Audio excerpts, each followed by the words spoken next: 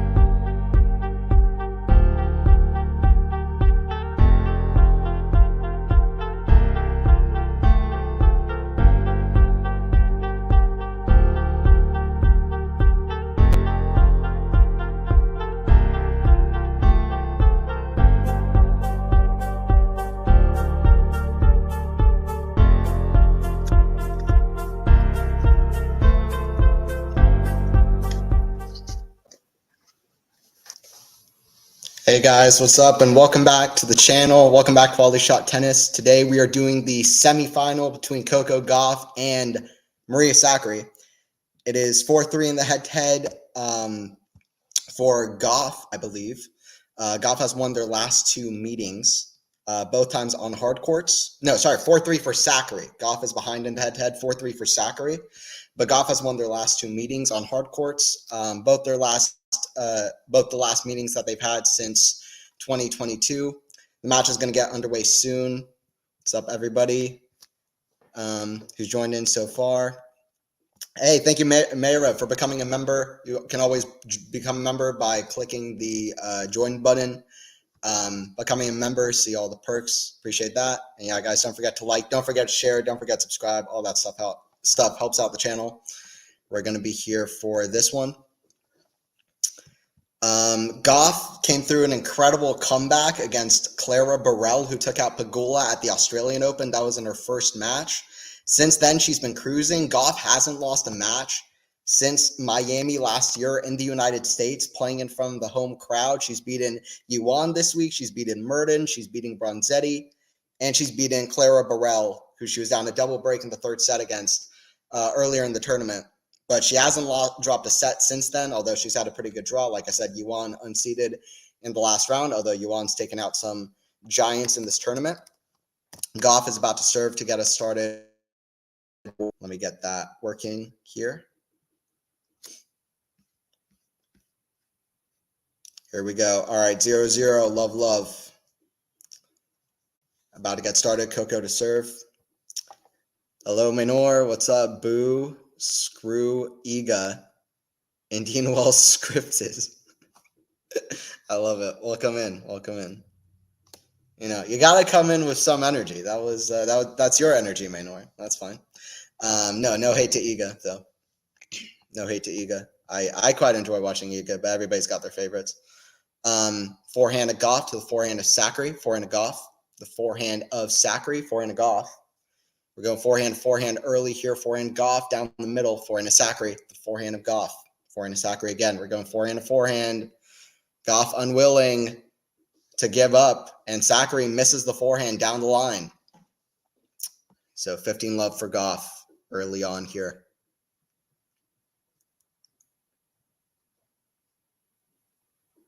Sorry, I don't know what you're trying to say, Minor. 3 a.m. Is that the time right now? There you go. Yeah, I was going to say, I'm mad not because of Iga. 1 week of no smoking. I really need one. Nah, stay away from it. You're good. Yeah, Iga got the win earlier in the day. She's in the final. She's going to take on the winner of this one. We saw Gauff versus Swiatek in a slam final. We haven't seen it in a final of a Masters event yet. That could be a thing. Sakkari playing much better tennis. I think, Gauff is the U.S. Open champion. A lot of people expected her to get to this point. I don't think a lot of people expected Sakkari at this point, but she had a few good wins early in the tournament. And she's doing better now with a win over Navarro. In the last round in 3 sets, she beat Schneider from down a set. Bagel Schneider in the third set. That was in the first round. Then also versus Caroline Garcia and Paris. So that was Sakkari's road here, just beating Emma Navarro, who took out Sabalenka. So she's taken Sabalenka's spot. Now we got Gauff versus Sakkari. Gauff serve. That's in the net. Second serve.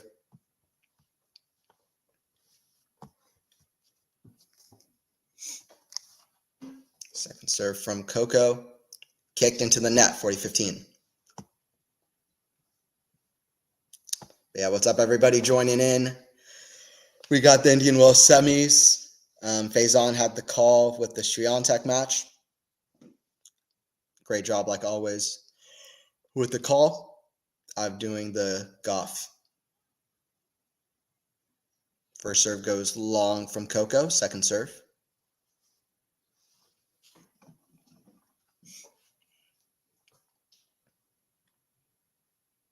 Second serve kicked, forehand of Sakkari, forehand of Gauff. That goes long from Sakkari. 1-0 for Coco. Coco trying to get to that Masters final. Got the semifinal of Australian Open. But I think that was the last big final of a big event that Gauff has gotten to. I'm pretty sure that's right. Iga, Buga, and Maria are the only two players to make 3 consecutive semifinals of Indian Wells. Wow. That's pretty crazy. Oh, only 3 left, I guess. But that's an impressive stat, though, for both of them, that they're even able to do that. It's not every tournament that you have players coming up with stats like that. Particularly for Swiatek, I think that's very, very impressive stuff. I remember her losing to Rybakina in the semis last year here. Lost in the round of 16 of Australian Open, but semifinal of Indian Wells. Rybakina was really on her case. That's a good serve from Sakkari, 15 love. Sakkari always fun to watch, just a lot of great firepower coming from her end, but she's got a lot of great shots, and you love her personality, just a very genuine personality. It's kind of an aggressive baseline style, but it's fun to watch. Big talent. Clearly should be in like the top 10 of the rankings. It's just her consistency has kind of fallen out the door.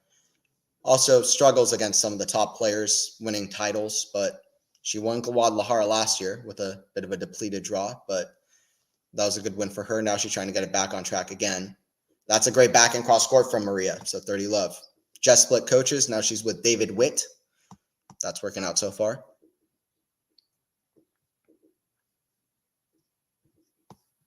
Yeah, let me know predictions for the match. I'm gonna say Sakkari wins a set. Sakkari is ahead in the head-to-head, and she's playing good tennis. And we'll see where Coco is at. I'm gonna say Gauff in 3 sets, and I'm gonna say the third set. I'm gonna make I can go with outlandish predictions. I'm gonna say Gauff in 3 sets. I'm gonna say Gauff wins the third set pretty handily, but I'm gonna say Gauff in 3 sets. Let me know your predictions.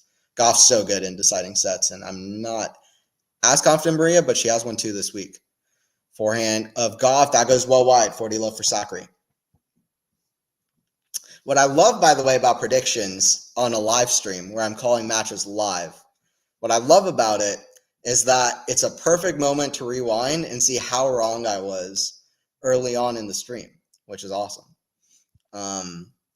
So that's always a fun moment. Or see that I was right and I got it. That's even more fun, but that's the great thing about predictions. It's so impossible to predict tennis. That's in the net from Gauff, so 1-1-1. Sakkari holds to love. That's what I love about it. Sakkari's 7th WTA 1000 semi since the start of 2022, by the way. That's a great stat. Even last year where she really wasn't having a great season, she got to a few semifinals, so that's a good stat for her.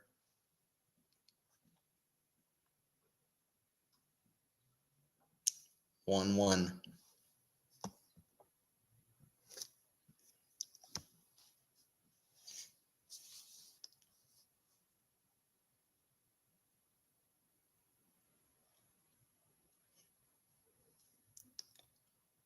Serve to the forehand of Maria. That's in the net from Coco. So we're at love 15.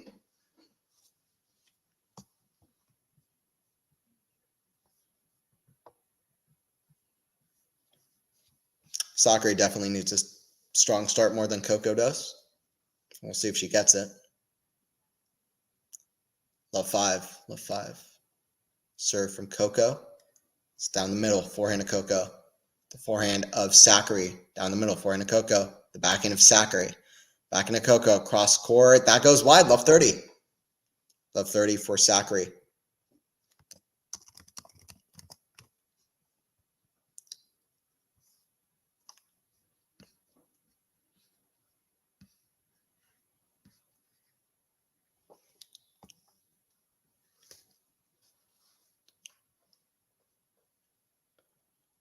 Serve down the tee. That goes out from Gauff. Second serve.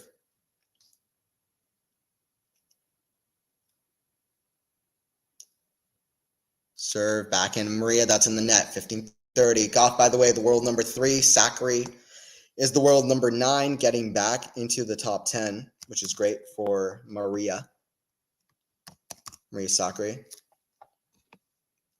And Gauff, of course, winning the U.S. Open, which was a great win for her. The second to last Slam champ. Sabalenka winning the Australian.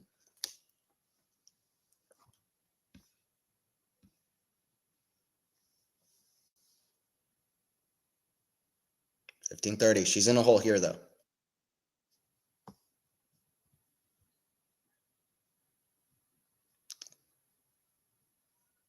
That goes out from Sakkari, so 30 all.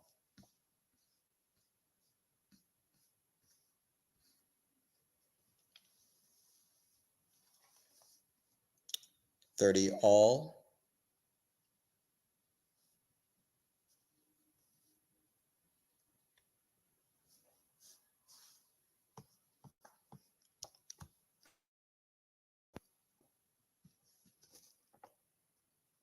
Hey, what's up, Mike? Hey, Anthony, greetings from Denmark, listening and liking. Hey, I appreciate it. Thanks for that.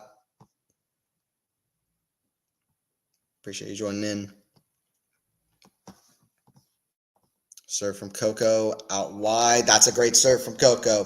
2-1. I think a big thing of this is going to see how well Sakkari can return against the Coco serve, and also how much, just how she can do in the rallies to kind of be aggressive and step in. And we'll see how that goes. We'll see how that goes. What's impressive about Sakkari as well is that she's 4-3 in the head-to-head, and 2 of them have been on clay courts. The last win that she got against Coco was on clay at Rome. And Sakkari was in better form than Gauff at that moment, but that was right before Gauff got to the final of the French Open. So the fact that Sakkari could beat Gauff in straight sets on clay courts is impressive. I mean, Sakkari likes clay as well, but Sakkari leading the head-to-head 4-3 is a good sign for Maria, because you won't find that against most top players, which means that this could be a tough match for Gauff. I don't think she'll be excited to see Sakkari in her draw, even though probably happier than if it was Sabalenka. She's happier it's Sakkari, but still.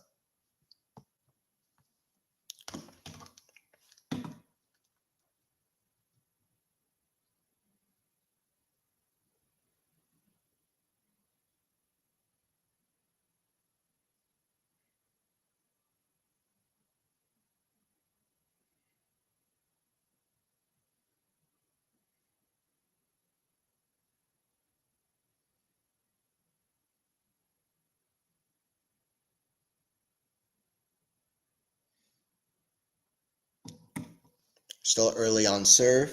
Gauff leading 3-2-1. Appreciate everybody joining in to this point. And it's Sakkari's serve in here. Serve from Maria out wide. Forehand to Gauff. That's in the net. 15 love for Sakkari.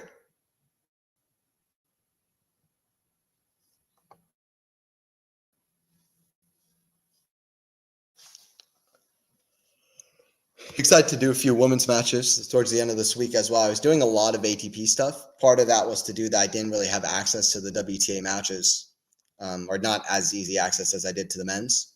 But it's good because I like following the women's side as well. You know that if you watch the Tennis 360 podcast that we do for the channel. That's a great backhand, by the way. How excited I am for Sinner Alcaraz tomorrow, by the way. I cannot wait. That's going to be awesome for the men's. And then, yeah, so the two men's semis tomorrow, then the women's final on Saturday. Or no, forgetting the day. No, today is Friday, end of the week, and the weekdays. Okay, so I guess the 2 semis. And how's that work? I'm kind of mixing up about the Indian Wells schedule. I'm trying to think right now. Because it wouldn't end on a Monday. I don't think they would do men's semis and the women's final. I don't know. I guess maybe it does end on Monday.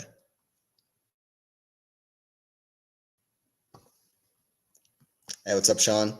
Not as many people up at this time are most subs from Europe. Yeah, we got a lot of European.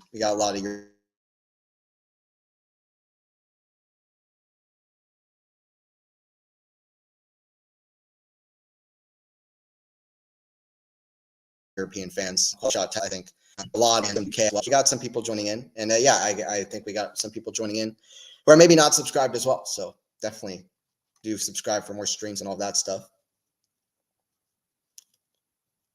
But yeah, we've got quite a few European people sub from Europe. All right, 40-15 here for Sakkari.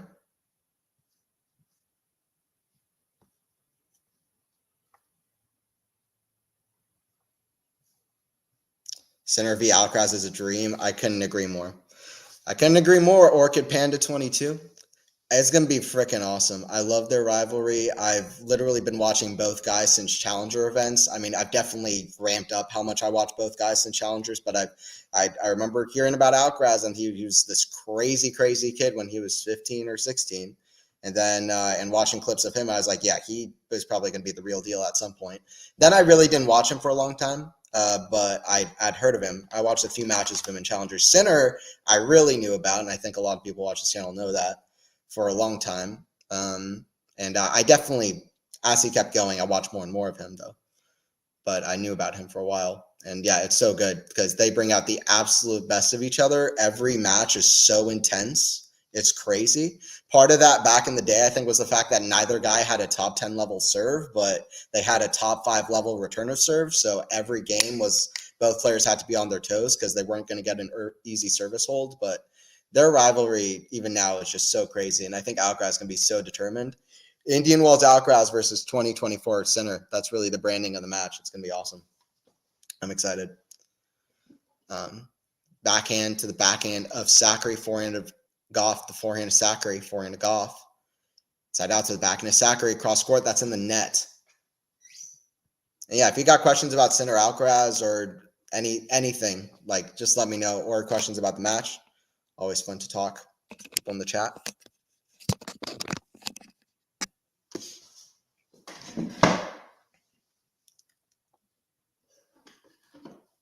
All right, 30 love here for Gauff.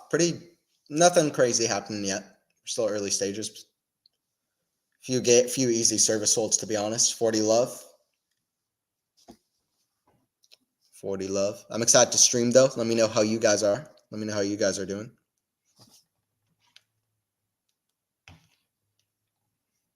7 straight points for Gauff on serve, by the way. She's going for the 8th. Moral victory for Gauff. She can get 8 in a row. Just as good as winning the match, I'm sure. See if she goes for it. Kick serve, back into Sakkari. That goes out. 3-2 for Gauff.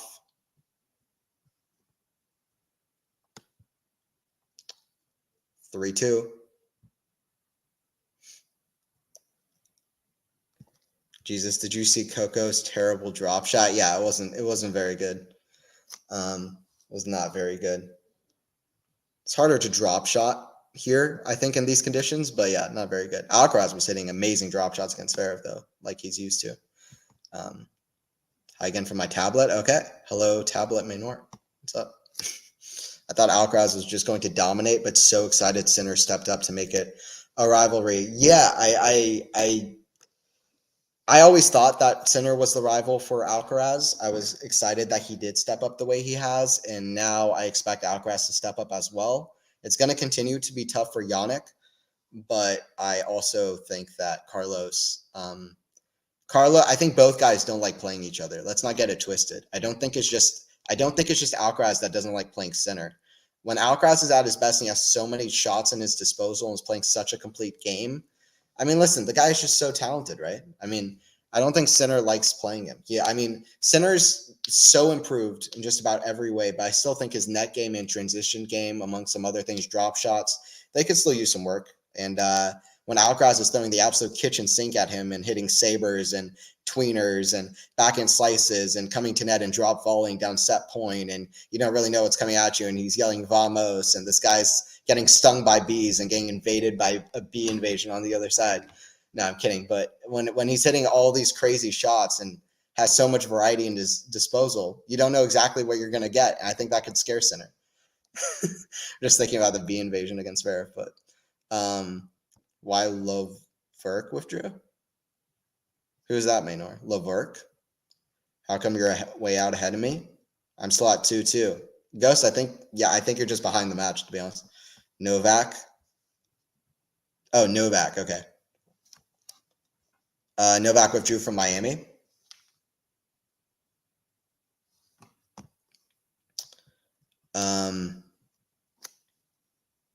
Yeah, well, I don't know exactly, but I think he's just ready for clay court season. So I don't blame him. Just restart at clay season.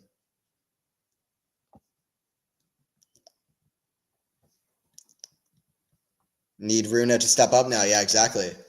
Got Runa in the mix. The guy is showing hints of like flashes of brilliance, but I don't know. He's only 20 years old. He's got loads of times already been a very successful 20-year-old player.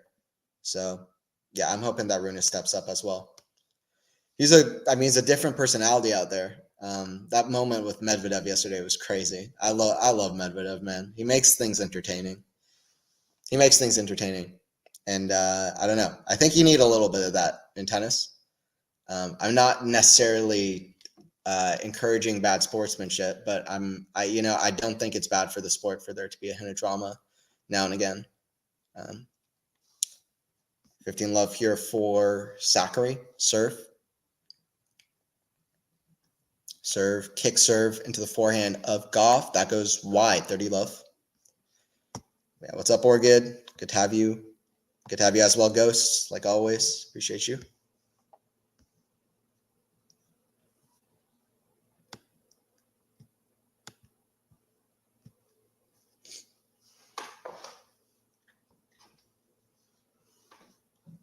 Serve here from Sakkari.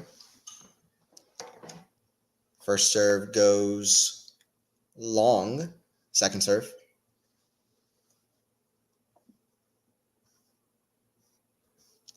Second serve here from Sakkari. Serve into the backhand of Gauff, back into Sakkari. Backhand cross court to the backhand of Gauff. We're going backhand to backhand. Backhand Sakkari comes in, but too much. She's asking too much for a game right now. And that backhand, that goes long, but still 30-15. Still early stages. Things pretty much in the balance at the moment. Seriously, Carlos looked like he was energized by the bee invasion. He literally did. Did you see the vid of him cracking up with his team watching himself running from bees? I have to be that young again. He's bringing that youthful exuberance. That's awesome. He's such an easy to brand player, and it's just so fun. But he brings so much great stuff to tennis. That's so exciting. I hope that doesn't change about him. I mean, I hope when he's 36 years old and annoying the entire tour like Djokovic, and just not going anywhere. I hope he's still like hitting crazy shots and just laughing about everything and making friends with everybody, even his like worst enemies or worst opponents. Like, that's a great thing about Carlos. So, he seems like a very, very down to earth dude, which is great. Backhand down the middle to the forehand of Gauff, forehand of Sakkari to the forehand of Gauff, back into Sakkari, down the line forehand of Gauff. That goes out 3-3.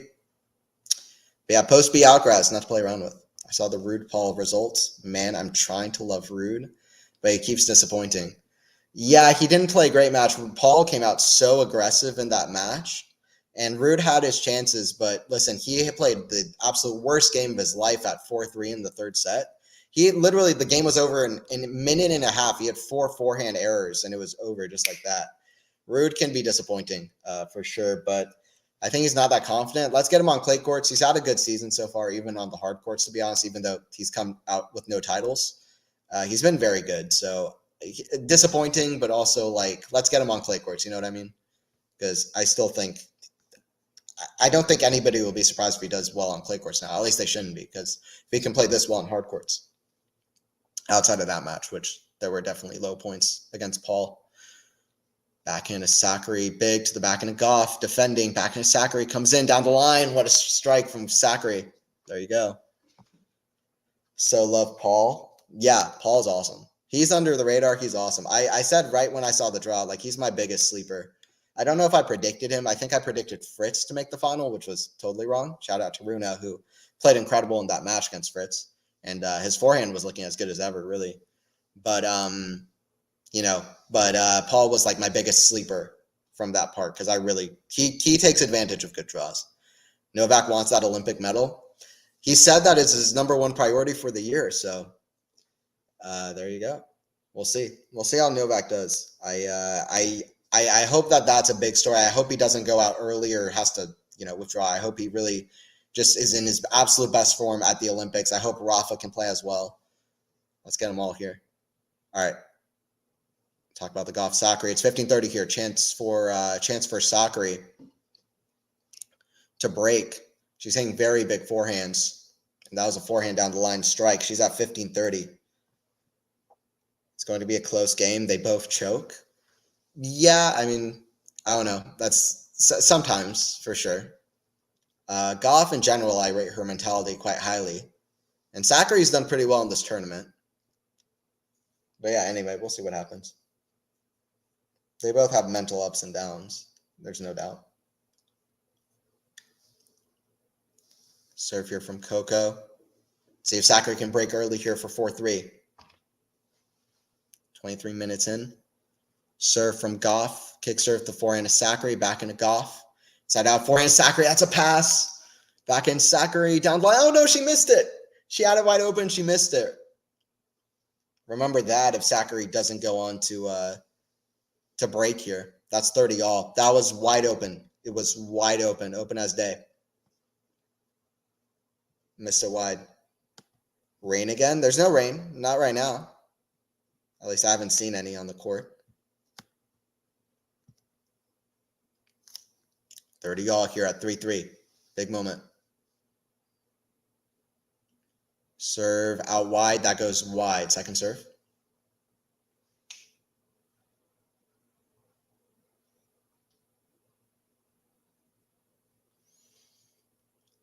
Serve from Coco. Forehand of Sakkari. Forehand to Coco. The backhand of Sakkari. Backhand to Gauff. The backhand of Sakkari. Forehand to Gauff. Forehand to Sakkari. That's a squash shot. Forehand to Gauff. Cross court. Forehand Sakkari defending. She gets it. What a point. Backhand. Cross court. That's a great shot from Gauff there. Wow. Gauff really picking up her level when she needs it. That was great dictating there. Sakkari did well to defend. Gauff earned that point. Great width on the shots and opened up the court by hitting it cross court. She had a great backhand winner to work with there cross court into the outside after she hit that forehand cross into the deuce side. She can go forehand or backhand though. Can hit either side. She can hit a winner. So that's why you don't really like, or I guess forehand is actually maybe less likely to hit a winner than the backhand, but she can hit a winner off the backhand, which is not true for every player. Backhand into the net though, as I jinx her, deuce. I'm a fan of bad sportsmanship. Okay. I fully agree. To be clear, I'm not a fan of bad sportsmanship, but the drama does add some entertainment value, which I don't think is always a bad thing. But no, we should be good sportsmen. I always vouch for that. Hitting out the body should be used more, I think. Yes, I think so.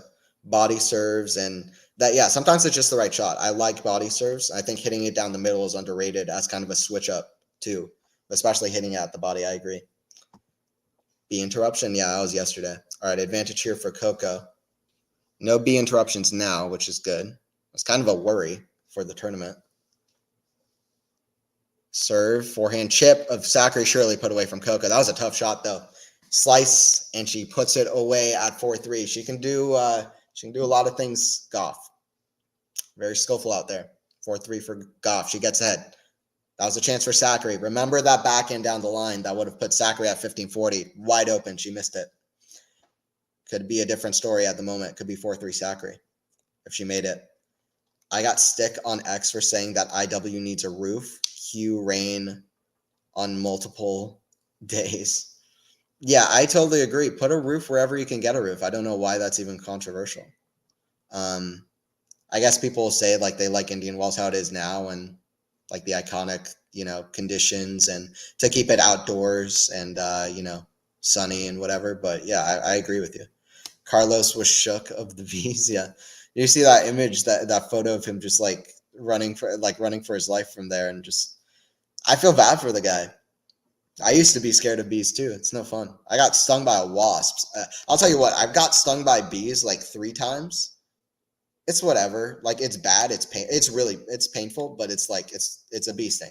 A wasp sting is one of the most painful things I've ever experienced. I was literally like, I was in pain. It was not good. I was literally like, it was bad. So if you haven't been stung by a wasp, be thankful because they don't just sting you. I think they like pinch you at the same time. They also don't die. Like wasps are just, they're terrible. Wasps are assholes. They won't even die after. They'll just go on to hurt more people. So anyway, Alcaraz, be thankful it wasn't wasps. Wasps suck. If it QualityShot tennis, if it really wants to be the fist slam, it does. Yeah, fair. That's true. Well, I mean, if you put one, I don't know, whatever. There's no slam on indoors, but yeah, no. I mean, I hope Indian Wells keeps being outdoors. So he withdrew with no reason. I didn't really hear the reason. Chat, if you know the reason for why Novak withdrew from Miami, then let me know. But surely there's some reason. But I think he's just regrouping for clay season is the real reason. All the 1000s need roof. Yeah, every tournament needs a roof. Any that can afford it. So yeah, I think the 1000s for sure do. I agree. Both of them are chokers, Sakkari and Gauff. Well, we'll see. Gauff didn't choke there. She played quite a few great points to hold. 15 love for Sakkari here. Serve. Sakkari to the forehand of Gauff. That's shanked. It goes out. 30 love.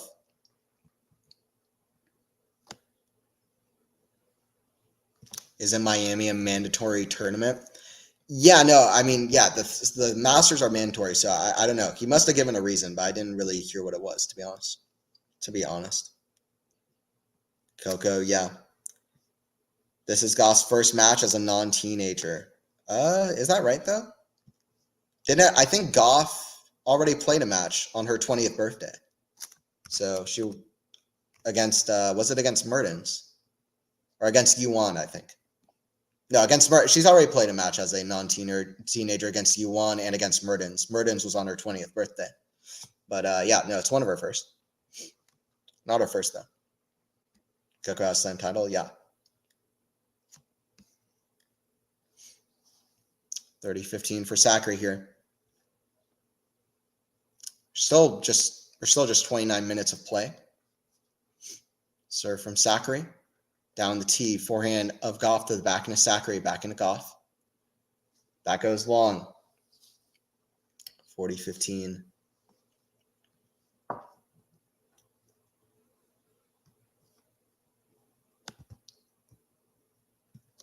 I found a wasp nest on my balcony. I had to take it down. Jeez.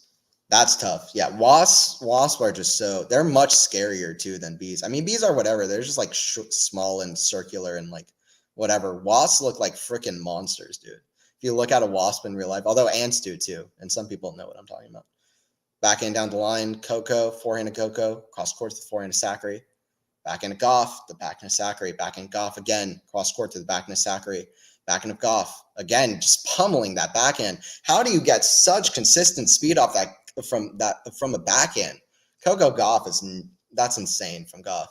Just consistent, unwilling, unrelenting, just pace of shot there from the Gauff backhand. So Sakkari couldn't handle it. Nobody could handle it. Maybe even Serena couldn't handle it. That was nuts. Just great acceleration. There is a bit of rain, so the umpire has stepped down to check it. All right, well, like we've been saying, there's no roof, so we're going to see what kind of happens here.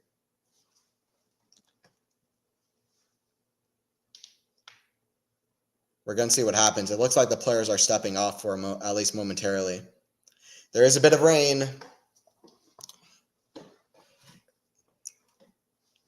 It's not been ideal weather this week, that's for sure. Dang, 40-30 for Sakkari. I mean, to be fair, it's coming at a good moment if we're going to stop, because neither player is really like, I don't know, in the lead or running with any momentum, but they're showing the sky right now. There are some dark clouds, like pretty, I don't know, far away is the right assessment, but they're like further off. So hopefully they don't veer even closer, because then that means the rain would sustain. They're still sits on the court, by the way, which means the rain isn't that bad. Gauff has a towel on her head. Some of the crowd is leaving, though. Yay, rain delay? Nah. Now we want the tennis. I'm not doing a play-by-play of the rain delay. And now the man gets out of his seat. Nah, we want to see the tennis. All right, we're going to see what happens. So far, there's a small delay. I might just stay on. We'll see what happens. We'll see how we feel. Good to stay on, though. Emirad Kanu also has one, too. Yeah. It's crazy to me. Raducanu had like one bad year and like, well, okay. First of all, here are the reactions to Raducanu winning her major. Some people said she's going to go on to be like the greatest player ever, like win like at least 10 majors. Then other people said after Raducanu like struggled, even after like 4 to 6 months, people are like, Raducanu sucks. She's never winning anything ever again. And then I was just in the middle, and I was just like, hey, how about this? She's pretty good. She has good potential. She's still very young. If we give her time, maybe she'll be able to do something eventually, because how crazy is it to win 10 matches in one Grand Slam tournament, playing your second Grand Slam tournament ever at 18 years old, and you don't lose a single set. You don't lose more than 4 games in a single set, playing against players like Sakkari and Bencic and Fernandez, who is in incredible form. So I was like, she's probably pretty good. Let's give her time. So I'm just giving Raducanu time. I'm making no big assessments whatsoever. Right after it happened, I was more impressed with Fernandez after the tournament ended. I was like, Fernandez just beat 3 top 5 players. Like, I was like, Fernandez is like, for me, I was watching Fernandez. Also, she became one of my favorite players by far after that tournament and that state as well. But I was also like, I'm not just going to count out Raducanu at any point. Like, but especially now that Raducanu is like, what, only 20? So she's got time. I'm still not counting Emma out because I think that'd be wild, to be honest. More B invasions. I'm here for it. It was entertaining. I love I love tennis TV saying versus B invasion in the title. What a crazy thing to say. Alcaraz was literally stung by a bee on his forehead in the middle of the match, and then this guy's making like 10 bee puns in a row at the end of the match, and it was just funny. Emma's chronically injured. She's also not a choker. Yeah, Emma needs to get the physical right. Hitting on the body during a point is not wrong, but you should apology at least. Yeah, but it's a fair shot though. So, and Runa did apologize, according to Runa and the umpire. And yeah, he put his hand up. So he did apologize. No, Sakkari, I could see, I can make an argument that she chokes. Her semifinal record is legendary, but the fact she's been able to make it to the semis is pretty impressive. But yeah, no, absolutely, her semifinal record is abysmal. It's crazy. It's such big numbers, but it's like 8 and like 29 or something. It's nuts. And her record in finals is no good either. It seems relevant actually, so I'll look it up. By the way, if there is a rain delay, I might just stay on and we might do something like, I don't know, like rank like the best players ever, or like the bet tournaments or whatever. We can have suggestions in the chat, but we can do something during the rain delay to keep it fun, keep it honest. So Sakkari's record in finals here. Record in finals, let me see. So, okay, 2-7. So she hasn't even reached a lot of finals, which goes back to your point, Ghost, that her semifinals record is crazy. The fact she's only been in 9 finals means that she's won 9 semifinals and she's lost like, I don't know how many, like 35 or 30 or something. At least 25. It's been a lot. At least 20, 25. So that's nuts. Emma is a baby who got lucky. No, we don't do that here in the chat either. I mean, come on. Some things are fine, but let's not call players babies or whatever. That seems a bit much. Yeah, no, I mean, she had a great, impressive run. But yeah, I mean, her draw opened up. That's fair, but I still think it was impressive. I've walled my balcony. Yeah, sorry, I read that out already, but that is tough work. Bro, she won a qualifiers and then 7 in a row. You don't do that on luck alone. Completely agree. No, Sakkari has no titles and ranked top 10. Well, Sakkari's got 2 titles, to be fair. Masters 1000 last year. I'm allergic to mosquito bites. That sounds no fun. Maynor. Mosquitoes suck, man. They just pass disease on all the time. By the way, players are still on the court. It doesn't look that wet. I think they're drying it off right now, so we'll see if they can play for right now. I have a sneaky suspicion that the rain might come anyway. I'm going to look up the forecast, the Indian Wells weather forecast.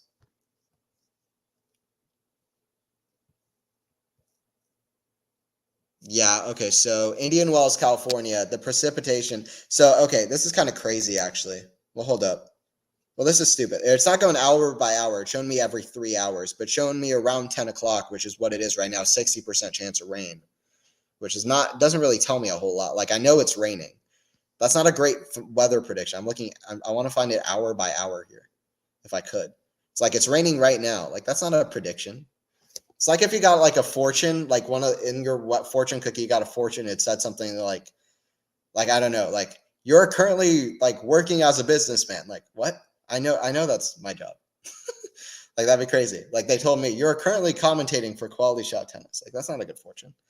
So let me see about the hour by hour and see for the next hour. That would make more sense. I can't find it. I feel like it's harder to find things online now. It was so good back in like 2011, the internet. Now it's so hard to find things because there's so many sources. There's so many more websites to look through. Let me see here. Play is still suspended, by the way. Play is still suspended. Okay, hour by hour. Here we go. Hourly weather, Indian Wells. So, okay. Well, I mean, clearly they're wrong. Okay, no. I guess it is 7 p.m. in Indian Wells. 39% chance right now. 39% chance of rain. But in the next hour, it goes to 21%, and then it only keeps climbing down. It's almost 8 o'clock. It says 21%. So, rain amount, it says 0 inches. I don't really know what that means, but I guess closest to 0 if you're going 0 or 1. So that's a good thing. Anyway, the rain is going to slow down,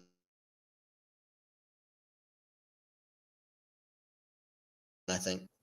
Doesn't care. Olympics, he's won Miami a bunch. Been there, done that. He's going to be going all the way for the Olympics. There's no doubt about it. That's just the WTA. It's messy. Who wins a slam and falls out of 100 in a year? Even Fernandez is more consistent than Emma. Yeah, but tennis is tough. And now that she has all the pressure on her, all the terrible injuries she's had, I'm not necessarily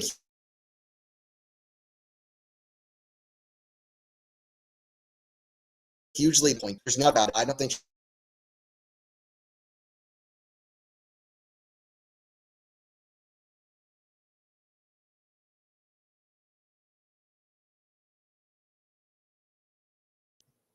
I agree. Layla is great. I love Layla as well.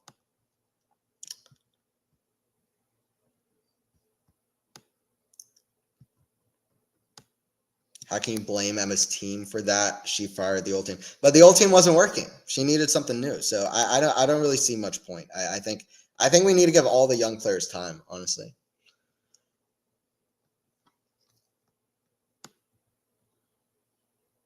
Most people follow tennis.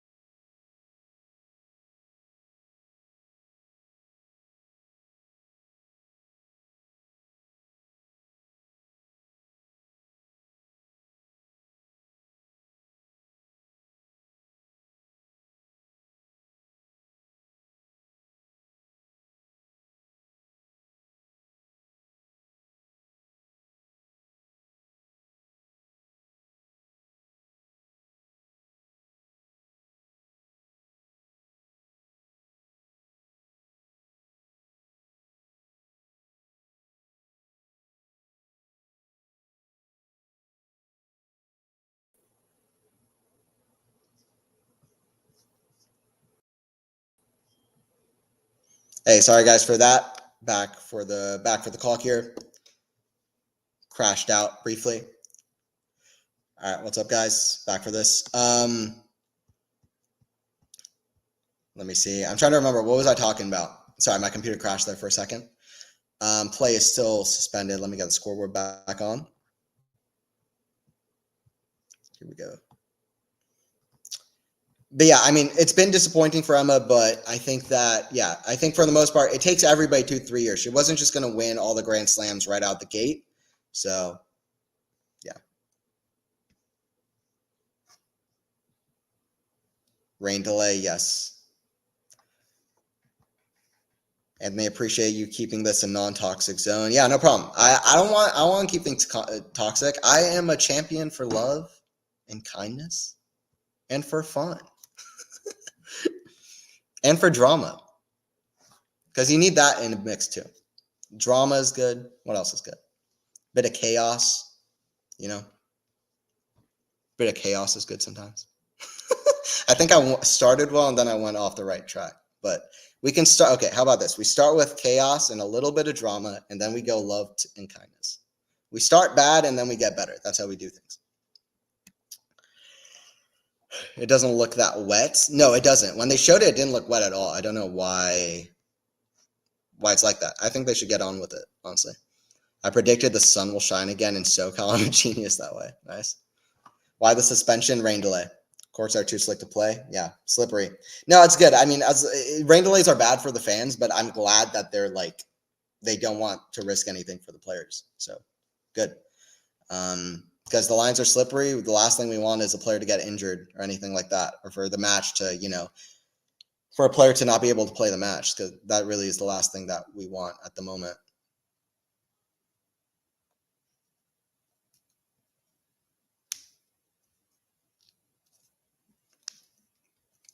Rain, rain, rain. Yep. Go away.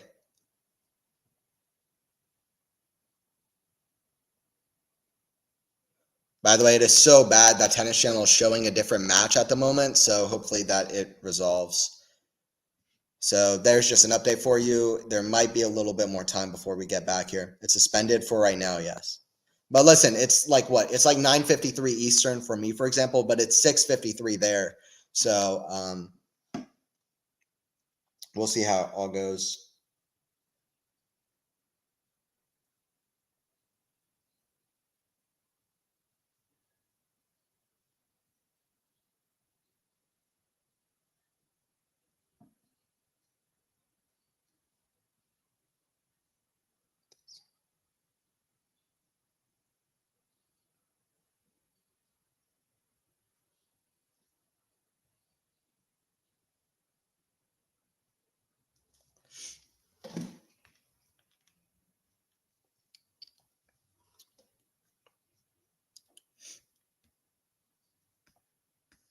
That bee swarm attack was wild. Alcaraz freaked out. Yeah. Well, I think anybody would have freaked out, but yeah.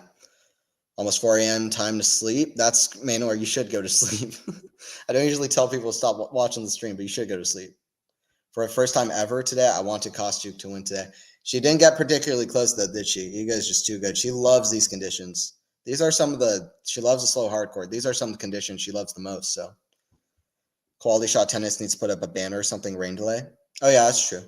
That's a good point, actually, Ghost. I don't know if we. I don't know how I would do that.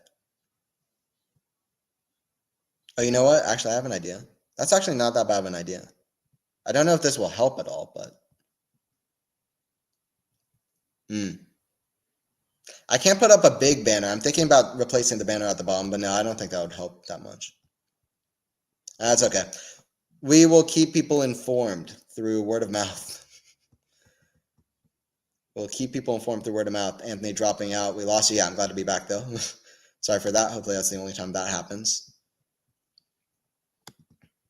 Have fun, babes. All right. See you at the next one, Minor. I appreciate you stopping by. Kostyuk is really very talented. She had a bad day. Yeah, that's true. I love Layla too, but she's not great in tennis. No, Layla's great. Layla's great. I'm not taking that. I mean, listen, she's been in good form as well. She had an incredible win streak at the end of last year. She was killing it at Billie Jean King Cup, I should say. I disagree. Marcus. Layla can play some great tennis. I mean, you don't beat 3 top 5 players in a draw on even not even your best surface. And I think on clay court she's going to show it again. She's got good things. Watch out the bees. Yeah. Nicolas Cage. And what's that new movie, The Beekeeper?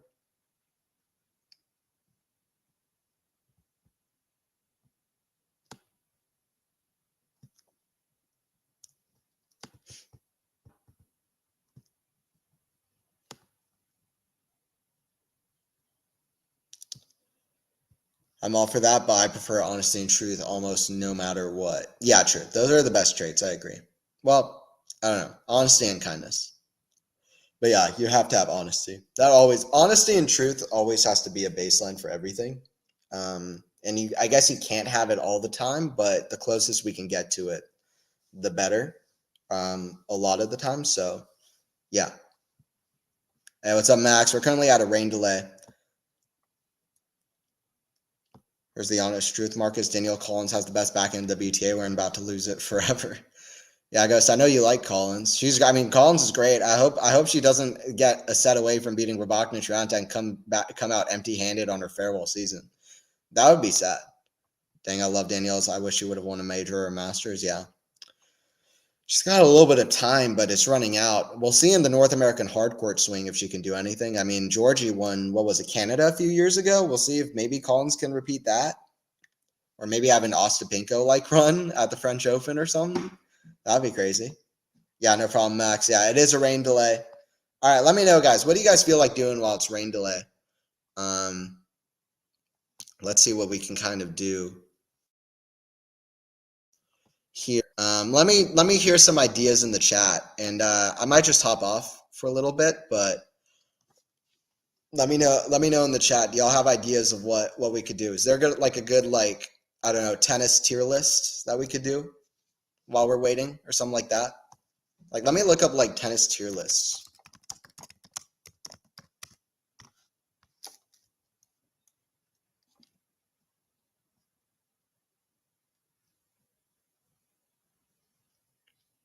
I'm saying create an ATP tennis players tier list maker. I don't know if that means like in terms of best players or favorites. Let me see. This was made, okay, well, this was made March of 2021. So there's going to be a few players that are a bit outdated here. There's a lot of players on this list. I don't even recognize a couple, and that says a lot. Create an ATP Tennis Players 2023 tier list. This was made last year. Seems like there are fewer players, but okay, this one's good. This one is good. Do we want to do that? There's this one's good. ATP Players modern day version tier list. Let's play Jeopardy. It's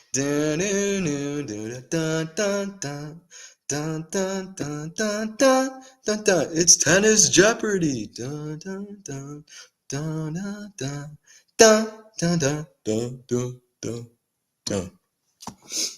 And welcome back to Tennis Jeopardy. Welcome back to Tennis Jeopardy. I'm your host, Alex Trebek. I'm not Alex Trebek, RIP. All right. Do you guys want to do the tennis tier list where I rank ATP players? I'll probably do it for like my favorites and talk about the players. Do you guys want to do that? And then I'll take off the Sakkari score for right now until they get back with the match.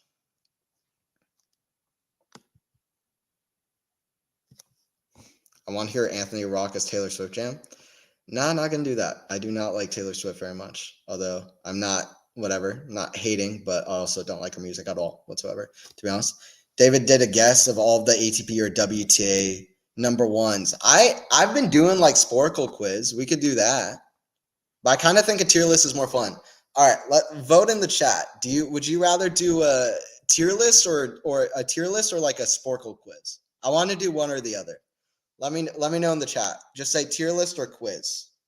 What's the mood? And then we'll do one or the other. We'll do one of them. And then I'll do the match. I have the match in front of me, so I'm not going to lose sight of the match. But this tier list is pretty fun. It's got like loads of ATP players, so I kind of want to do this.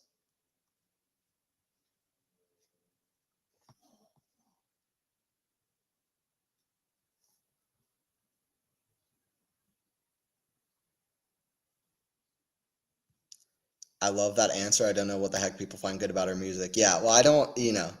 I really can't do it either. I really can't. What country's soccer team goes well with potatoes and a nice merlot? I don't know. Orchid, Panda, quiz, both if I'm being honest. All right, well, we'll do quiz first. Let me get the quiz up. All right, I'm gonna take off the scoreboard. This is what we're gonna do. I'm gonna take off the scoreboard. I'm also gonna change the banner to say rain delay so that we have that going.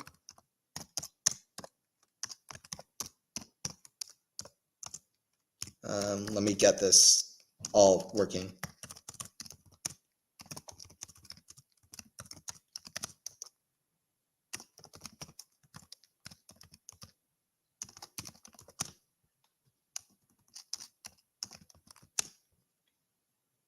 Oh, never mind. As I do that, the players are warming up, ready to get back on court, I think. Okay, never mind. There you go. Okay, well, if we have another rain delay, then we'll do that. But okay. All right, okay. Let me get the scoreboard back on. Okay, it seems like play is happening. Fade had other ideas, which is good. Okay, play is about to resume. Let me get the scoreboard back on. Play is about to resume, and I guess the rain has stopped enough. Gauff is like wearing like a New Balance raincoat, which is interesting. As they're back. Man, I kind of wanted to do the quiz. All right, Sakkari serving. Very interesting point in the match, or it's about to be. It's been pretty straightforward so far. Chile, it was a joke. They ate themselves. Oh, okay, gotcha. Ha ha ha.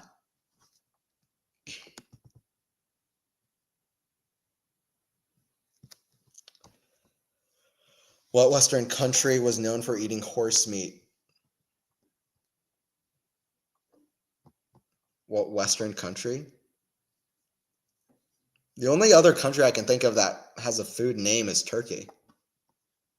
Tennessee. Tennessee is not a Western country, but okay. By the way, it's been, 25 minutes and 47, 48, 49 seconds since the last point was played. We're about to get started here. 40-30 for Sakkari.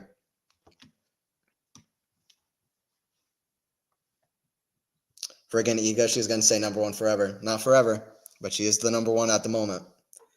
And she's Iga forever. I'm really liking Iga too. I'm going to be honest. I've said this before on stream. I'm usually very honest in how I feel about players. I didn't really like Iga that much. I wasn't a big fan of Iga for a while. I don't really know why, but over the last year, I've every single month I've grown more and more of liking her. Now I love watching Swiatek. She's one of my absolute favorite players to watch.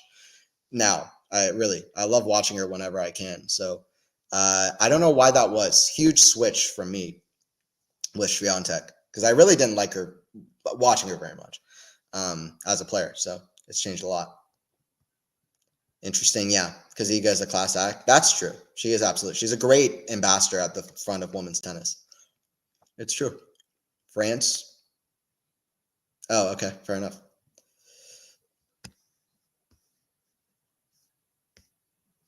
I think some parts of South Korea still eat. I don't know, Ghost. I don't know. I don't know why you make me read things out on stream, Ghost, honestly. All right, we're starting here at 4-4. Serve from Coco. Kick serve to the backhand of Sakkari, forehand of Coco. The backhand of Sakkari down the line, forehand of Coco. The forehand of Sakkari, cross court, forehand of Coco. The backhand of Sakkari, forehand of Gauff. The forehand of Sakkari going forehand, the net from Gauff. That's love 15 for Sakkari. It's love 15 for Sakkari. Let's see what Sakkari can do. Sakkari had a huge chance early in the set, or really midway through the set, and she wasn't able to take it. I did say she had a backhand down the line, very simple backhand down the line that she missed completely wide, and that kind of tilted the set. So let's see if she can take her chance here. Love 15. Serve from Coco. That's in the net. Second serve. In the Indian Wells semifinal.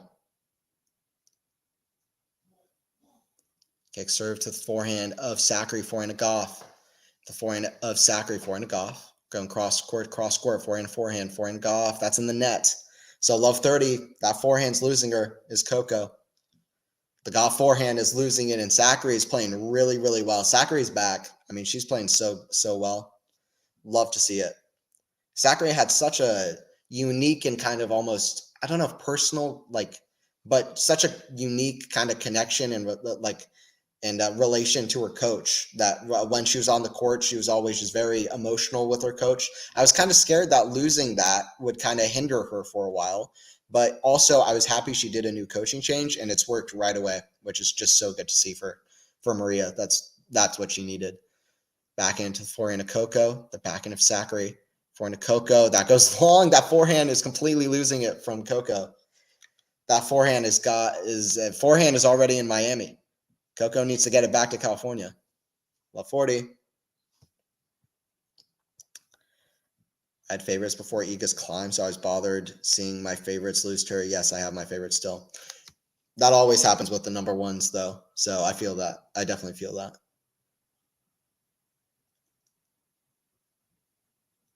All right, another serve coming here from Gauff. Second serve kick to the back and Sakkari forehand to Gauff. That's a much better forehand. That's a forehand winner. Forehand and force. And now that's a forehand winner. 15-40. Another break point coming here for Sakkari.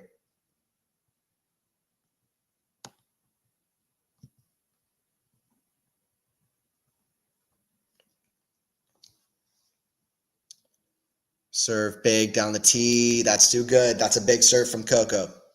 First serve finding the court when she needs it. Let's see if she can get another one. What is Coco's first serve percentage at in the set so far? It doesn't feel great, but it doesn't feel terrible either. Let's see if I'm on the mark with that. No, it's not good at all, 52%. I was leaning more towards that. Wasn't paying super close attention to it. Although it is a big stat, I think, for the match. So should start playing closer. And it's 52%. That's no good. Second serve of Gauff to the back end of Sakkari. That's in the net, deuce. That's in the net, deuce. They're mostly all class acts. Come on, people. Totally agree. Yeah, we have a lot of great, top players at the moment.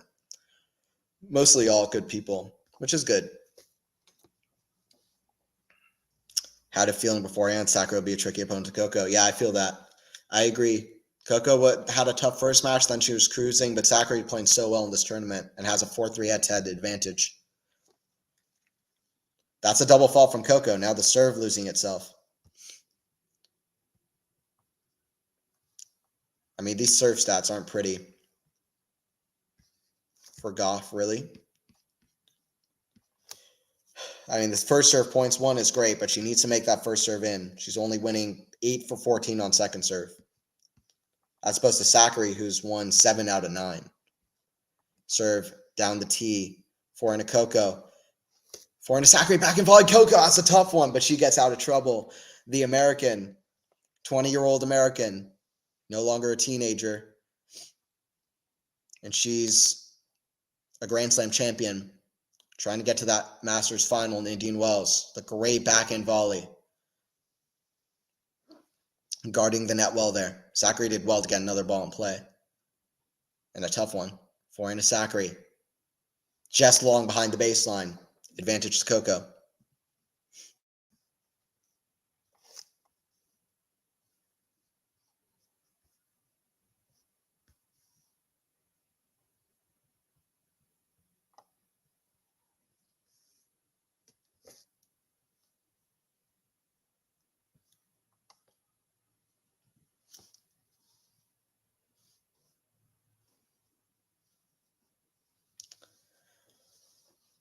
Advantage for Gauff here, serving. For serve as a let. 38 minutes of play so far. Over an hour if you count the delay, but 38 minutes played in the match. One of the longer games of the match so far. Serve from Gauff. Kicked into the forehand of Sakkari. Forehand the net from Gauff. We're back to deuce. Let's see what Sakkari can do here. Make this interesting. Gauff is the favorite. They're both top 10 players, though. Number 3 versus number 9. It was going to be Sabalenka, but Sakkari beat Navarro, and Navarro took out the top dog, which was Sabalenka.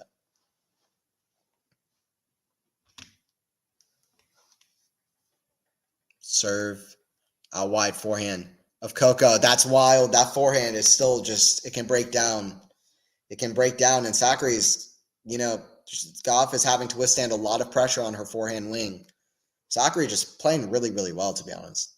Just all across the board, everything is so solid. Serving incredibly well. And, she's not going for a lot. She's just playing within herself, but every shot is solid. And that's what you want to see. Advantage to Sakkari. Every shot is solid and it's tough. And it's a first serve in the net. Not hoping that Gauff can't get a first serve in the court at all. One more break point coming at advantage. She's already had a handful. Serve, kick, serve, forehand to Sakkari. Inside out, right in the baseline, though. Chance for Sakkari. Surely puts it away. Sakkari leads 5-4 against the reigning U.S. Open champion in Indian Wells. Sakkari trying to beat Gauff for the first time in America since Miami last year. Gauff has not lost in Miami since Miami last. Sorry.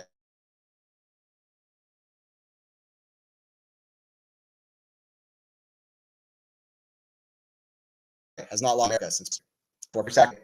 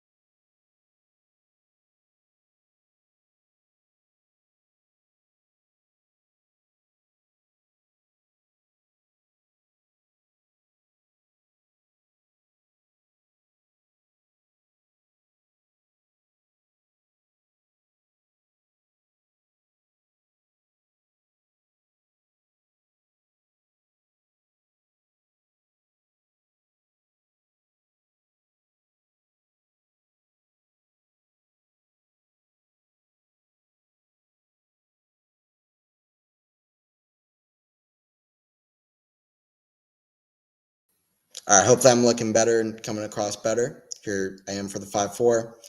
Frozen Anthony, yeah, Ghost. Thanks for letting me know as well. I 5-4 for Sakkari. But yeah, I was just saying, I think it's a fair shot, but I mean, I can get it. Sometimes it's just the best shot, though. Sometimes there's no real other place to go. I understand where you can, argue the intentions of some players going out players, and that makes sense to me. But overall, I think that's a fair shot, to be honest. Remember when Kyrgios sent one into Rafa? That was cool. No, I did Keegs doing that, and he had no apology either, which was just Kyrgios's intentions. I don't think were very good, and that makes it a bit tough to swallow. But in general, I like that shot. 30 love for Sakkari here.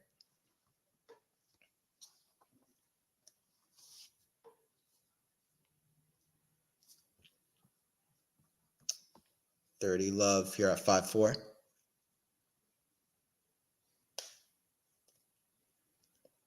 Serve into the net. Second serve for Sakkari.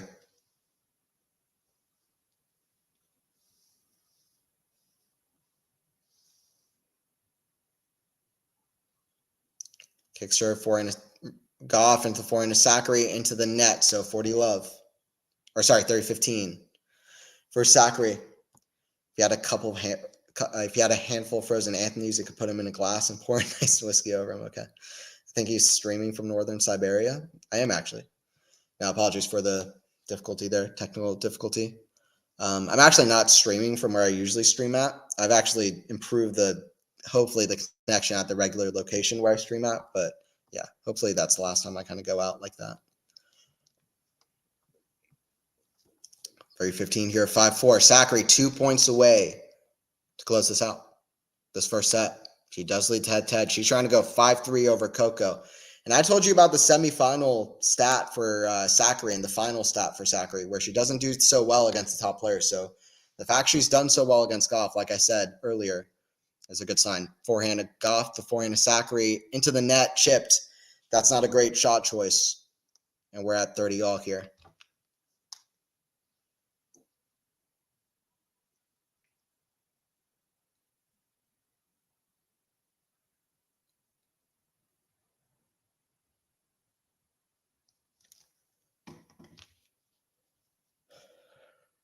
No worries. All right, appreciate it.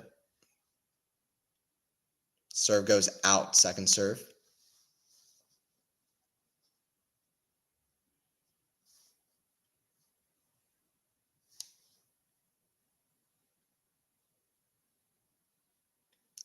Kick serve out wide. That's a great angle from Sakkari. Backhand big. Backhand of Gauff. Oh, what a shot. That's an even better half volley point in the match so far from Sakkari when it mattered the most at 30-all at 5-4. And it's at 40-30 set point for Sakkari. Yes, I forgot about Maria's semi stats. Yeah. What a point there. That was a great backhand from Gauff and shows off her athleticism to be able to get a shot as, tough as that from that kind of position. But Sakkari just stayed cool. She expected it from Coco. She's speedy, but Gauff expected it. That's a first serve in the net from Maria. Second serve coming here.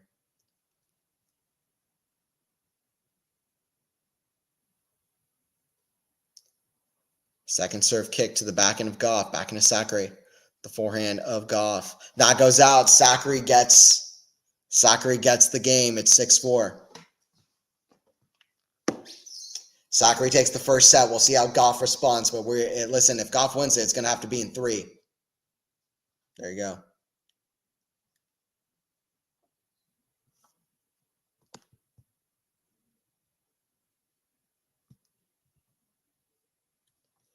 Iga does well on slower surfaces. Yes, true. She likes the slow hard courts. I don't remember that one, but I do remember when Tsitsipas hit one hard at Carlos for no reason. He did that a couple of times. I remember him doing that in Miami, and then the one that really caught a lot of people's attention was him doing that at Carlos in was it Barcelona? I don't know why. Steph is weird sometimes. I didn't like that at all, and I like the glare that Carlos gave him. So.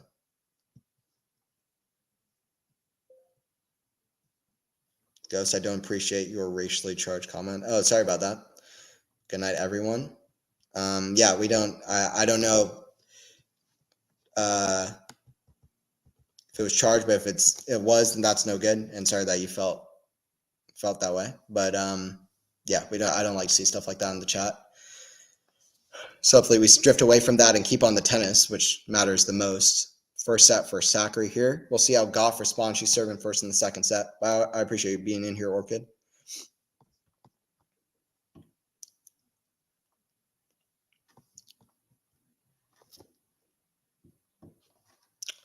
Gauff serving in the first game to start off the second set. We'll see how she can do.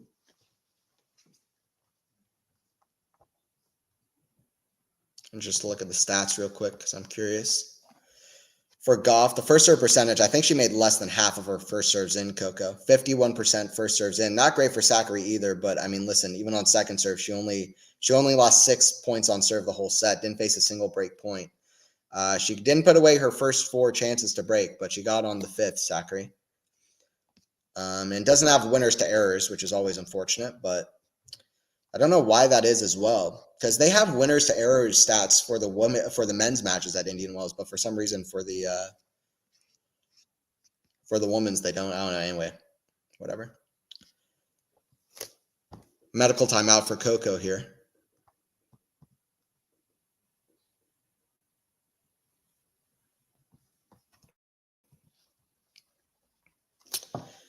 Medical timeout for Coco. Hopefully Coco is okay. I didn't really gauge out a problem. Don't know what it is.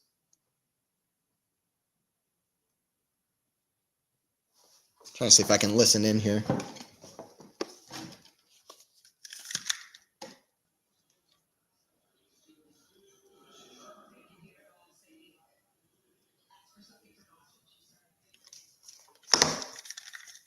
Gauff has asked for something for nausea. So that's going on there. Gauff is feeling nauseous, which is no good. That's strange, to be honest. All right, Gauff is going back on court. So Gauff seems okay enough, but that's no good.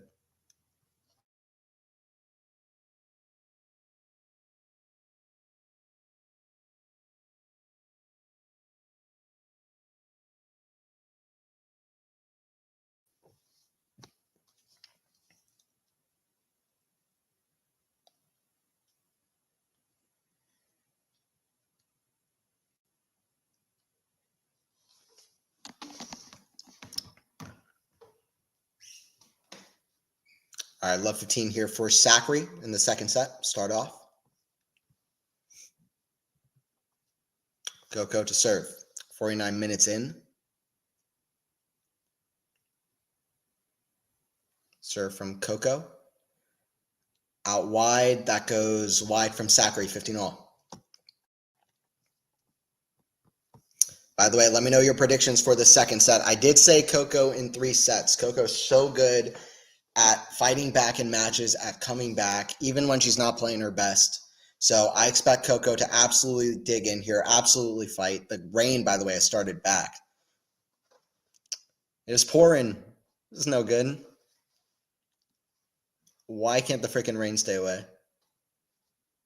It literally said 14% chance of rain on the weather forecast. What is even the point of a weather forecast? They're wrong 90% of the time.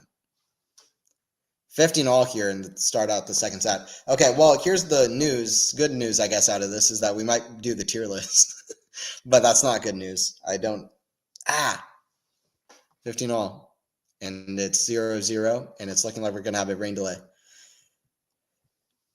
Intense fans. Hey, what's up, Joseph?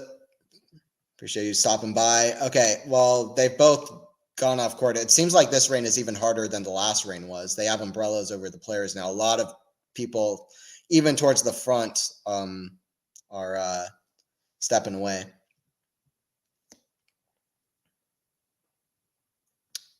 That Orchid. Yeah, and hope to see you at the next one as well, Orchid. And sorry that you were offended by one of the comments. It's no good. 15 all here, but there's a rain delay at 0 to start of second set. Both players walking off court. The rain seems very hard. So it seems like we're going to have a bit of a delay. All right, here's what we're going to do. I'm going to do a tier list because I'm doing a tier list. So we're going to do an ATP players tier list. Is there a WTA players tier list? Maybe that's more, I don't know, whatever. It doesn't matter, right? Okay, I think I'm going to try to do an ATP players tier list I have on the side here. We'll do that.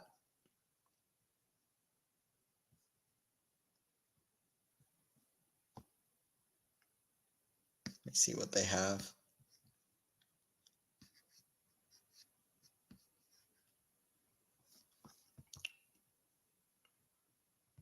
During the rain delay, I might just do a tier list just to pass the time. All right, let me get this going. There is a rain delay. So I'm going to take off the scoreboard. I'm going to add a banner for the rain delay. Get this kind of going. Okay, cool. Nice. All right, hopefully that works. And then, all right. I'm going to start the screen, share the screen for a different site.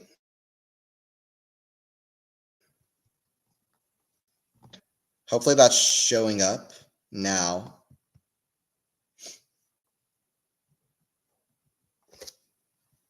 Okay, I think that looks good or good enough. We'll roll with it. Okay. All right, can you guys see that? Does that look good? Maybe I should increase the zoom.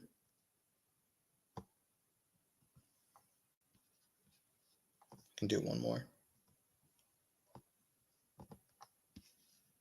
That's one too many. Okay. Okay, cool. Let's see how that looks. All right, can you guys see that well? Does that look fine? Can you guys see who the players are?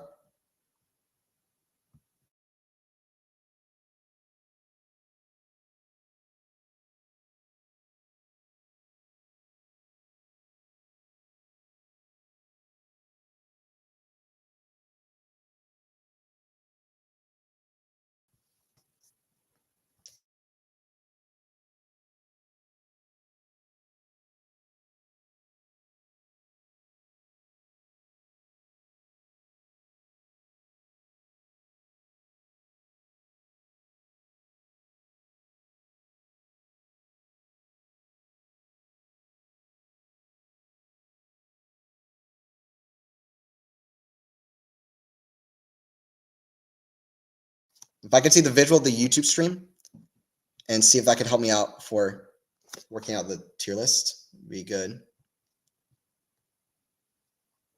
Let me see if I can get it real quick. But yeah, please, Marcus, let me know be higher. Okay, cool. Yeah, I'll put the, all right, I'll show more of the players. I can't really control where the site goes, but I can do the players. That's a controllable. The court is completely wet, by the way. The court is very, very wet, so this might take a little bit of a while. Okay. No, I'll keep it like this. Okay. All right, sweet. All right, we're going to do an ATP players tier list. I also don't know what this means, though. Do I rank my favorite players? Do you guys want me to rank favorite players or who are the best players? I'm almost definitely going to do favorite players. I think that makes way more sense. But just to throw out both options here. They've got loads of players here, which is awesome, by the way. I don't know who this is, for example, but I recognize like nearly everybody. Who is this? I don't know who this guy. I also don't really know who this guy is. There are a few I don't know, but I know nearly everybody, which is good.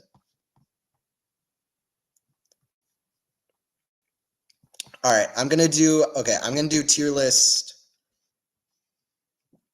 I don't know. Should I do favorites or should I do something else? Rank your favorite top 100 AP players in the world right now. Okay, I'll rank my favorites then. S tier to D tier. Okay, so with Taylor Fritz. Well, I actually met Fritz in Atlanta, and he was he was just awesome. Like, he was such a genuine type of dude, and he was really funny, and he was just, I asked him a question. He looked me in the eyes the whole time and really gave me the time. And I also just really like him as a player. And I think he has a lot to the tour. And I don't know, maybe not that he has a big serve. He relies a lot on it. And sometimes it's not so pretty. When it is working, it's great. So in that way, it's not so good. But honestly, for Fritz, I'm going to go higher than for most, especially because I met him in Atlanta. I'm going to go A. It's going to be lower for most, but I'm going to go A.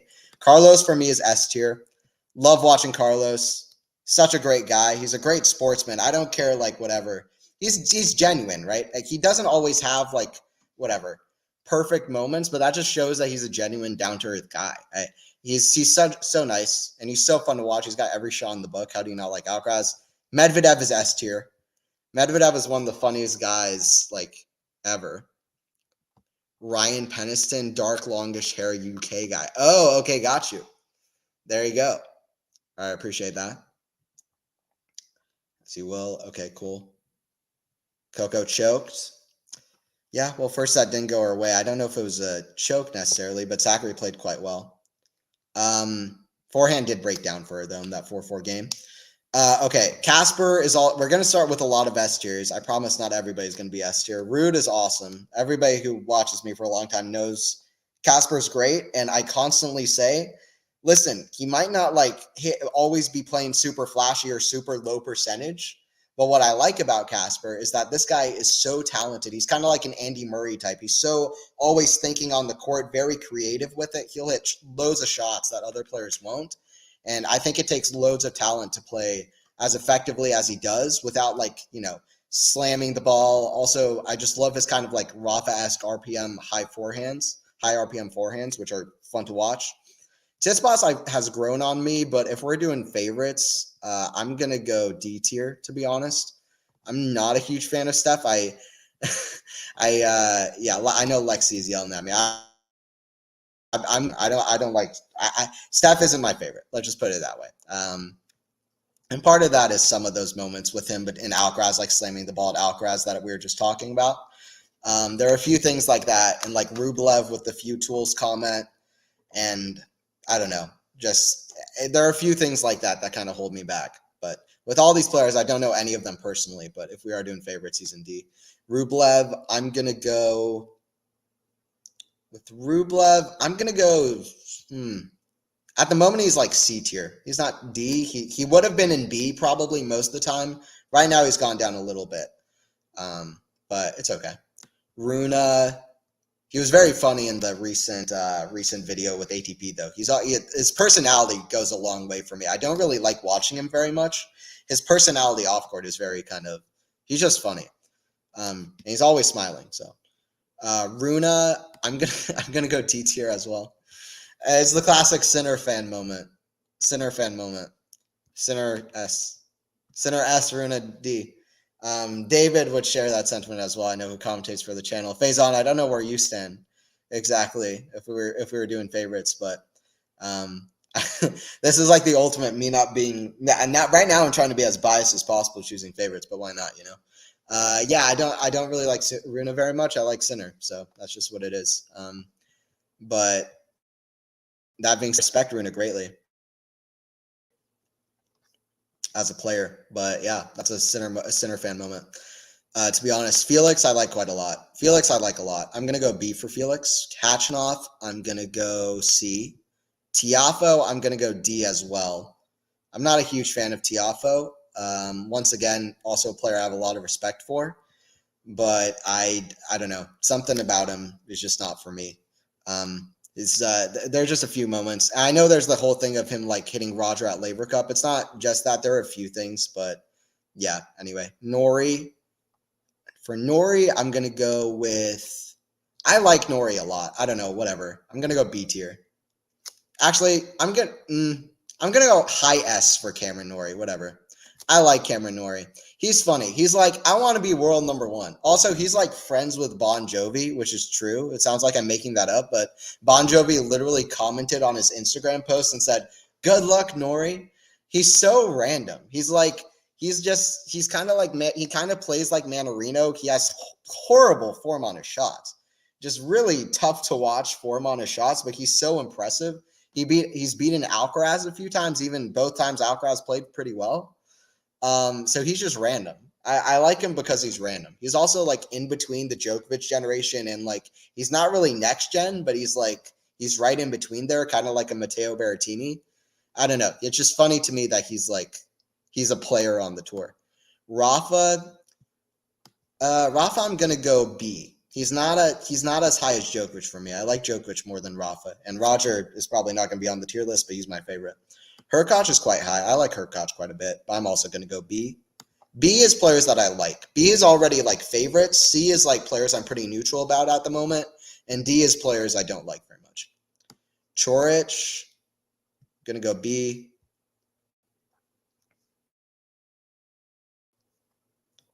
All right. By the way, guys, once again, there is a rain delay, so I'm just doing this player list past time. Paul I like a lot. Paul is one of the faves, for sure.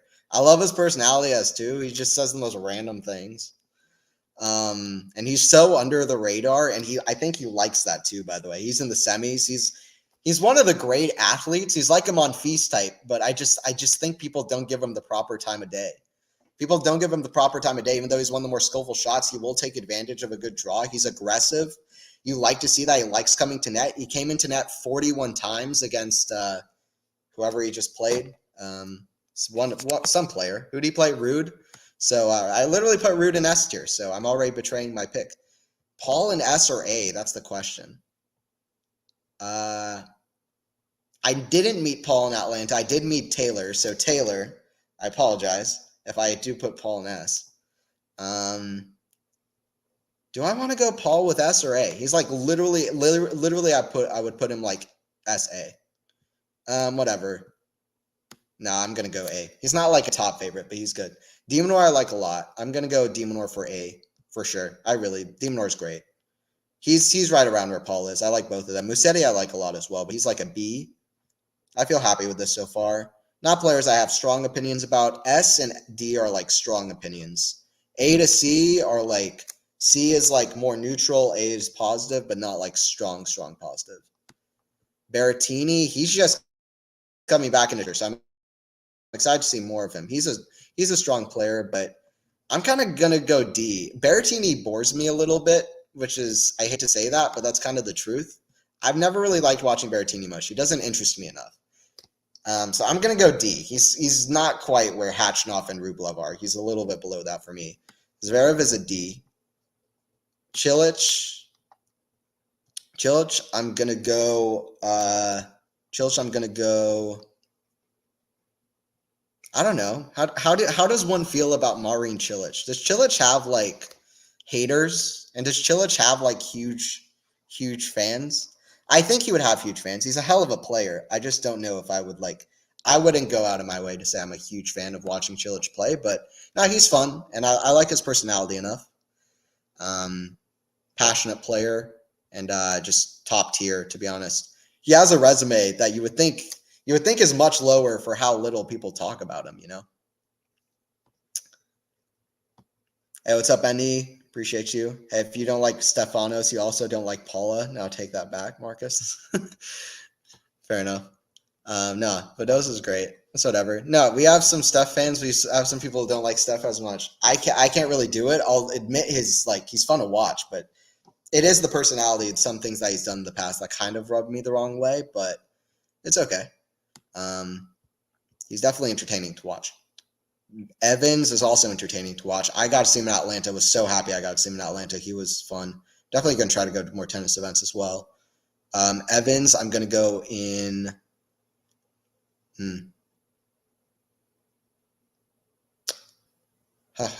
Evans, maybe B tier. No, I'll go A. Actually, I like Evans more than I'm willing to admit I do. Batista Agut, I never really liked watching either. I kind of want to move him to C though. Whatever. I'll give RBA the respect. I'll put him in C.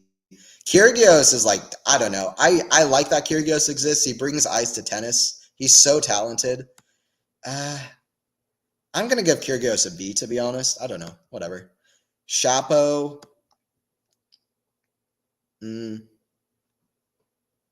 Chapo, I'm going to put in B tier as well. Chapo's disappointed me.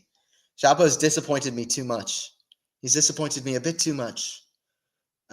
Even though if he was like if Shapovalov was top 5, he would be my favorite player of all time.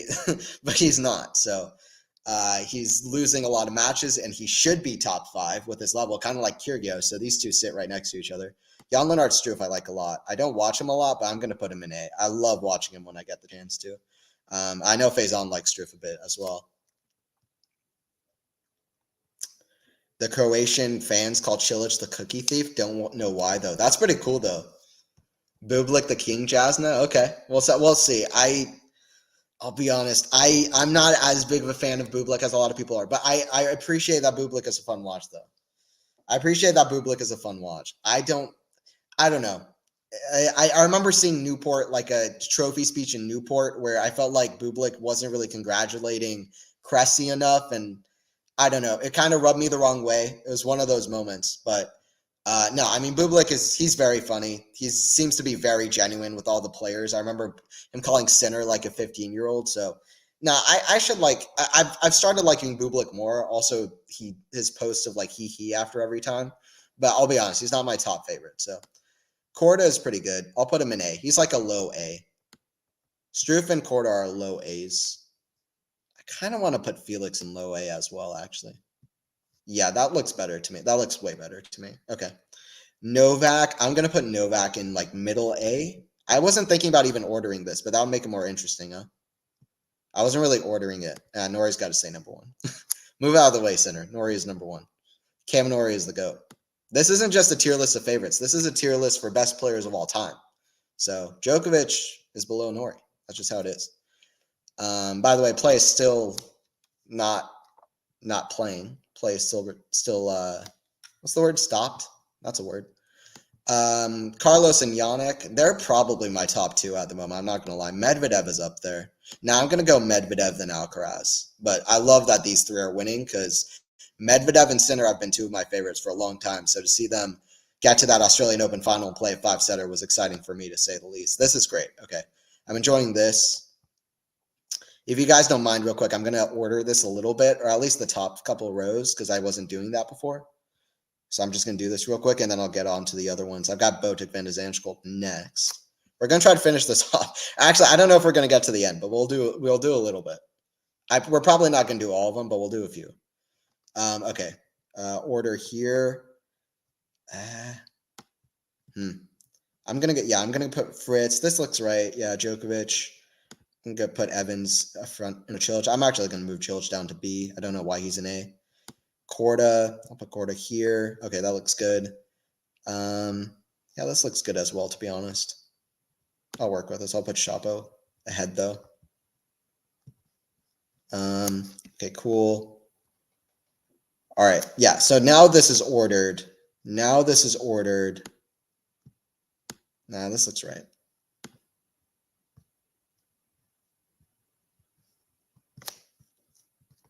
Okay, cool. All right. Oh, I didn't even mean to put, sorry, Carreno Busta, didn't even mean to put him there, but all right. Now this is ordered from least favorite to favorite on the tier list. I'll start to do an order of it as we do a few more players.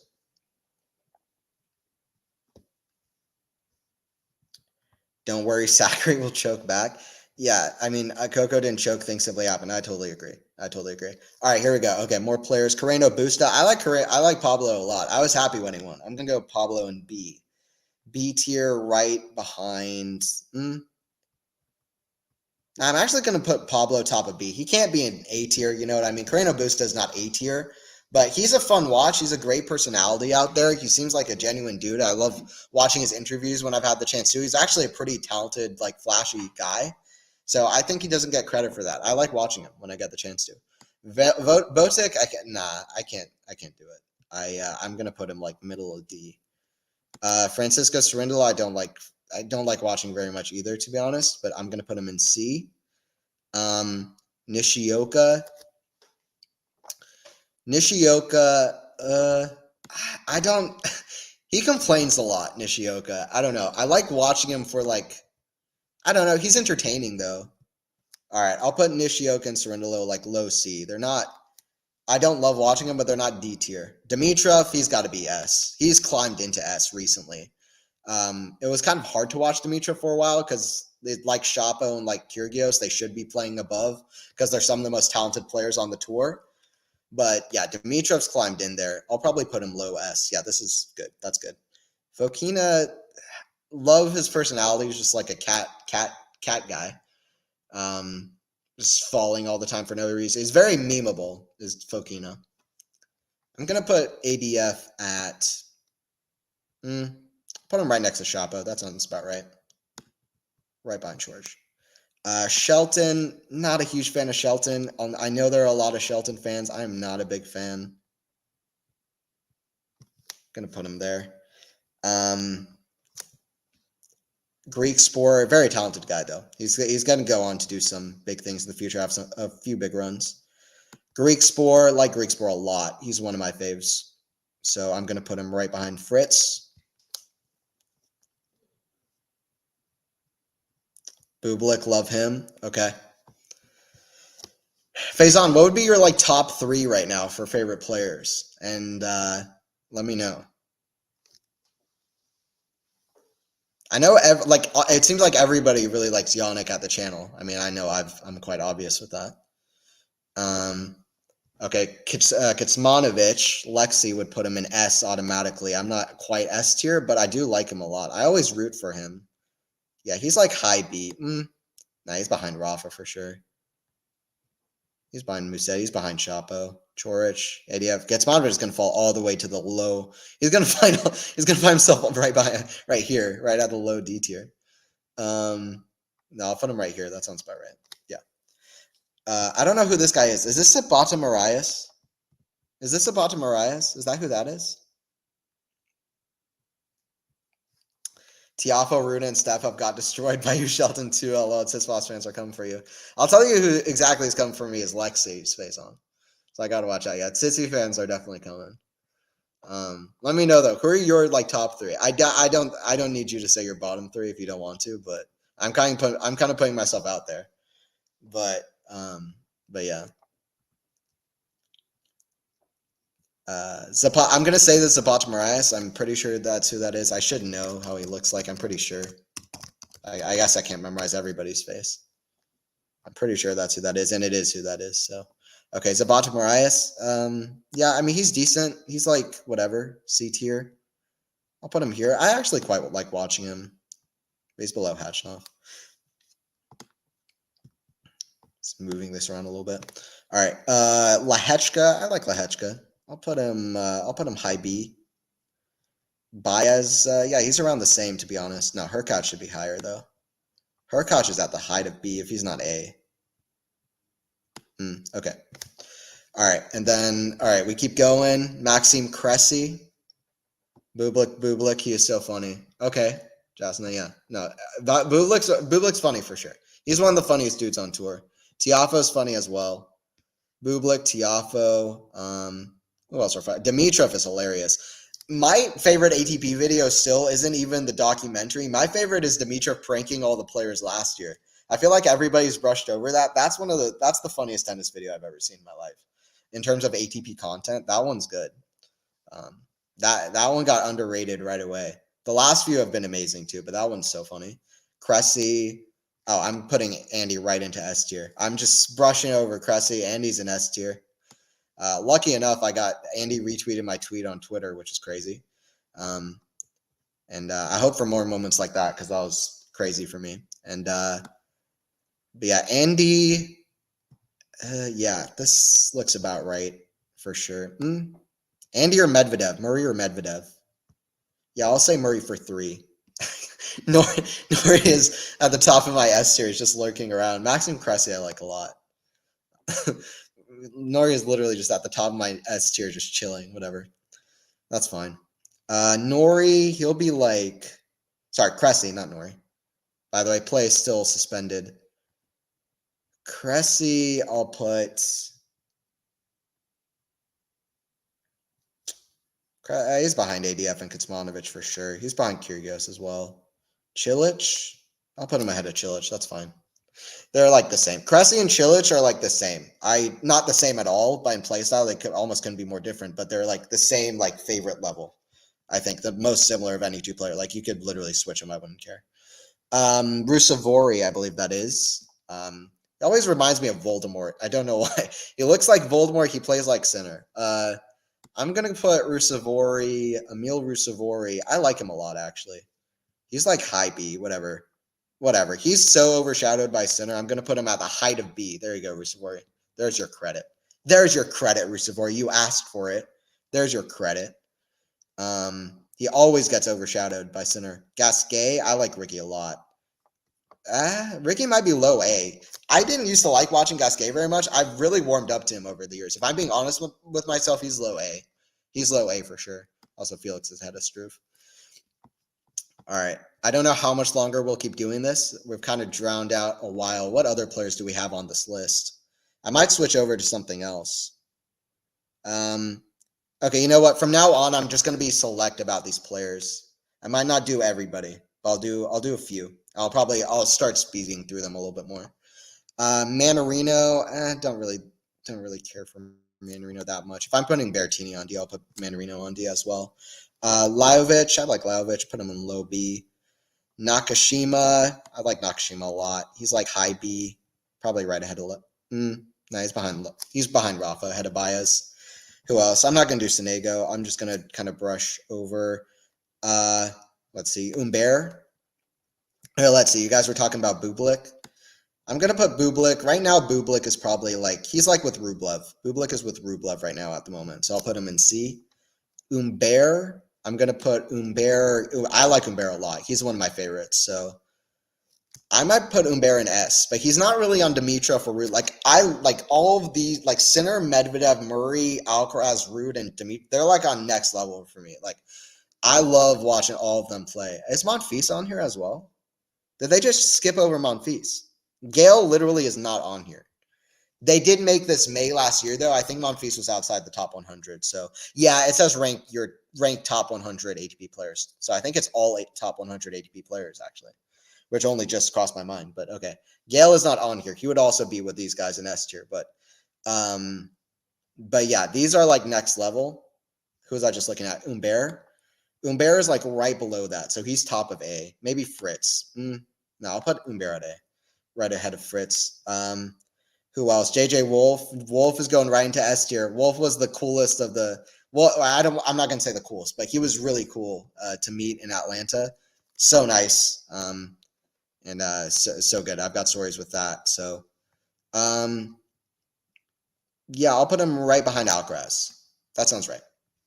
No, I'll put him behind Casper as well. All right, here you go. Cool. I also loved watching Wolf before. He's just a personality. All right, we're just gonna do a few more here. Yibing Wu, he's S tier. I don't even care. I hope Wu comes back healthy. He's one of my favorite players to watch. I know that's a weird pick, but I'm gonna go Wu there. Here's another one. Where's Molchan? He's another lower tier guy I really like watching. So I'm gonna go Molchan up. I'm gonna put Molchan in S tier as well. I know Ghost, you like Molchan quite a bit as well. Molchan is an S tier. If you haven't had a chance to watch Yibing Wu or Alex Molchan, then I recommend both of those to watch. They're both like low S though. Molchan is ahead of Dimitrov. I'd put him ahead of Wolf. I'd put him ahead of Casper as well. No, Casper is winning more. It's easy to go for the winning players. That's why you want to root those guys. JJ, Howling Wolf, yeah. Yes, Jasna, yeah. My tops, Carlos, Rude, Medi. Okay, we have some similars. Rafa, Sinner, Carreno, and I would have Tsitsipas and Zverev if not for their burst of anger, but I still want them to win tournaments. All right, fair enough. Yeah, I like that list too. I like PCB too. I kind of want to put him higher, to be honest, than I have him on the list. And Rafa's great as well. I mean, anybody who's in like B tier is good, right? Where do I have Rafa and PCB? I have them like here. I like PCB more than Rusevori, if I'm being honest. I'll keep him at B tier, but Rafa should be higher. I don't know why I'm having behind Lehechka. Also, Rusevori is like over here. Rafa or Hurkacz? Yeah, I'll keep Rafa there, but that's fine. Okay, just a few more here, then I'll do something else, but just a few more names. Karatsev's great. Love Karatsev. He's like low A. Right behind Ricky Gasquet. Draper, I'll put him high B. He's like the highest of B. Draper is like highest of B for me right now, for sure. That sounds right. Jari, also high B. He's behind Rafa. There's only a few more that I feel particularly compelled to include here. I don't even know who that is, who I just added in. Sorry to that guy. Is that Granolier is here? I don't know who this is. Echeverry I like a lot. He's also just a really down-to-earth dude. So Echeverry, I'll put low A. He deserves it. Echeverry's great. Zhang I like a lot as well. He's like in B. All right, just a couple more. Brooksby, not a huge fan of Brooksby, to be honest. Yeah, he's probably second least. Although I like watching him play. That puts him ahead of Steph. All right, third. I'll put him third. No, he's second. That's fine. Okay. Are there any other names I feel particularly compelled to include? Oh, Fognini. Okay, there you go. Right at the bottom. Fognini, he's an S tier. I love Fabio. I don't even care. I do not even care. Fabio's right up there. Fabio's right up there in S. Is he better than... Yeah, he's above Dimitrov or Fognini. He's right above Dimitrov. Fognini or Wolf?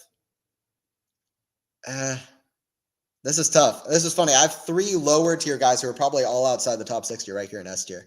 But I'll put him right behind Molchan, right ahead of Wolf. All right, guys, I've completed the tier list. This is as far as I'm going to go. I don't really feel that compelled to go that much further. Actually, okay. Two more guys here that I'm going to include, Wawrinka and Schwartzman, because those are two veterans who are two of my favorites. Then I'm done with it. Wawrinka is an S tier. I'll put him at the lowest of S tier, but he's S tier. I love Wawrinka. And then Wawrinka's great. Love that dude. Schwartzman.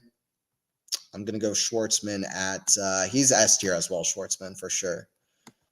Yeah, overall, he's probably like here. Okay. All right, guys, I've completed the tier list. This is as far as I'm going to go. So there you go. Take your screenshots now or save them forever. Why was the game interrupted? It should say on the banner, rain delay. There's a rain delay, Bruno. So is Stan there? Joseph, I just found him. So thank you for that. Yeah, Stan is there. All right, guys. So this is my tier list, favorite to least favorite. I did order them as well. I might switch things up. I'm looking over it now, but this looks good. Cameron Norrie is the GOAT. They are showing the court. It is completely soaked. Completely soaked. I mean, they have an aerial view. I don't know if it's still raining, but at the moment it's soaked.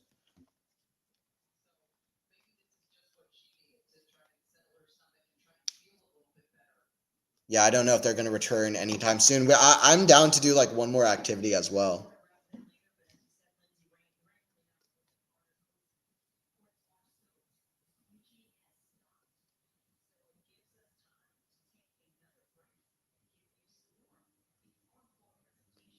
All right, it seems like the rain is still going and the court is completely soaked. The squeegeeing has even stopped because the rain is so hard.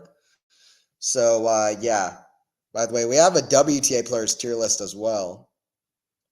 So we could do that. But yeah, I might just jump off actually because the rain delay is so big.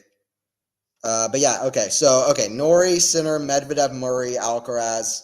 Sinner, Alcaraz, love both those dudes. Medvedev and Murray are fantastic. Schwartzman, Love Schwartzman, what he has to offer. But really, Norrie is kind of a joke. If I'm actually genuinely, unironically ranking Cameron Norrie, he's probably right behind Tommy Paul on A tier. He's probably not even on S tier. He's like right behind Paul on A tier. But I love the fact that Norrie exists for some reason. And I like watching him play whenever I get a chance, because it's crazy to me that he's like a top 10 player and he plays the way he does. Like Manarino plays the same way, and he's crazy, but he hasn't been in the top 10 in the world. By the way, Norrie's career high ranking, whatever it is, probably should be higher, because his Wimbledon semifinal points, the best he's ever done at a Grand Slam by far, didn't even count into his ranking.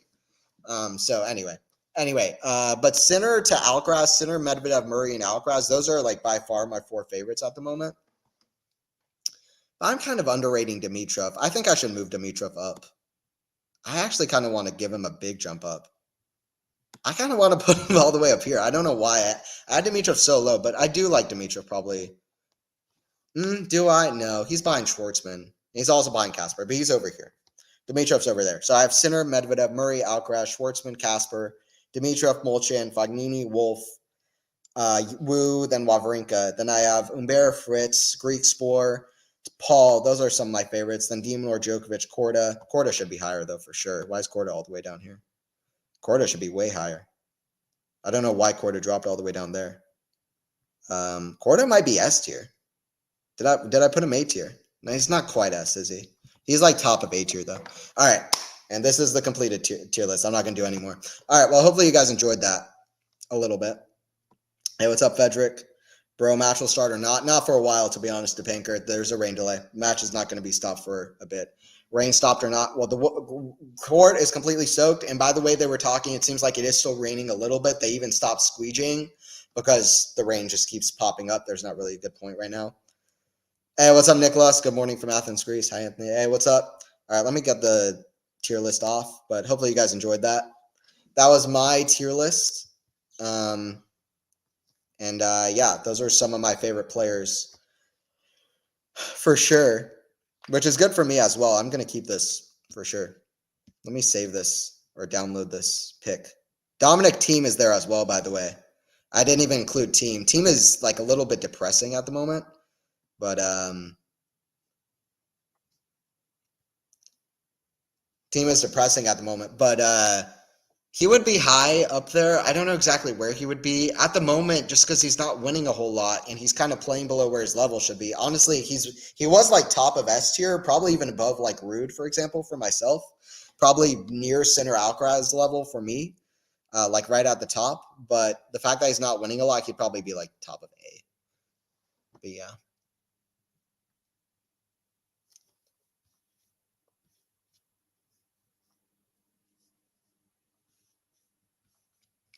Anyway, definitely going to save that for myself.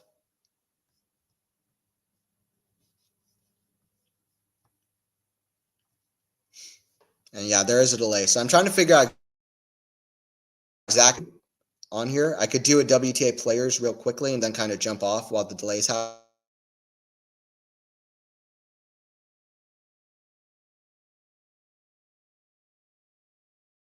Then jump back on as soon as the kind of restart I'll do.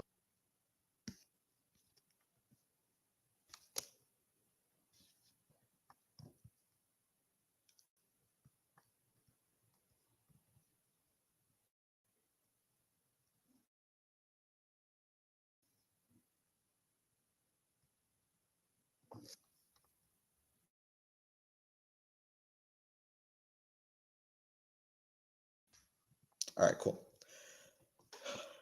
I'm glad about the banner though with the rain delay. That's a good thing to let people know that the rain is happening at the moment.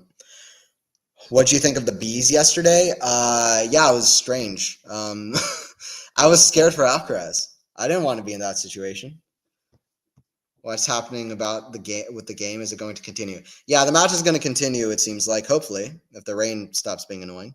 But right now it's delayed. It's 11 o'clock here, Sammy, but it's 8 o'clock in California. So yeah, it's still raining. What about Tsitsipas, Anthony? Steph wasn't. I don't know. You can rewind. Steph wasn't that high up on my list, but we all have our different favorites. But yeah, he wasn't that high up for me. But I appreciate if like I think he's probably your favorite player, and that's fine as well. My area needs rain. I so feel that, Joseph. I was just talking to my brother about this. Like, I have a minor like allergy to the season, and my brother has a terrible allergy to the season. So, yeah, for springtime, the more rain, the better. Maria Sakkari maybe wins the title. Yeah, we'll see what Sakkari can do. She got the first set. She's 3 sets away from the title. So, all right, guys, let's see what we can do here. Let's see what we can do. Is there another thing that we could do to pass the time real quick? All right, you know what we're going to do? We're going to go on Sporkle. We're going to find a quiz, because why not? Or is there a good WTA? Okay, I'm going to do 2 things. So, okay.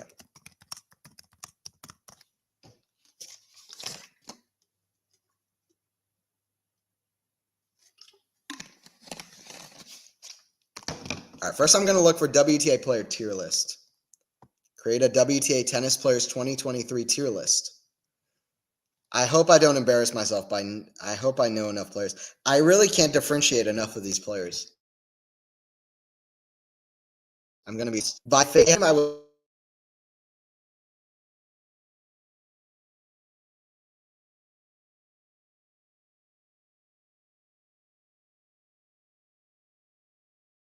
know, but on the men's side, I do it. The women's side, not as much. I know a lot. All right, I don't think we're going to do that because it'd be a bit embarrassing for me. No, I mean, I know a lot, but it doesn't have the names to go with it. It would be tougher for me, to be honest.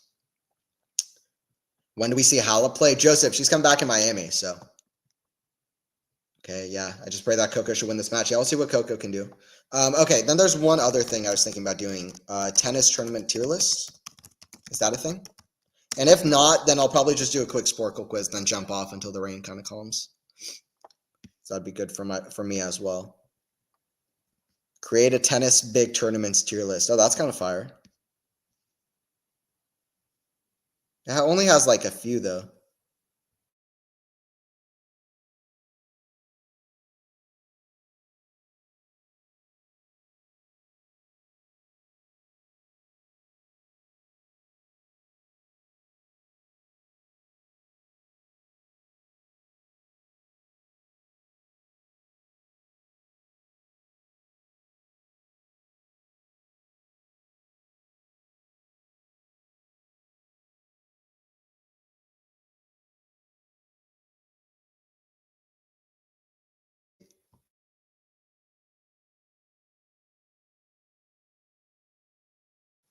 Sorry, guys. I think that's my phone going off or somebody's phone.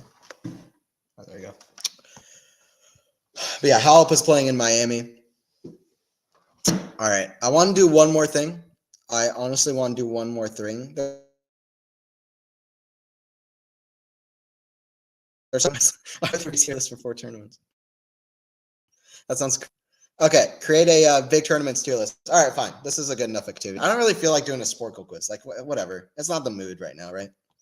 A Sporkle, I'm not feeling it right now. A Sporkle quiz? Maybe later, you know? While the break is here, we can kind of do whatever we want to do. But let me know. Okay, so let me know if you don't really feel like doing it, but I think I'm going to do a big tournaments tier list, and then I think I'm going to hop off until the rain kind of calms. What's up, Pedro? Sorry, I don't. I think it's Spanish. I have English, so English and Russian. Okay, let me put the tier list on the screen so you can see it.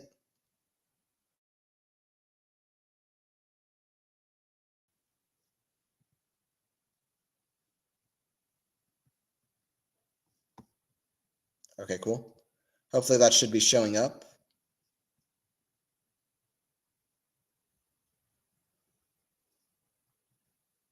Okay, cool. All right, hopefully, all right, let me make that even bigger, actually. Second.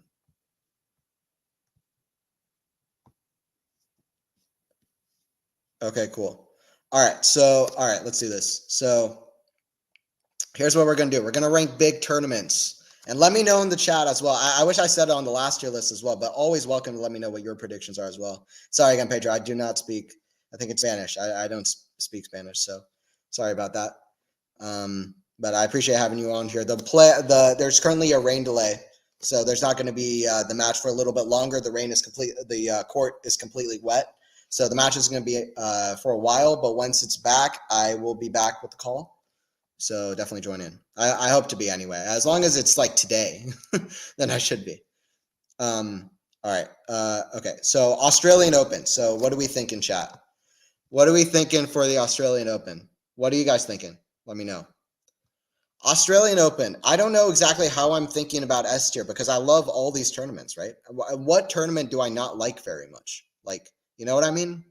There's not like a bad tournament, really. Or I mean, you can name like a few problems with some tournaments, sure, but so I want to like go like A tier for most of them and then S tier for a few of them. I don't know if that's fair. So I'm just looking through the list and thinking about the scope of it, how I would rank it against some. And I guess I have to include WTA and ATP, of course, when judging it. Like Dubai isn't even a big tournament on the men's side. Neither is Qatar. That's a 250 this year. So Australia Open, it's not at the top. It's also hard for, I'm doing like my personal ranking. It's not at the top. Also, it's very hard for me with the time zones. It makes it nearly impossible. It's not as bad as some of the Asian tournaments. It's even further away. But for the Australian Open, I'm going to go like highest B, although it was really good this year. Nah, if I'm being honest, it's like low A. It's like low A. It's going to be like one of the lowest A's. Roland Garros, that's an S tier. RG, if Roland Garros is not an S tier on your list, then I don't know what's up. I'll tell you what. My favorite surface, my clay might be my is it even true at this point, though? Over the last few years, I've really enjoyed the clay season every single year. For a while, I always said that clay courts were actually my favorite surface to play on whenever I get a chance to play on them. But they were my least favorite surface to watch. I like fast attacking tennis. I love grass courts. But listen, I've really warmed up to clay. You need that uniqueness in the season. And I really do like clay, although most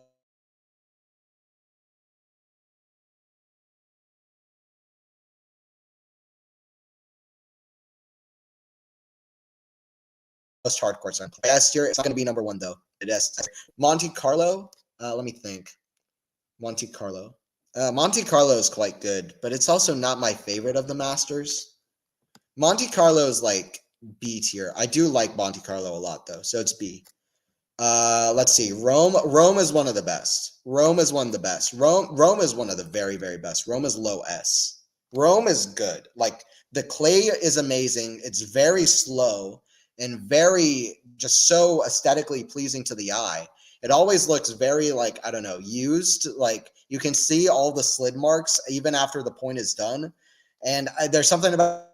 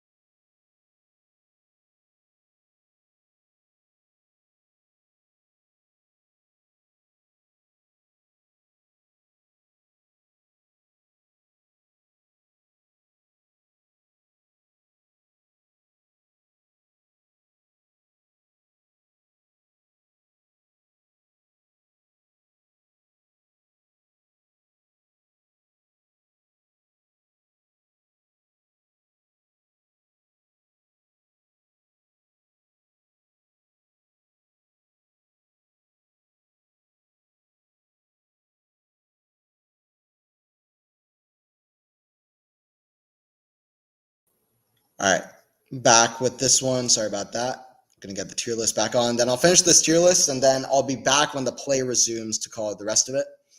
hopefully with no connection issues as well. Like I said, I am filming this at a different location. I just improved the connection at my place, hopefully. Where it hopefully doesn't do that. All right.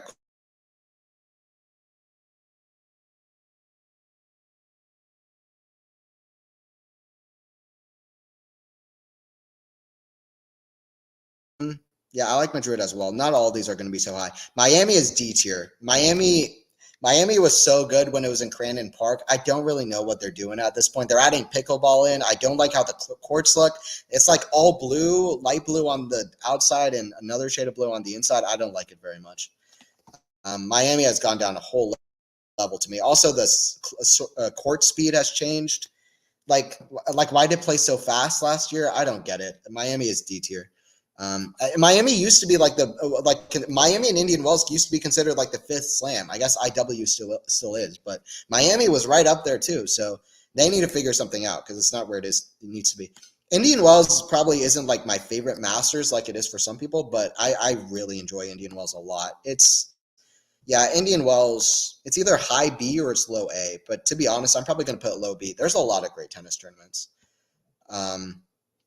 It might move up to A. We're just going to see how it goes. Cincinnati isn't that high for me either. I'm going to put Cincinnati in C, although I do like Cincinnati. Nah, it's like low B. Paris is C. That sounds about right.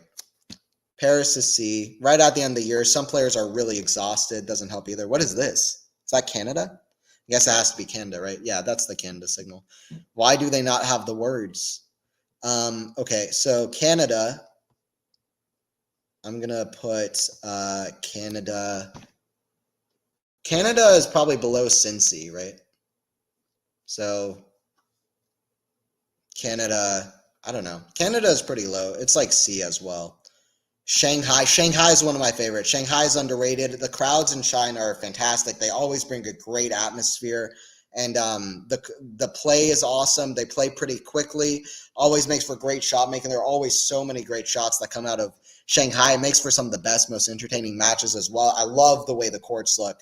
Some of my favorite courts on the tour are some of the most unpopular ones. Like, I love the Rotterdam courts. I love the Shanghai courts. I know some people don't like that green kind of aesthetic, but I love it. I think it's awesome. So it's like gray and green, and I don't know. I like both of the way their courts look. So it's S tier, and it's actually like might be the number one Masters event.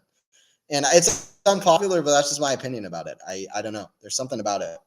Dubai, I love Dubai. Dubai is right up there too. It's got to be low S. Love the Dubai courts as well. Kind of the initial kind of Laver Cup kind of black, like dark style courts. I love it. I like indoors. Paris just happens to really not be my kind of style. Also, it's at the end of the year, which hurts. But I'd put it there. Qatar, I don't love Qatar, to be honest. Qatar is like low C. Actually, it's going to be the only D, so I'm going to put Qatar in D right next to Miami. No, it's not there with Miami, though, so I'll just put it C. Miami, it's fine. It can stand alone. WTA Finals, I'm going to do WTA Finals. I'm going to put that in. I mean, last year was bad, but I love the ATP Finals as a tournament in general, so I don't really know why. Well, it says Guadalajara, right? Or was that it last year? No, that's 2022, right? So I don't know. Last year's Cancun, and it was awful. Guadalajara wasn't amazing either, to be honest. Just because of the conditions, I'm going to put it high C, but the WTA Finals should be higher. It sucks that it's at C because it should be a great tournament. ATP Finals, I mean, come on. That's an easy S tier. Best of the best going at against each other. I'm going to put it like right in front of Dubai, but that's great. I like this. And Wimbledon is my number one tournament ever. First match I ever watched. First clips of a match I ever watched was 2008, Gasquet versus Andy Murray. Murray coming back. It's a true story. First match I ever watched, Murray come back against Gasquet, and then also, I don't know if it's a story, but it's just a fact, but also the Federer-Roddick final 2009. So I grew up like always hearing about Wimbledon, watching the finals every year, even if I wouldn't watch the rest. I love everything about it. It makes it like by far my favorite tournament. The only one that even comes particularly close is Roland Garros. There are a few other tournaments throughout the year that I like that aren't even like Masters or Slams like Rotterdam, which I like a lot too, or Dubai on the men's side. U.S. Open. So which one do I like more, U.S. Open or Australian Open? Even that I don't really know. I think U.S. Open is my fourth favorite, even though U.S. Open is my fourth favorite Slam, despite it being in America, which is sad. I'll probably change my tune. I'm planning out a trip this year, so after I go this year, I'll probably change that.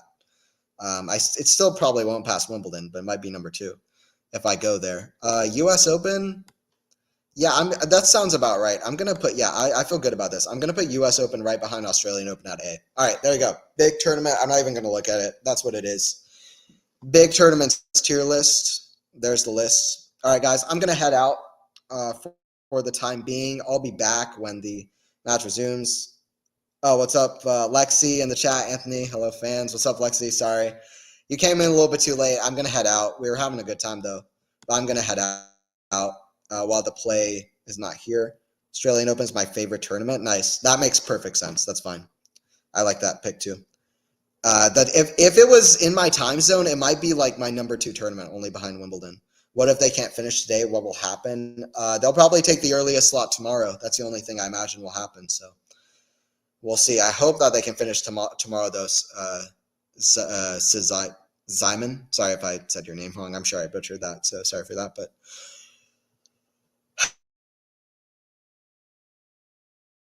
all right, I'm going to head out. Let me get the tier list off. All right, I'll see you guys later. It is a rain delay. And, I'll try to be back. If the play resumes today, I'll be back. If not, then the stream for today is done. If I can, I'll hop on and just let everybody know that doesn't know yet. But hopefully we come back with more tennis. If we do today, then I'll be back.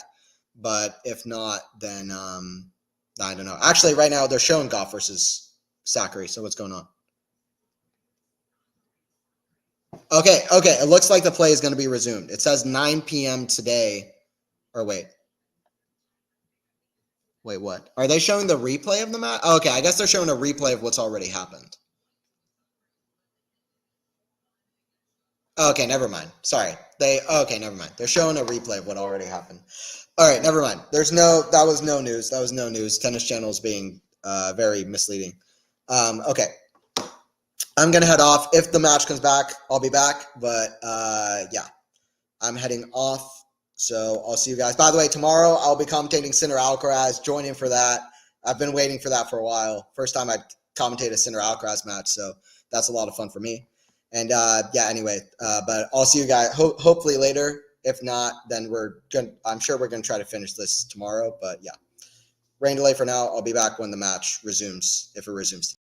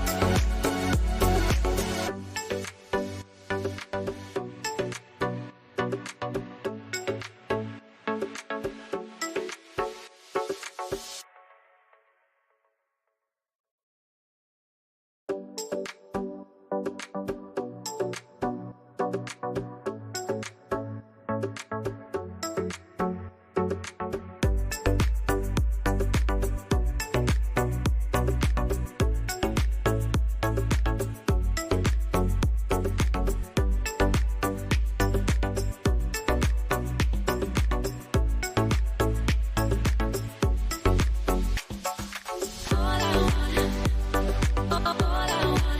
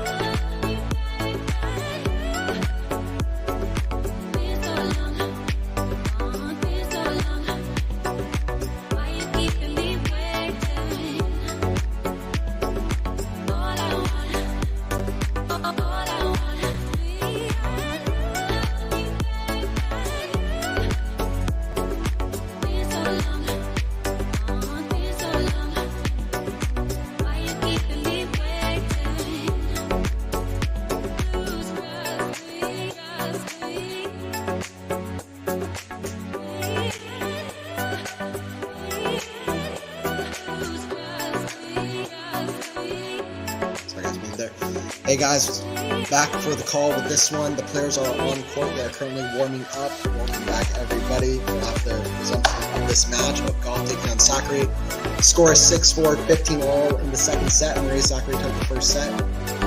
This one off the screen. All right. We are back.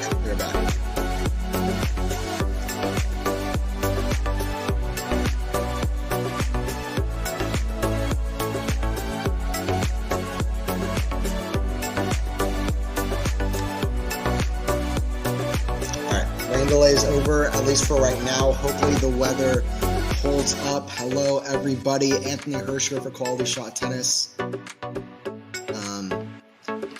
Let's keep it going. Let me see. Is my audio coming through okay? Sorry, I still have my music going. Sorry for that. Apologies for that.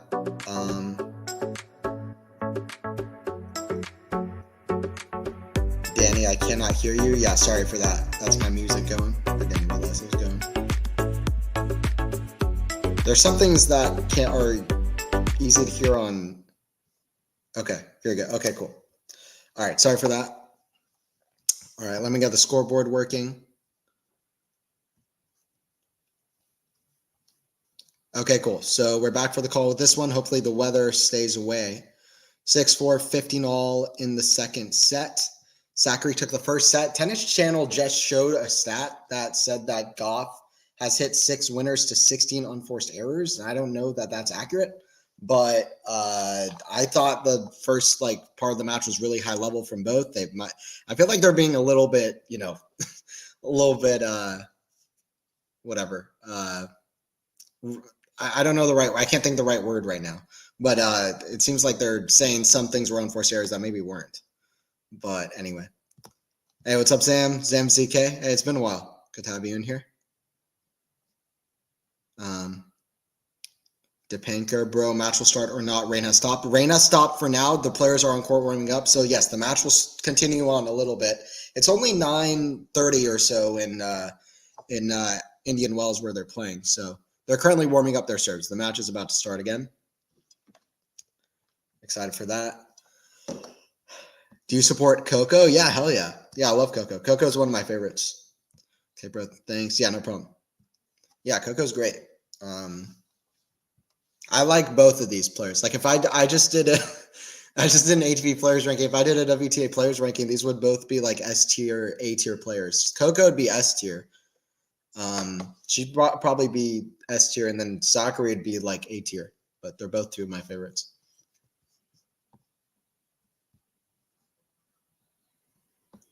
I bet on Maria for 4.0 odds. Well, there you go. She's got the lead. Let's see if she can keep it on. But I will say this: Coco's so good at fighting back in matches. She's so killer at it that I think that I think there's a good chance that she can at least win this set. We'll see how much she can go. Very long rain delay there, hour and 58 minutes. This might end up being my longest stream just because of the rain delay. Don't know how long we've gone here. 3 hours, 18 minutes. All right, we'll see how long the match goes. All right, serve here from Coco Gauff. We're back in it. We're back with the play.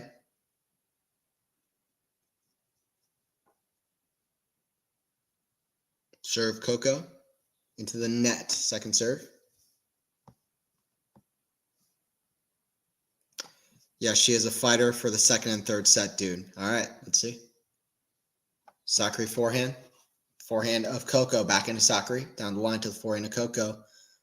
Up high to the back into Sakkari, again down the line, back in Sakkari. Again, just going down the line, not cross court, very interesting. Right to that forehand. That's a great play from Sakkari. Usually you like going cross court to cross court, making those angles until you have enough space to go down the line. That's like the textbook, but I don't know. The Coco Gauff backhand is so crazy good, and her forehand can struggle so much. And it can break down when you give it enough shots that it really might be a good play for Sakkari. She looks zoned in already. 15:30, even though the scoreboard is still stuck at 15-all, like it was stuck at for like 3 hours there. All right, 30-15. That was a good backhand. Everybody just join back in. Join in. We're here for the rest of the match, hopefully. I don't know. If there's another 3-hour rain delay, then then it's probably going to be moved for tomorrow. But as long as it's today, then I'll be here. I might be here till like 3 a.m. my time. It's already 22 minutes past midnight, but I'm in it. I'm here for it. Serve from Coco into the net.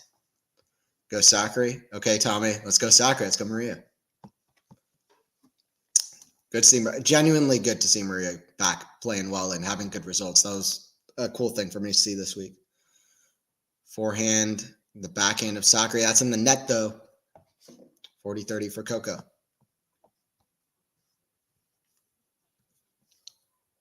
40-30 for Coco. I didn't think she was hitting that many unforced errors, but she should go down on the errors count. I felt like both players were serving fairly well. Maria did quite well to break Coco out 4-4. And then very good game at 5-4. Great half volley. Maria is playing incredibly well. Both players are playing well. Maria is playing very well. So see if she can keep that up. She loves this tournament. Got to the final here a couple of years ago. Lost to Swiatek in the final. Maybe the closest she's been to winning a Masters. Or sorry, that's wrong. Guadalajara. Guadalajara last year she won a Masters. That's wrong. But it's not a close she's winning Masters. But it is that was a good tournament from her, where she got to the final of Indian Wells. But yeah, my bad. Not her. She's already got that Masters title under her belt. Gauff at 1-0 here. By the way, guys, please don't forget to subscribe. We're on the road to 10K.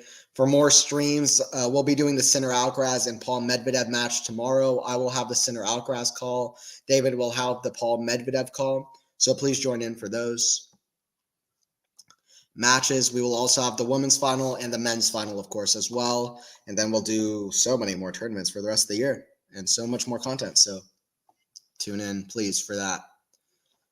Serve from Sakkari to the forehand of Gauff. Forehand of Sakkari. The backhand of Gauff. Forehand of Sakkari. Again to the forehand of Gauff. Up high. Forehand of Maria. The forehand of Coco. Cross court. Forehand of Maria. Cross court. Forehand of Gauff. Down the line. That goes wide. 15 love for Sakkari. Hey, Sam. What's up? What's up? What's up, my man? How's it going?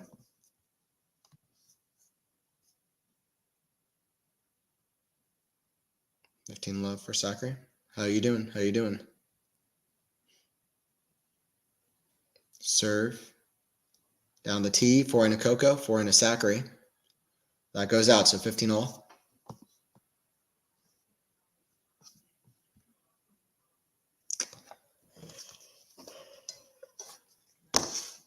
Hopefully you guys enjoyed the tier lists that I was doing while at the rain delay. I enjoy doing that. If we have other rain delays, maybe not today. Today I'm done, but other times I might do other similar stuff, or I might even like make my own tier list, like something that doesn't even exist, but just like my own thing or something like that. It was fun to do. So I always enjoy doing those, and hearing opinions from the chat too is good.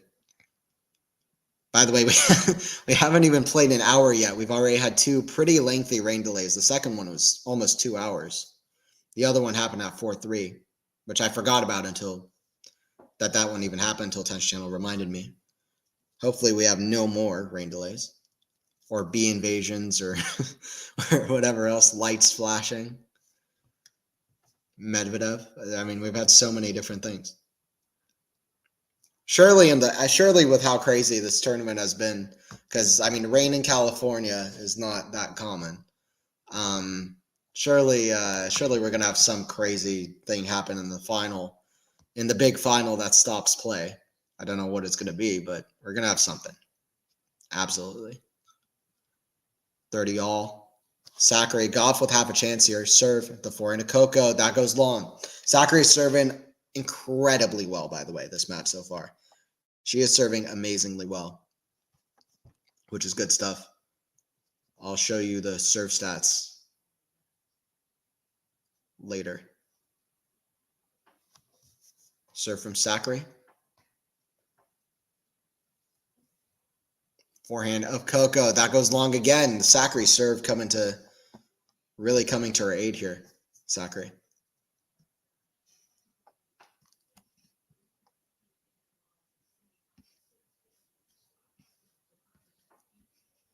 Sakkari serve, by the way, this is just crazy. 70. Listen, she's lost 4 second serve points and 4 first serve points. 14 for 18 on first serve. That's incredibly good. 78% first serve points. Gauff's is incredibly good too, but big differential on the second serve points. Gauff less than half. Sakkari's only lost 4 points on second serve. So both still serving very well though.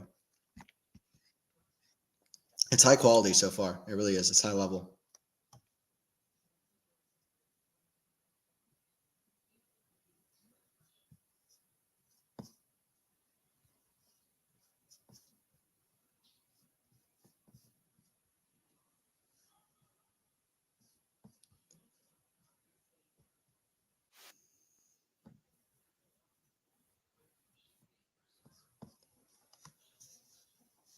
All right, 15 all here.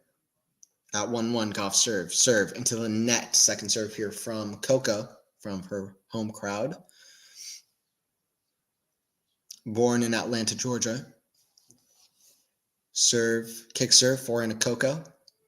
Just cross the net, back into Sakkari, forehand to Coco. The backhand of Sakkari again, back to that forehand. Forehand, back to the forehand of Coco. Just falling a bit short. Sakkari able to really put pressure and attack it. Forehand cross court is better from Coco. Forehand, very central. Coco, backhand, inside out, a bit better. Forehand again, cross court. It's a good forehand though. Oh, forehand cross court from Sakkari is crazy. What a shot there from Maria Sakkari. She's at 15-30. That was a hell of a blow. That was a hell of a blow to Coco Gauff.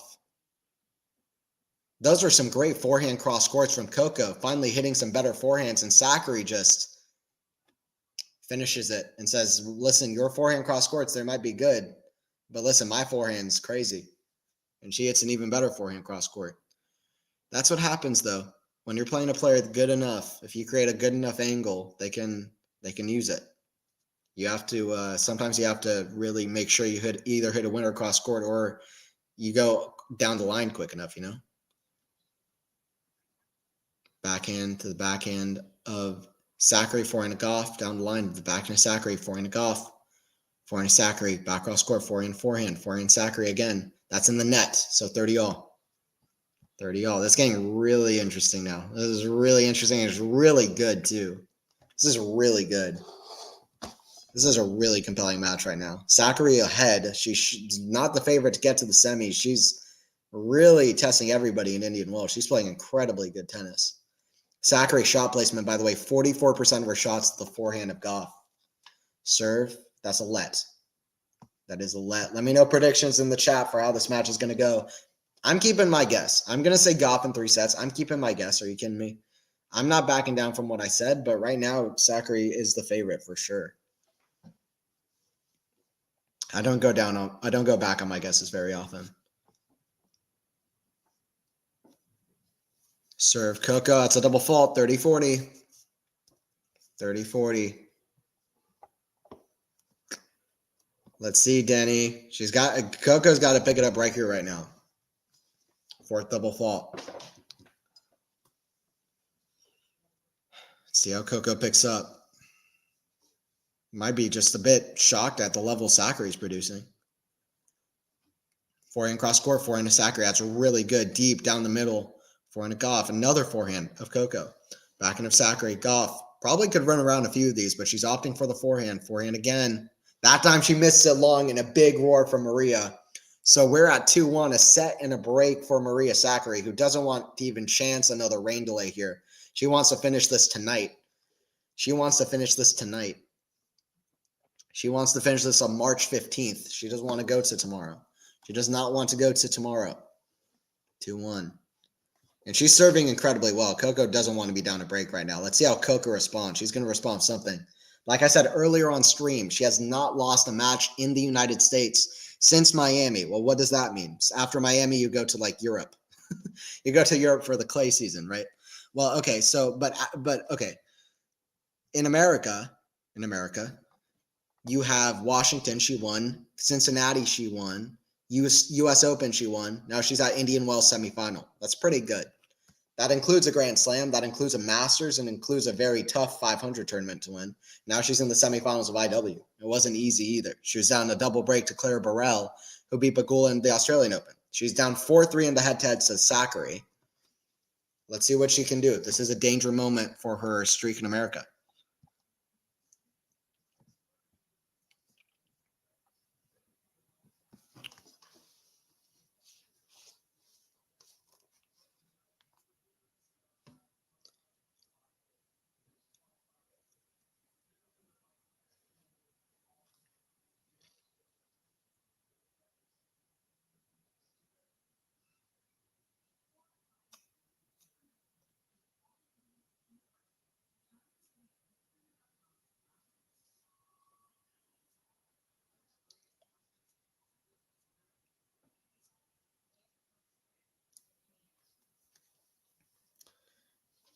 By the way, the winner of this match will take on Swiatek in Swiatek's 10th WTA final of the Masters 1000.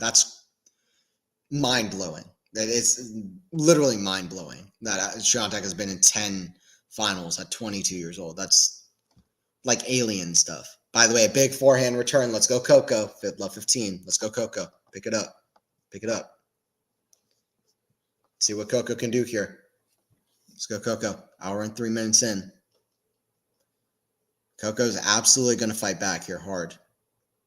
She's got to play aggressive. It feels like Sakkari is fully dictating at the moment. 15-all. Gauff forehand into the net. Don't know why nobody's ever thought of getting rid of the net in tennis. Seems like a lot of balls get stuck there. Feels like we'd have a lot more longer points if we took the net out of the equation.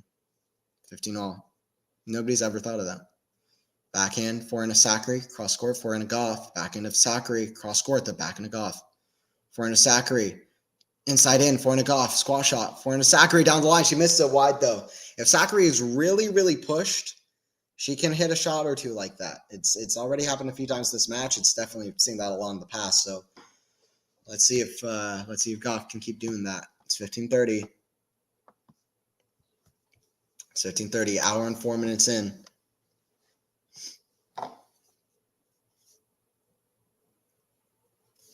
Serve Sakkari and down the tee, back into Sakkari.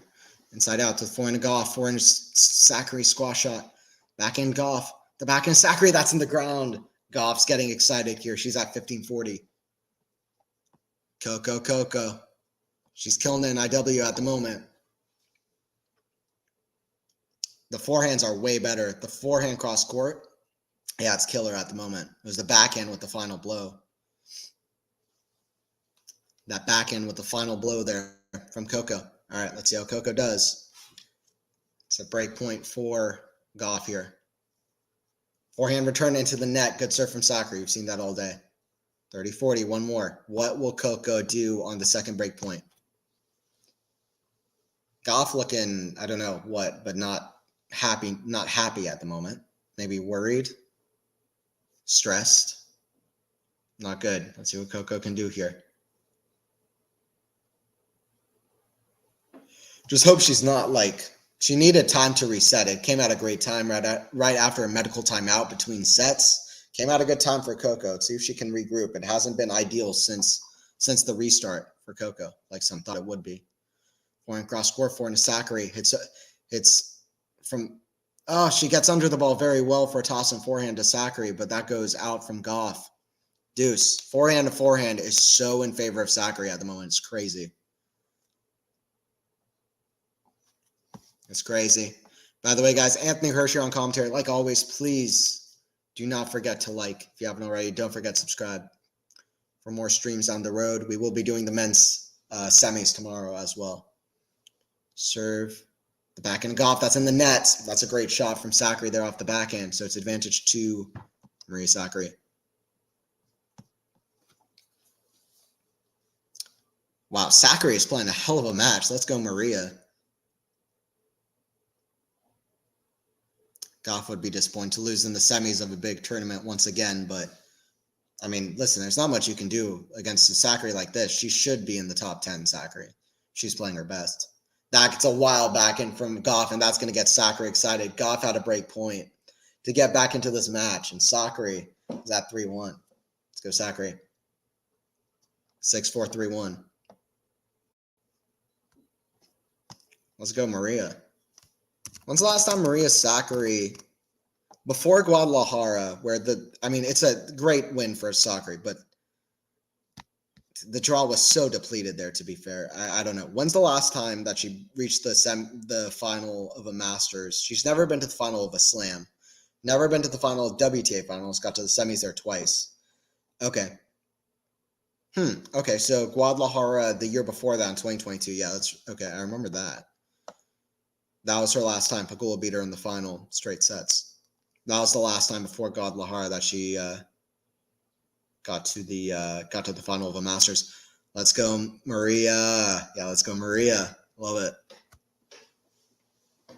15 love for Gauff, though. See how Gauff rebounds. But yeah, I love to see it for Sakkari, honestly. Serve out wide, back into Maria. The forehand of Gauff. It was just wide. 15 all. Gauff with a few too many errors here as well. 5-3 head-to-head against Gauff would be very impressive. There's no ins or outs about it. I guess the only thing you could say is that Gauff has won 3 of their last 5 meetings, and they did play a few meetings in 2020, 2021 when Gauff was like, I don't know how old is that? That's it's like 17, 16. So that's kind of, I guess, the kind of asterisk, but still, I mean, Sakkari's done very well to win a few very tough matches against Gauff, including 2022 Rome, a few others as well. And Gauff's been good for a long time. But yeah, I mean, you could probably asterisk it, but either way. Serve here from Coco.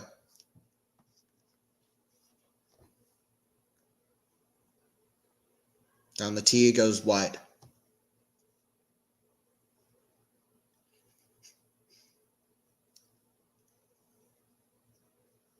Serve out wide.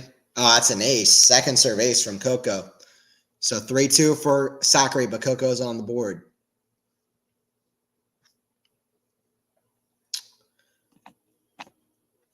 Coco's on the board.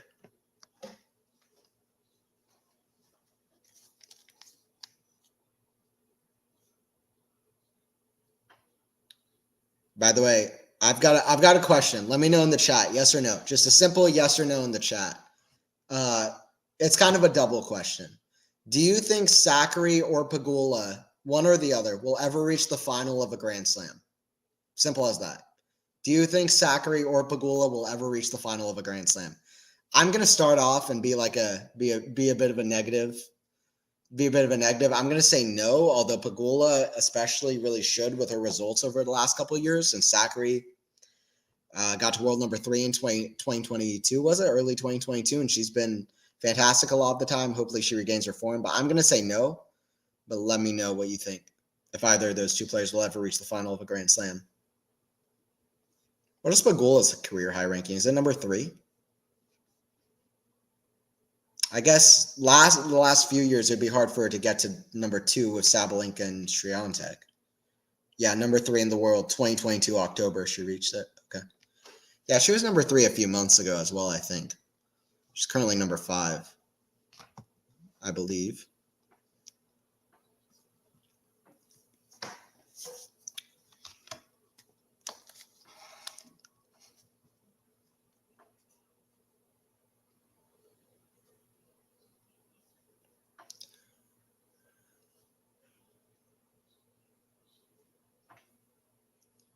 By the way, apparently, I think the doubles match will be played tomorrow at 2 p.m. Eastern time. Maybe that was scheduled for tonight initially. I don't know. They said doubles update. But anyway, that's scheduled for 2 p.m. tomorrow. I don't think it was rescheduled. I think that was just tomorrow. Shea and Mertens, they were so fun to watch at the Australian Open. One of the more memorable matches I've seen, honestly, in the last couple of years was their match against Siniakova. And maybe was it Storm Hunter? Unbelievably good match. Probably the best women's doubles match that I've seen. I haven't seen a whole lot of like epics for women's doubles, but I was blown away by that match. I thought it was incredibly good. By the way, 82 miles per hour forehand from Sakkari. Forehand to Coco, that's in the net. 30 love. Sakkari is just playing unbelievable. Hey, what's up, Matt? Joining in for the end. I think Sakkari has the best shot. RG, I think, would be her best shot, and that is if she avoids Swiatek. Roland Garros, I think, would be her best shot, and that is if she avoids Swiatek. Okay, yeah, Sakkari is interesting. I mean, when she's playing this well, it's hard to go against her. I actually agree with you. And Sakkari is younger than Pegula a little bit, no? It probably doesn't matter that much. And they're both not, like, way on the older side, but I mean, Sakkari, 28? I think she only just turned 28. I could be wrong. Okay, turned 28 in July. What about Pegula? Yeah, Pegula is 30, so there is a bit of an age difference there. Yeah, Pegula just turned 30. I do remember that. Yeah, February, last month. All right, 40 love for Sakkari, just serving her head off right now. Serve But yeah, I agree with you. I think Sakkari has the better chance, and it's so good to see her getting in form again. That's it's a stellar backhand down the line. You know what that is? That's a top 5 backhand. She is a former top 5 player. 6-4-4-2. Sakkari going to her chair, looking to change rackets, I believe. Maybe new balls coming in. But yeah, I agree with you, Matt. I think, and Roland Garros, I mean, she had a match point on Krejcikova to get to a final. It'd be very heartbreaking. She literally retired for 3 days after that. So it would be heartbreaking if she could never do it. It's kind of like Casper, or I don't know, not like Casper. What's another example of it? I'm trying to think of a good one. I'm sure there are many. Like Medvedev. If Medvedev never wins a second major or never wins the Australian Open, how heartbreaking would that be? Because he's gotten so close 2 times. Medvedev's got to win the Australian Open at some point. It would be a heartbreaker if not. But I thought both wins were so satisfying to see for Rafa and for Sinner. I mean, Rafa's victory gave a lot of happiness to a lot of people, I think, including myself, to see him finally complete the double career Grand Slam. But you just had to feel it for Medvedev. And Sinner winning his first in the fashion that he did, he deserved it fully. But I need Medvedev to really win all of the hardcore tournaments. It'd be great to see him win Indian Wells too, because then if he wins Indian Wells, if he wins Australian Open, he will have all the hardcore tournaments on tour that are big hardcore tournaments on tour. Not all hardcore, but he's getting close. He's never won one twice. A double fault for Coco, by the way. She's got to be careful. Played very well in the first set despite too many errors.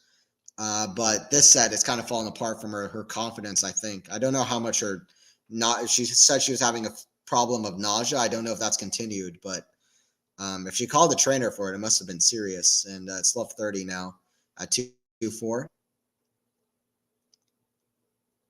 Forehand cross court, that's in the net. Interesting you bring that question up when they both have the David Witt connection. Yeah.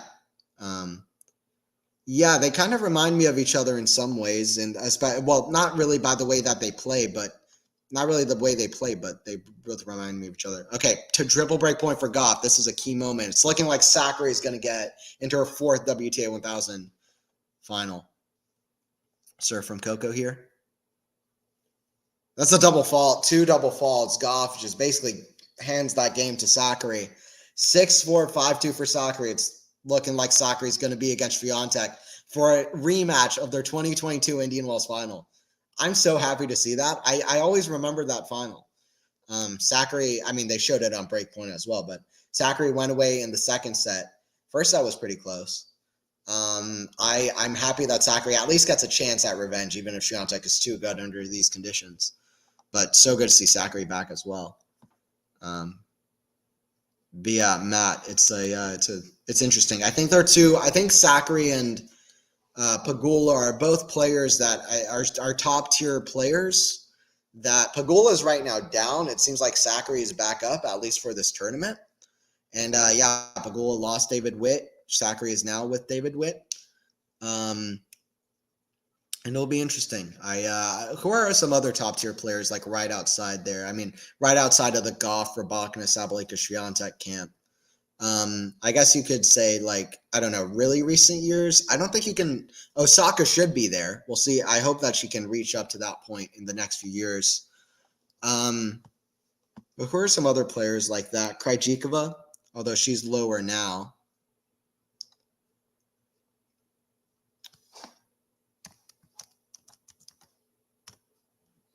She's lower now, but for other WTA players, I mean, there was like a load of players that just kept trading the number 2 ranking. Ons Jabeur is a good name to mention. Von Drusela won Wimbledon, but I think she's probably going to drop soon, to be honest. But yeah, anyway. Yeah, I think they're pretty comparable. And let's see if Krejcikova can climb back up as well. All right, Sakkari's serving for it. She's a game away here. Serve from Sakkari out wide, forehand to Gauff, forehand to Sakkari, forehand to Gauff, forehand to forehand. Sakkari's been able to get it to that forehand so often. And she's been winning nearly all these rallies. She loses that one, though. Forehand in the net, love 15. Gauff's been down a double break and has come back. Will that happen? I highly doubt it. But you can't say it's impossible, can you? So it's love 15. If it wasn't possible, we would currently see a handshake happen, and I do not see that happening. Love 15 here. Sakkari at the line to serve. Serve from Sakkari. Down the tee, 4 and a Gauff. That goes long, 15 all.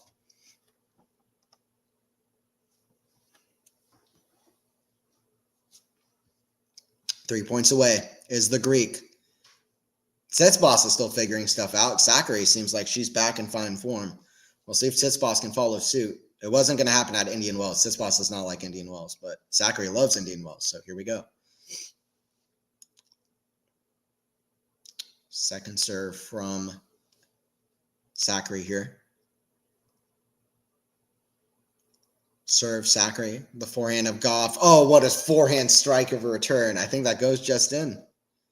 That's a great shot from Gauff, 15-30.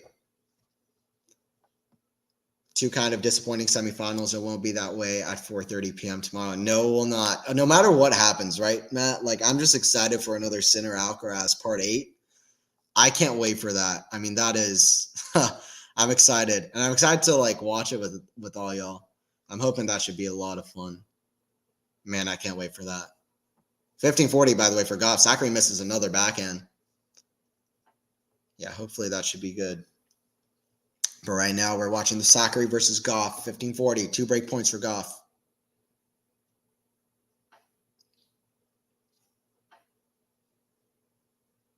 Serve from Sakkari.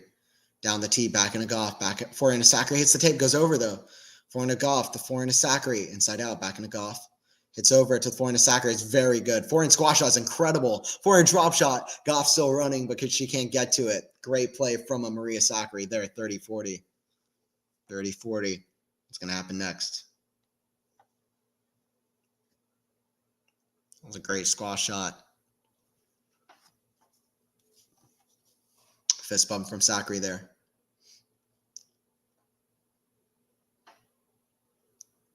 (30-40) serve here from Maria. Serve down the tee goes long. Second serve.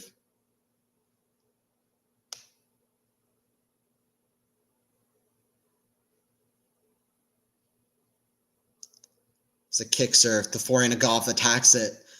So big from Gauff, just going for a forehand squash. I love that. That is fearless play from Coco, the American. 5-3. Fearless forehand hitting. She's still fighting and a big come on. I love that. Coco just doesn't give up. I mean, one of the best mentalities in women's tennis we've seen in the last, 5-10 years, to be honest. I think that's fair to say. I'll be happy to say that. Always fighting. So good.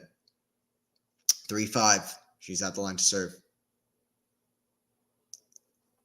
Sakkari sometimes can struggle at the finish line. We've seen it before. She has a semifinal problem. Will her confidence wither away from her? Another serve coming here from Coco.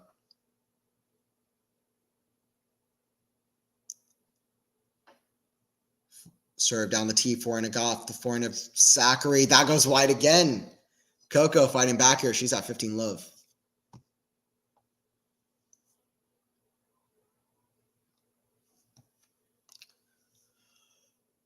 She's at 15 love.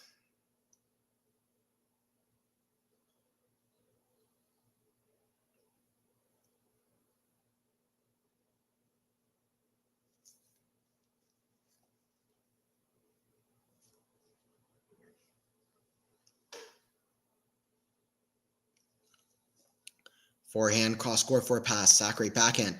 Backhand volley of Gauff. Oh, so good. 15 all. Or sorry, 30 love.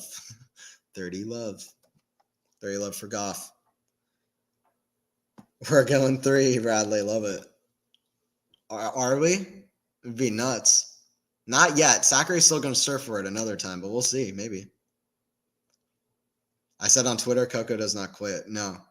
She doesn't quit, but it also doesn't mean she'll be able to cross the line with how well Sakkari is playing, though, and how well she's been serving. But we'll see. It's possible. Iman, I'm shocked. Let's see. Yeah, Matt. Yeah. Gauff's fighting. I'm not shocked at Gauff's fight at this point, but we'll see. We'll see how Sakkari steps up in the last game. I'm not going to get too excited until Gauff gets to 5-5 because it's still tough situation. Serve from Gauff. The back into Sakkari. That's a great return. Forehand to Gauff. That's in the bottom of the net. 40-15. 40-15.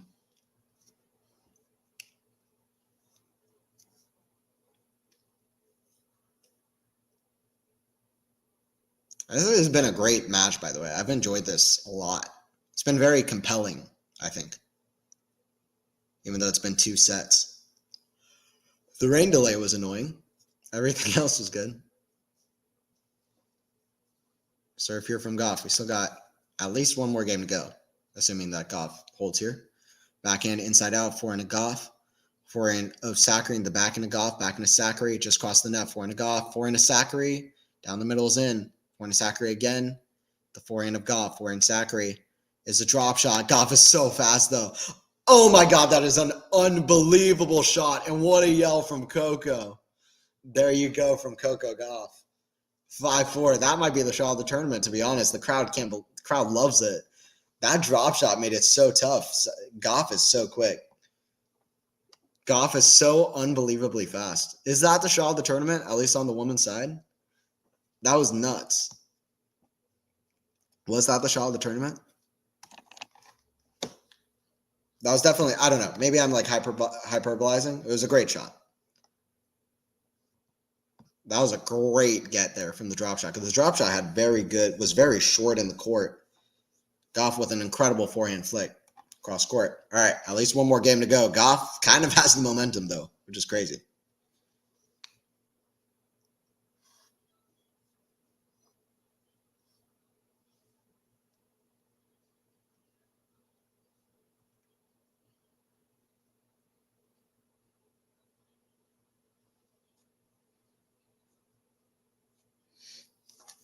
All right, we got one more game to go here. What's the mood, guys? Let me know. Let me know in the chat. All right, here we go. Stats check before we keep going, especially from the Sakkari serve. How are we looking? I mean, yeah, Sakkari's just been phenomenal on serve. Gauff did really well to break back in that game, although Sakkari with a few too many errors there. Gauff somehow surviving with this number, which is just 48% first serves in. I mean, Gauff has a great serve. She hit an 125 miles per hour serve at one point earlier in the match. Doesn't have winners to errors, the stat sheet, but a few too many double faults as well from Gauff. But listen, it's Sakkari to serve. Sakkari's been doing very well, but it's asking a big question of Sakkari, who misses the first serve on the deuce side. Love. Big game. Everything on these moments, these two players. Here we go. Serve from Sakkari. Down the middle. Forehand to Gauff. Just goes for it, but misses it wide. Listen, she can have the confidence, but that forehand is still, I don't know if she's going to be fully confident in that shot because I don't know if she should be. It's not great at the moment. Not where she wants it to be, for sure. And what do you think of the bees? Don't think we did that match, but that was crazy. Yeah, we didn't, I think, but that was nuts. Yeah, I couldn't believe it. I was shocked. I was shocked when I heard what happened. That's it. I thought it was funny, the memes of it. I thought it was really funny. And I also, I think I've coined a new term, which is post-B Alcaraz. Post-Puke Sinner was good, but post-B Alcaraz is going to be nuts. Backhand inside out is really good from Coco. I don't know if I coined it, but anyway. Post-B Alcaraz, post-Puke Sinner is good. Post-B Alcaraz is insane. He played crazy in that match, and yeah, I think he really had a point to prove following that bee sting incident, and he already had a point to prove against Zverev anyway. But he was just like, man, I got attacked by bees. I should at least win the match. I mean, what did I come on court for if I'm going to get invaded by bees and also lose the match? That's no good. It's not fun. Gauff at 15-all. This is a big point. Huge moment here for Sakkari and her confidence. Big point. Forehand, cross court to the forehand of Sakkari. Forehand to Gauff. Cross court to forehand to Sakkari.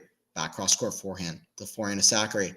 Back cross court. That goes long. It's 15-30. This is turning into Sakkari's worst nightmare. It's that kind of situation. 2013 Wimbledon final on the men's side. Murray's trying to serve out the match against Djokovic at Wimbledon.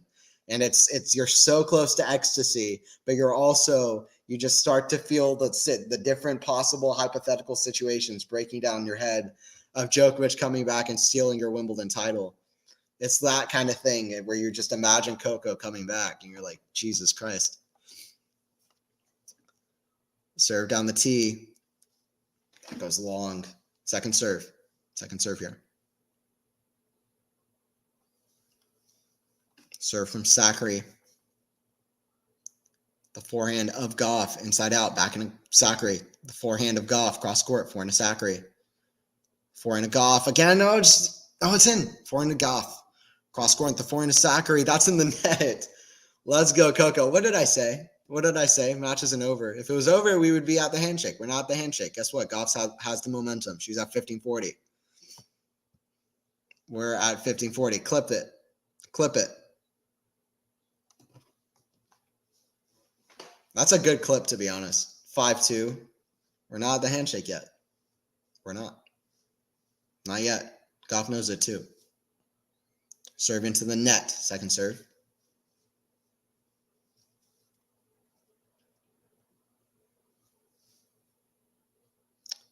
Serve Sakkari. The forehand of Coco. Cross court. Forehand of Sakkari. Back to the forehand of Coco.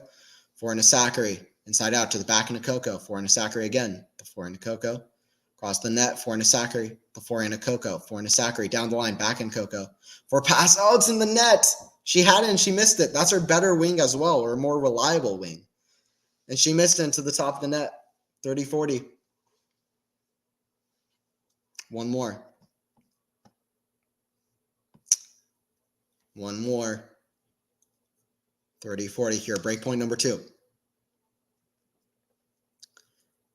I mean, these points are so big. This is what it comes down to. Sakkari serve. Forehand of Coco. It's a great placement down the line. Backhand us in the net. 2 backhands missed from Coco into the net. That's her more reliable wing. Sakkari really getting excited too. The crowd is into it. This has been an excellent straight sets match, if that's what it turns out to be. One of the better straight sets matches. I don't know if the best, but one of the better ones. It's been very good level and very enjoyable. We're at deuce. Also one of the longest ones, if you include the rain delay. Maybe the longest straight sets match ever, if you include the rain delay. It was like 2 hours for the second one. It was like half an hour for the first one. Forehand of Sakkari, the forehand of Coco, back cross court. Forehand of Sakkari. The backhand of Coco, way up high to the forehand of Sakkari. Oh, it clips the tape on the way. I can't believe it. Forehand inside out, clips the tape on the way through. Advantage for Maria Sakkari to get to the final to Swiatek.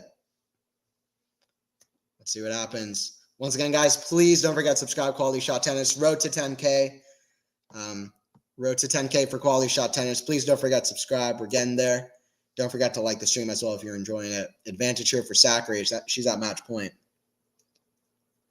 She's at match point for a huge win in her resurgence. Forehand Gauff, the forehand of Sakkari. That goes long, though. Gauff is not out of it yet. She wasn't out of it at 5-2. She's not out of it now. Deuce. Man. Deuce. 5-4.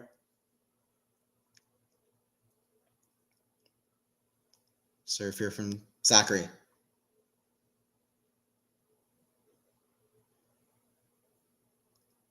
Serve from Maria Sakkari. Slice into the forehand of Gauff. Down the middle, very central. Forehand, that's a good shot. The backhand of Sakkari. Forehand again, that mishits it though. That forehand of Gauff leaves a lot to be desired. And it's advantage to Sakkari here. Match point number 2. Number dos. Number dos for Gauff. Number 2. Don't know why I'm speaking Spanish. Sakkari at match point. Hour and 32 minutes in. To Swiatek in a rematch. Literal rematch from 2 years ago. Backhand to the forehand of Sakkari. Forehand of Gauff. Surely.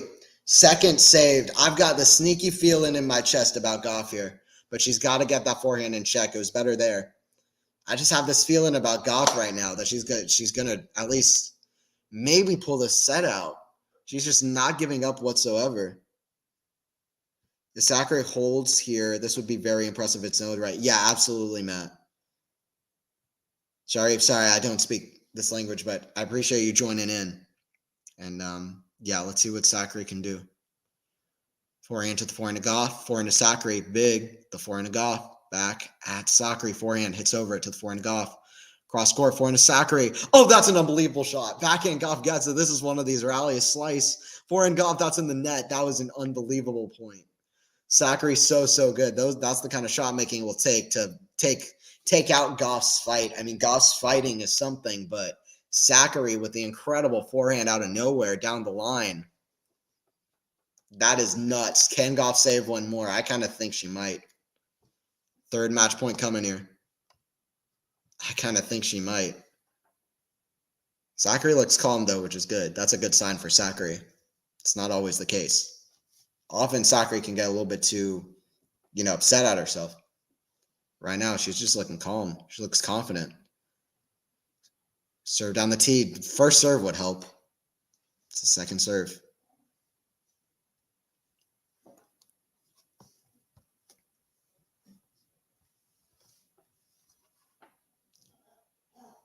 Serve from Sakkari to the forehand of Gauff. Forehand of Sakkari. The forehand of Gauff. Cross court. Forehand of Sakkari. The backhand of Gauff. Oh, Gauff is playing crazy to save these match points. That's another match point save. The crowd is getting up, and they should. They should. All right, now this is one of the best straight sets matches you'll see if this is straight sets.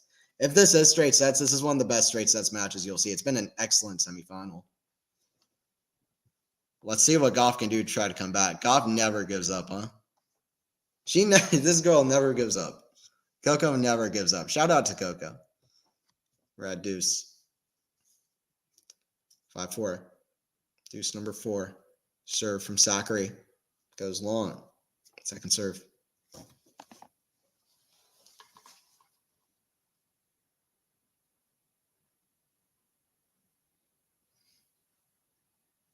Serve into the forehand of Coco. It's the tape goes over. Sakkari runs. Oh, it's an unbelievable shot. Backhand. That's a great shot cross court. I mean, maybe not an unbelievable shot from Sakkari, but it was a pretty good redrop, and Gauff was ready for it. Advantage for Gauff. Wow, now she has the break point to come back. She had, 1540? She had 1540 in this game before Sakkari had 3 match points. Gauff so dialed in right now, so locked in, ready for that next shot. Apologizes, of course, for the net court. We're at advantage here for Gauff. See what Coco can do. Let's go, Coco. I take that back about 2 disappointing semifinals. Yeah, Matt. This one's picked up. Gauff went away in the set until 5-2. Really, with a break to love at 4-2, I think. Advantage here for Gauff. Serve. I might not sleep today. Forehand. The forehand of Gauff. Cross court. Oh, that goes in somehow. That's a forehand wide. I mean, I would say, can you believe it? But also, like I said at 5-2, just one too many times to say that with Coco Gauff because she's done this before. It's 5-5. This is crazy. This is unbelievable. I mean, Gauff does this so many times. I'm sure some people laughed when I said one of the better mentalities of the last 5-10 years, and that's fine, but also, just my opinion. 5-5. Gauff at least evens this. Serve here from Gauff. Serve. Gauff goes long. Second serve. Let's go, Coco. It's crazy fight back. We're still going in the second set. Backhand Sakkari. The forehand of Gauff. Forehand of Sakkari. The forehand of Gauff. This has one of the matches of the year potential. If this goes 3 sets, this has one of the matches of the year potential. Not the match of the year because probably, first of all, the rain delay wasn't great.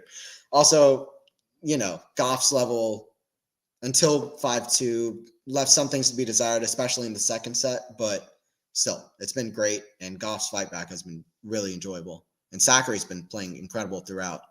Also, Sakkari did blink a little bit at 5-2. Not so much there. Gauff fought incredibly well with a couple winners to save some of those match points as well. Forehand cross court, but still, it's been very, very good. Forehand cross court, the forehand to Sakkari, forehand to Gauff down the line, backhand Sakkari. The backhand to Gauff down the line, forehand Sakkari, squash shot, and that goes long. 30 love for Sakkari. Sorry, 30 love for Gauff. I don't know what I'm saying. 30 love for Gauff. I put on Twitter, you can't be serious. That's a classic, though. I like that, man. That's a classic. Yeah, it's good that tennis has that as a meme. That you cannot be serious from John McEnroe as a thing to say. You can say that a lot in tennis. That's a big come on from Coco. A big come on from Coco following a huge serve. 40 love.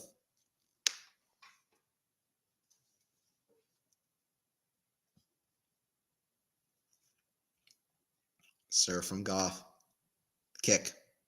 Out wide. Back in Sakkari. That goes out. 6-5 for Coco Gauff. Wow. It's crazy. This is crazy, Iman. Yes. 6-5 for Gauff. She literally has won 4 games in a row. That's crazy in itself. That's crazy in itself. All right. I'll be here for the 6-5 game.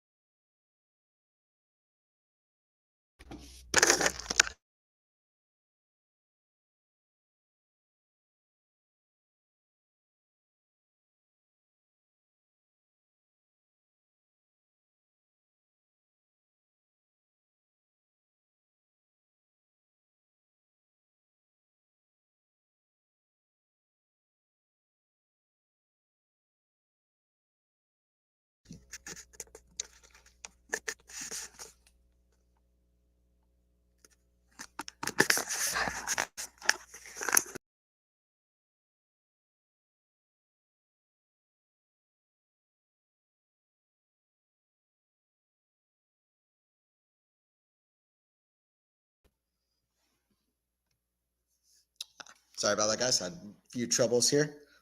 All right, figure it out. All right. So, Gauff's at love 30 here at 5-6.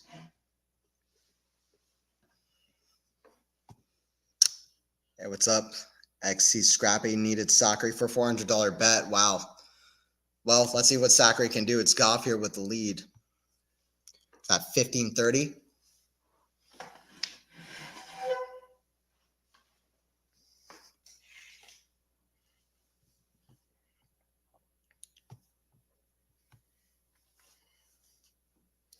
Oh, my 4 in a row. Yeah, just are. Sakkari cross court. I think that's a winner. That's a brilliant shot from Sakkari. That is a brilliant shot from Maria Sakkari. All right, we got over 73 people on stream. Appreciate all y'all for joining in. Always fun to call with more people, really. So feel free to lurk. If you're just lurking, you don't feel like chatting, it's cool too. Or if you feel like chatting, that's always more fun. Always really fun for me to chat. Either way is good. Oh, my 4 in a row. Yeah, should have cashed it at 365. I got you. Yeah, probably. Yeah, probably. Because I don't know. I don't know. Gauff here at 40-30. Let's see what she can do. She's trying to push it to a tiebreak. She's been serving fantastic, even though, I mean, that's what made that double break so almost like just like so crazy, is that Sakkari was serving unbelievably well. I showed the numbers before that 5-2. It was crazy good. for Sakkari all across the board. Just winning so many of her first serve points. I think it was like over 73%. That's a second serve into the net, so we're at deuce. Gauff is 2 points away yet again. Coco 15 love, yeah. This is nuts. It really is. This is feeling like the summer down under an Asia swing. Swings being up the slate. It's a Friday right now, Saturday morning at least. I so feel you, Matt. Literally the same. Literally the same. Backhand. LA's got to catch up. They're behind. They're behind. They got to catch up. They're behind us, Matt. But it is much crazier with like Australia and with Asia swings. Even though they're ahead of us, but forehand, big, the forehand of Gauff. Forehand, cross. Oh, inside out is brilliant from Maria Sakkari. The level is astounding at the moment. I mean, I know these are 2 top 10 players, but come on. The level is amazing right now. This is crazy. This is crazy good.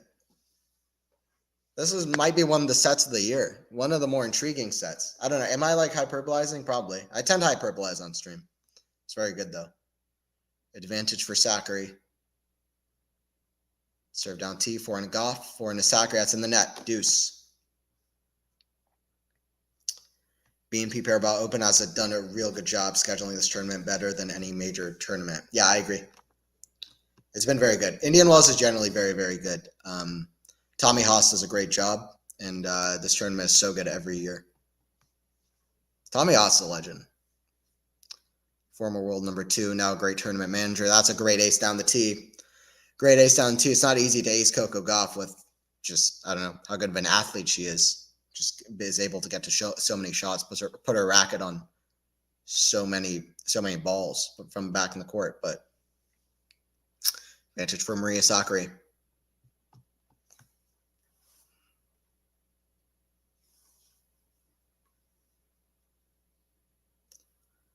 Serve down T at the forehand of Coco, forehand of Sakkari.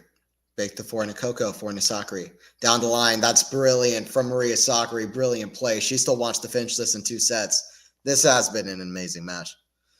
Been enjoying this a lot. 6-6. All right, let me know, guys. Tiebreak? Yes. If it goes to 6-6, who wins the set? It's so up in the air, which is part of why I'm enjoying this so much. And I'm finding this as compelling as it is. Come on, Coco. Game on. Let's see. Okay, like always, guys, please let me know in the chat who's winning this tiebreaker. What's going to be the score? Who's winning the tiebreaker? I have no idea, but Gauff has so much momentum. I just have a feeling about her winning this set. I'm going to say Gauff wins this set. On a best guess, I go with Coco Gauff for sure. She's just so confident, and I like her mental game is so good in these kind of moments. I'm going to go with Coco Gauff 7-5. Let me know in the chat. Whoever gets the closest, I'll shout out your username in the chat. So I'll shout you out. If you get close, serve from Sakkari here. That's in the net. Second serve.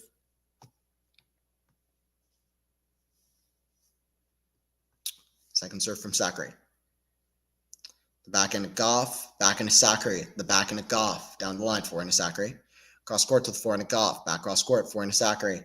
The back end of Gauff, forehand of Sakkari again. That's in the net, though. It's 2-0 for Gauff. She's running on confidence, and Sakkari is running on fumes because Sakkari just can't believe that Gauff has come back here so quickly.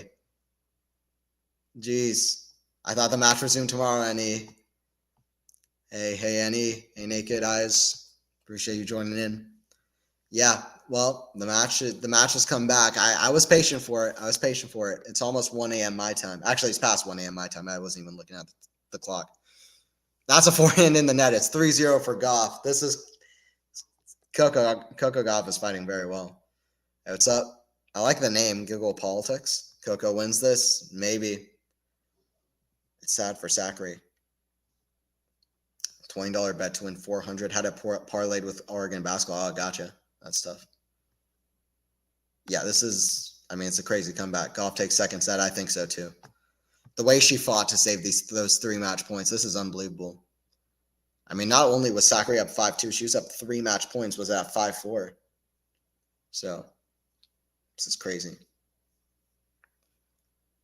Serve down T, forehand to Sakkari. That goes long. 4-0 for Gauff.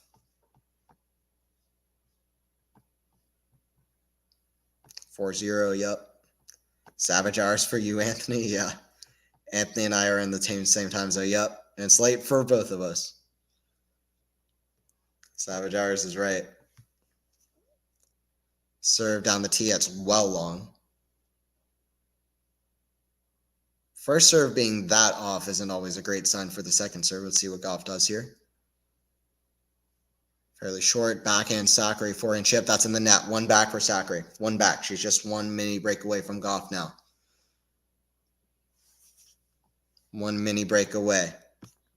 I don't think I saw a whole lot of tiebreaker guesses in the chat. But Matt, you said Sakkari 7-5 because I'm ready for bed. All right, let's see. I said 7-5 Gauff. You said 7-5 Sakkari. By the way, we got over 95 people on stream. Let's keep it going. Appreciate each and every one of you for watching tennis with me. Feel free to talk with me in the chat. Forehand to Gauff. The forehand to Sakkari. Inside out, it's a great forehand. So it's 4-2. And let me know your predictions for this tiebreaker.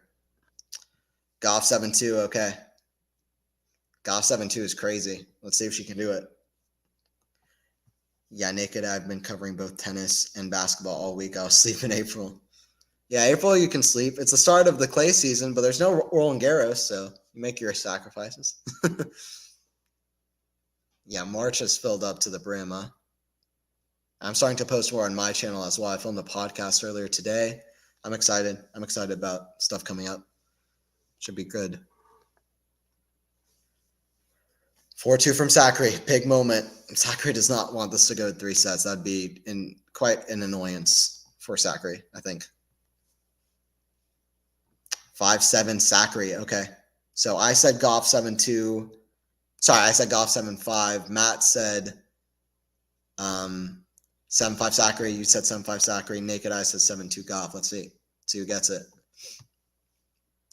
5-2 for Gauff. Sakkari with an error, and she's talking to herself. And you know what's a bad sign in a Maria Sakkari match? When she starts talking to herself. It's not a good sign. Gauff pumping herself up. It's 5-2.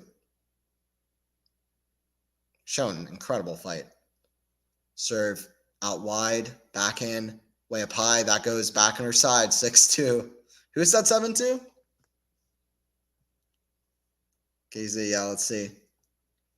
Hey, do you know where I could watch this live? Tennis Channel. Tennis Channel's got it. That's where I'm watching it. Sakkari's losing momentum all the way, Naked Eyes. This is crazy. And yeah, you said 7-2. Let's see. A Gauff serve.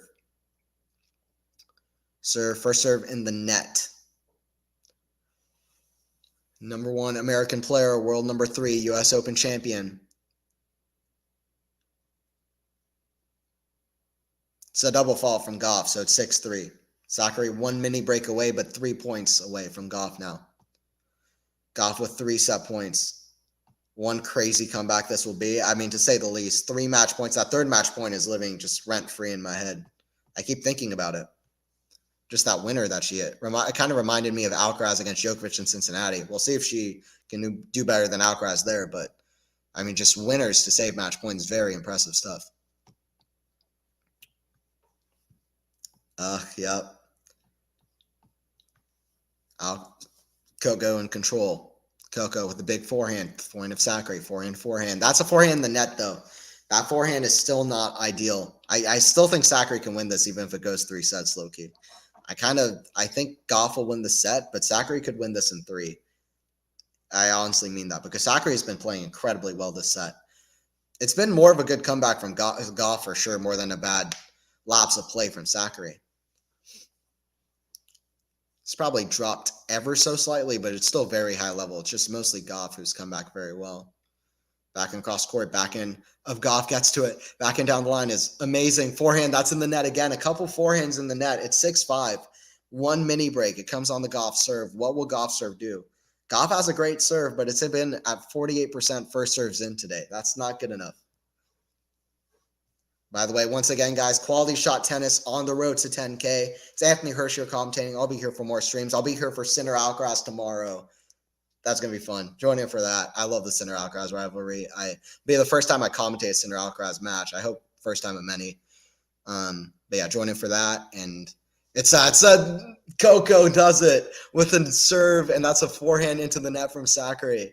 Coco Gauff has pushed us to 3 sets. Stick around for the third set. Coco Gauff 7-6. That's unbelievable. Saves 3 match points. That is a moment. That's a moment you just catch in a bottle. This match is crazy.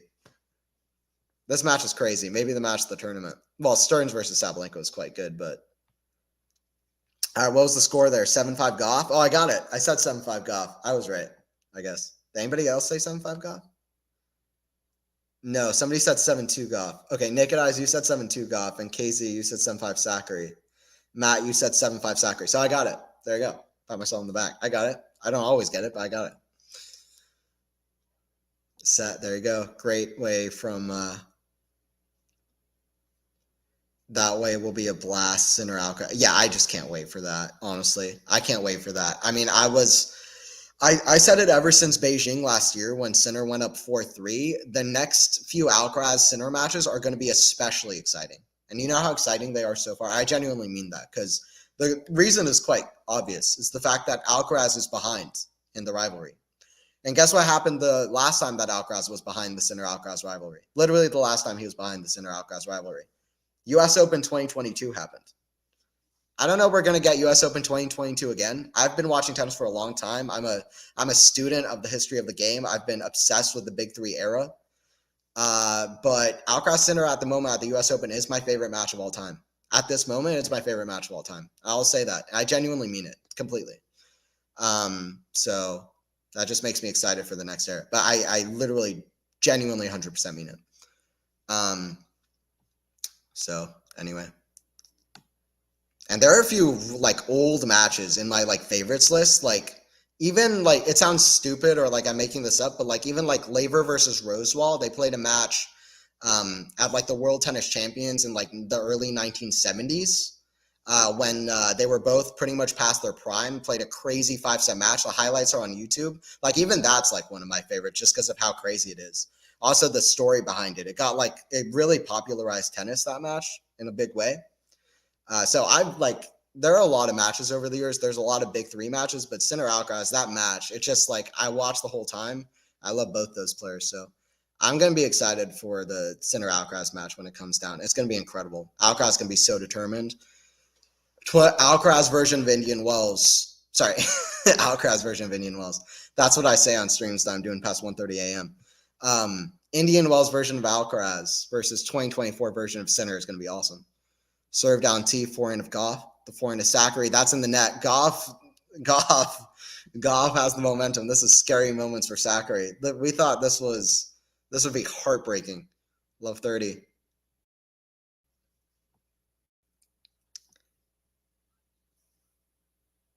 Anthony, what about 2012 Rafa Nole, 2019 Nole Federer, bro? That is different levels. 2008 Rafa Roger is crazy too, but those are great ones. Also 2018 Wimbledon, Rafa versus Nole is underrated. 2016 Davis Cup, Del Potro versus Murray is quite good. We're doing best of 3. 2009 Madrid between Novak and Rafa. 2010 ATP Finals, Murray and Rafa. Like there's a lot to name. So many good Roger matches altogether. Pretty much every match Roger played was an incredible watch. 2014 Wimbledon, Roger Novak. There's a lot of great matches, but for me, at the moment, that's probably my favorite. But I'm not saying it's the best. It's just my favorite. But yeah, I mean, 2008 final is just, it's the obvious answer, but it's so good. Going to focus on the match. Here, the big moments as Coco hits a big forehand. It's a great forehand down the line from Sakkari. It's 15-40. 15-40. Sakkari's still trying to save 2 more break points. Gauff really quick out the gates here. Serve down the tee, that goes out. Second serve.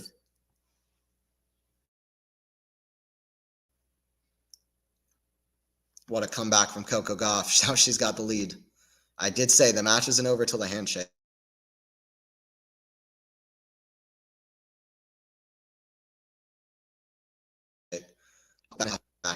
Forehand squash shot, no way. Forehand cross court, the forehand Gauff. This match is unbelievable. Forehand Sakkari inside out is great too. Backhand forehand smash. That's a smash put away. Kind of a forehand volley mixed with the overhead into the offside corner. That is another outrageous rally. This is one of the best women's matches I've watched all year so far. It really, really is. This is unbelievable stuff. This is a wow moment.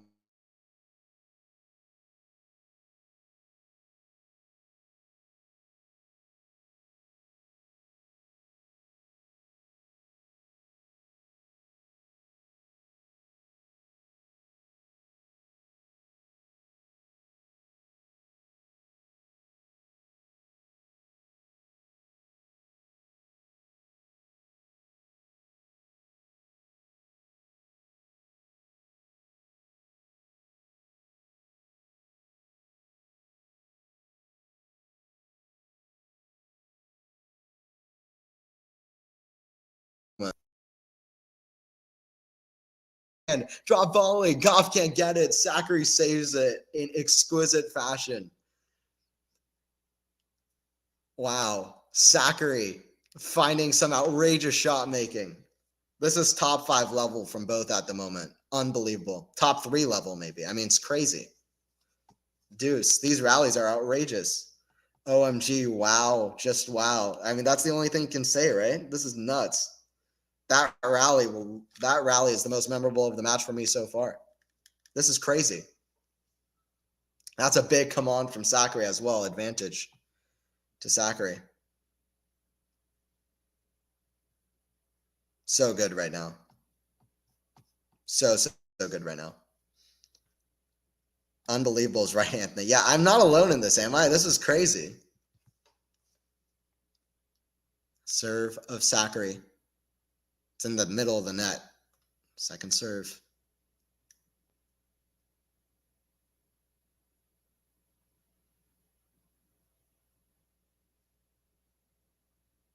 Serve down T4 and a Gauff. Foreign squash shot Sakkari. That's in the net, though. Another deuce game to start off this third set. We're at deuce. I mean, listen. Okay, so here's the thing. They're on fire. Absolutely.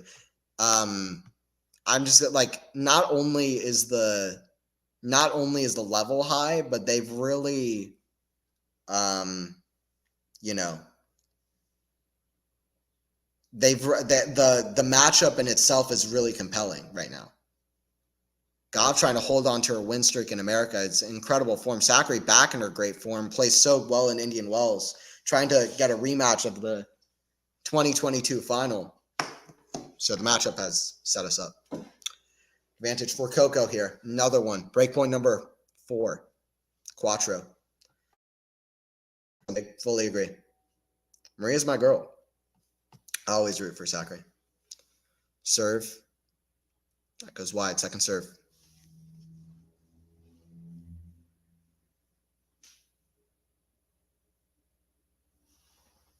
Serve. Kick serve into the forehand of Gauff. Forehand to Sakkari. The forehand to Gauff. Oh, she hits it right back to Sakkari, though. Backhand forehand volley. No mistake made with that one. Gauff with a big come on. Love Gauff celebrations, by the way. They're always so, like, you just feel them. They're so, like, genuine and emotional. It's like when she beat Swiatek in Canada, like, I don't know. There were a few, like, celebrations last year that got me really excited. Like, Dimitrov beating Tsitsipas in Paris was awesome.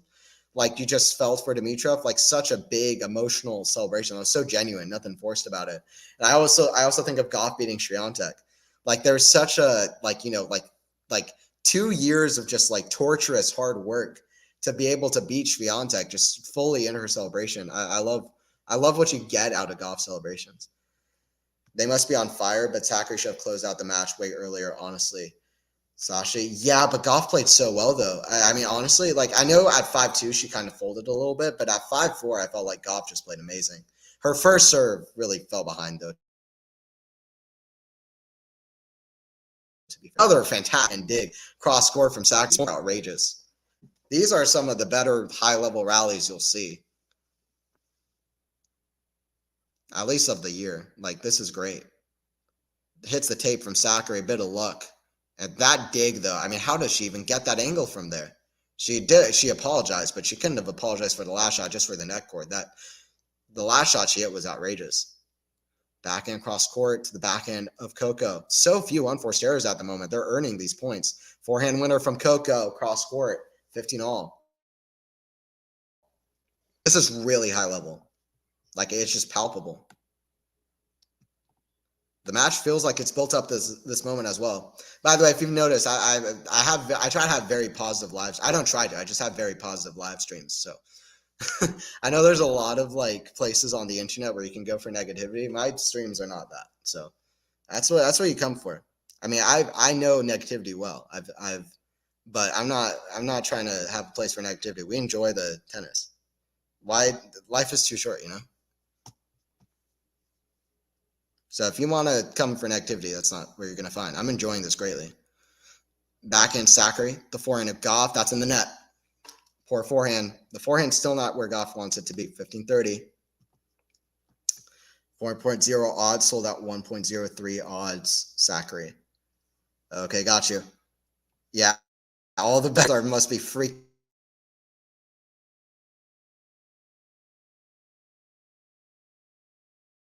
out. Very topsy-turvy.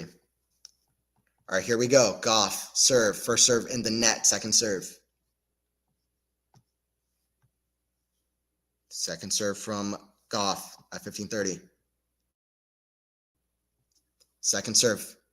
Forehand of Gauff to the forehand of Sakkari. Forehand of Gauff. The backhand of Sakkari back into Gauff. Now defending. Oh, what a defensive shot. This is outrageous. Forehand of Gauff. Cross court. I mean, whatever. I'm enjoying this greatly. It's like a modern classic right now. 1540. I don't even care. I'm enjoying this. I'm just going to tell it how I feel it, and if I hyperbolize, I hyperbolize, but this is fun. 1540. Serve here from Gauff. Serve into the forehand of Sakkari. That goes out, though. 30-40. The way my fave Iga is playing, I just don't see how either of these even takes a set, but let's see. I don't think so, but that's fair. I mean, you're right. Fair. You have the right to that opinion. Iga is so just like locked in at the moment. She loves these conditions. So we'll see. But I think Gauff likes these conditions as well. She'll have the crowd. Sakkari's playing so well. I think all three of these players love these conditions. So we'll see. I don't think so, but I don't think Gauff will completely cruise. Iga will completely cruise, although it could be straight sets just knowing Iga. But anyway, these two are playing exceptionally well. The hope for Iga is that these two tire each other out. Break point here for Sakkari. She gets it as that forehand goes wide, 1-1. We're at 1-1 the third set.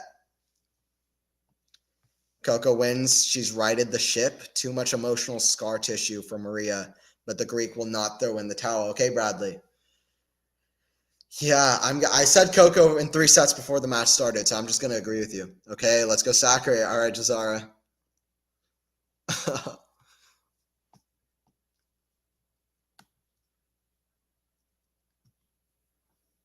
Favorite matches: men's Axie versus Andre Medvedev 99, Roland Garros final. Woman 2001 Roland Garros final, Capriati versus Clijsters. Huge Capriati fan. Okay, got you. Interesting.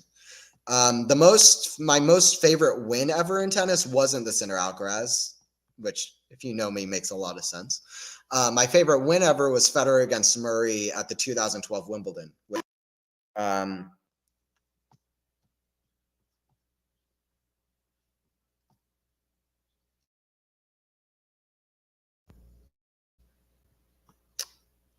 Sorry, guys, lost me there for a second.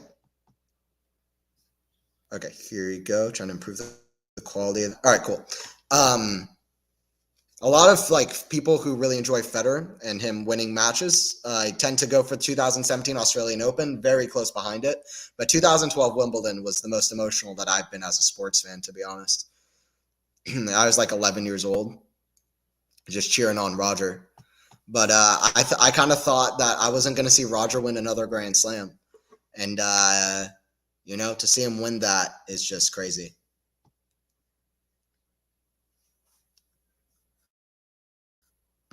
All right, here we go. All right, love 30 for Gauff. This is such a roller coaster. 2 breaks to start off the second set. Gauff is making to look that 3. Forehand of Sakkari, big to the forehand of Coco. Forehand of Sakkari.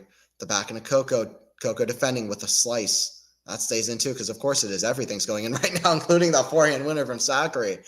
A big come on as well. I love the positive energy from Sakkari. Can turn negative sometimes against herself. But it's 15-30.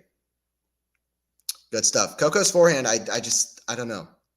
Sakkari is so good on the forehand to forehand. Too many forehand error Sakkari. Maybe recently, I'd agree. Match her forehand to forehand has been very good. I agree with you. Recently, yes. So if she can get that back to where it was before 5-2 in the second set, that's another forehand error in the net. So it's 15-40. If she can get that back, then this match could turn back towards the side of Sakkari. But unless she figures that out, because listen, I mean, that was basically what was dictating the match, was how she was winning the forehand rallies. But now that Coco has picked up in confidence and Sakkari has dipped, guess what? Their forehands have kind of reversed. And Gauff is winning the forehand exchanges. Serve down T, back and return to the forehand of Sakkari, forehand of Gauff. This is one of the best matches I've caught, like one of the best matches I've commentated, by the way, for the channel. This has been incredibly good.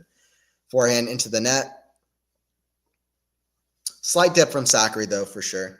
And slight dip from Gauff in the second set, but it's been very good.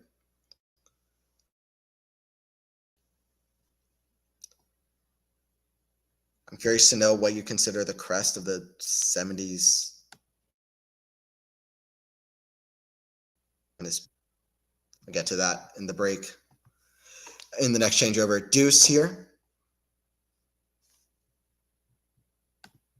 Sakkari's named semifinal Sakkari for a reason. This is why Sakkari's mentality is very questionable in big matches. No, it's true. It's true. She should have done better at her forehand. Her serve kind of fell on her a little bit. I felt like Gauff played exceptional to fight back, but Sakkari also did fall behind a little bit early in the tiebreaker as well. Forehand of Sakkari at the forehand of Gauff. That goes out from Gauff, so it's advantage to Sakkari. Advantage to Sakkari. Favorite of all time, including the Nadal versus Federer matches. Yes, at the moment, it is my favorite. I'm not saying it's the best one, but it is my favorite one.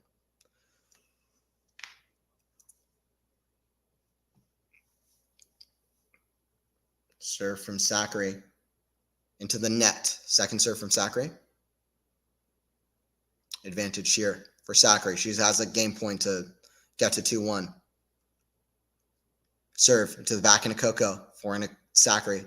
Cross court, the forehand to Coco is a drop shot. Sakkari runs deep, lob, backhand smash. That's well wide, though. We're back to deuce. This is crazy. I mean, including the rain delay, this is like a 7-hour match. 7-hour long match. I don't know how long the stream's been, but it's been a long stream if we include the rain delay. It's been fun, though. It's been a good one. Yeah, almost 5 hours. It's been a very good match. A lot of long games. Recently, at least. Sakkari, the bottler of all bottlers in the match. ×5 odds for Gauff. She's got the momentum. Great comeback. Yes, good set. Here we go. Advantage to Sakkari.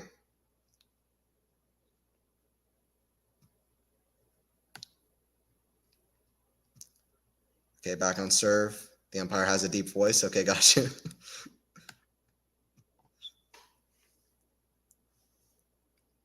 Advantage to Sakkari. 1-1 serve. Wide back and Gauff the forehand to Sakkari. That's in the net again. Gauff fighting so hard here. Deuce. This could be a pivotal game.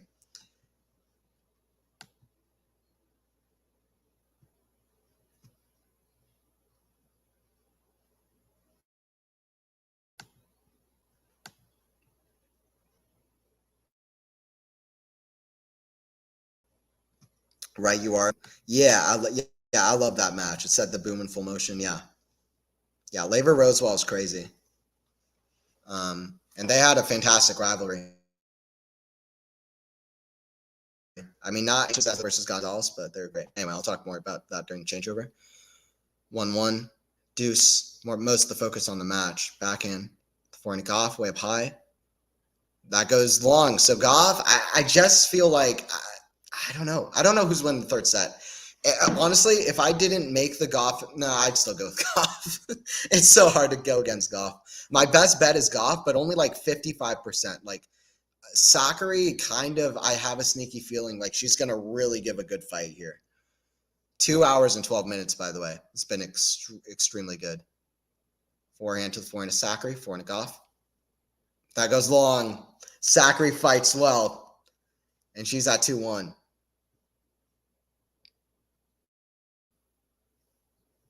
Good stuff. Too many forehand errors. Sakkari, is she choking? No, I don't think so. I know a lot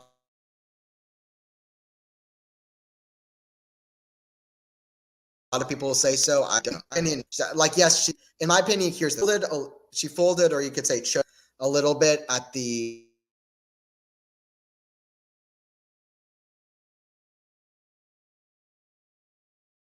tiebreaker. That I choke from Sakkari. I think Gauff has played exceptionally well to kind of fight back here. I think it's just been those kind of couple moments. Bradley, read the book, Greatest Tennis Matches of All Time by Steve Flink. Yeah, that's fantastic as well. I haven't read the full thing, but I've read parts of it, and it's great. And Steve Flink is fantastic. Has some great podcasts out with Gil Gross as well, which I definitely recommend to watch. I'm curious to know what you consider the crest of the 70s tennis boom wave. I don't know exactly what you mean by crest. Like, what do I think is the crest of it? I don't know what you mean, Bradley, to be honest, exactly. Even though I disagreed with 91 Connors Crixton US Open, 96 Sampras Correccia US Open not being included. Those are fantastic matches.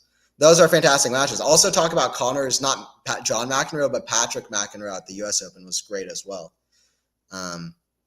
So that was a great match too. And Sampras Correccia, yeah, Sampras literally throwing up.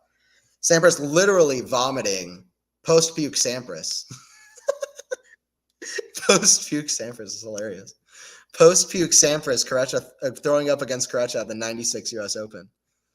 Post-puke Sampras was scary. Didn't he beat Axie in the final that year? Post-puke Sampras was a real thing. If you think post-puke Sinner was good, post-puke Sampras was pretty good. Love to see. I'm just cracking myself up. It was the stupidest thing I've ever said in my life. Sampras was pretty good anyway. Back into the net, 15-all. From Gauff.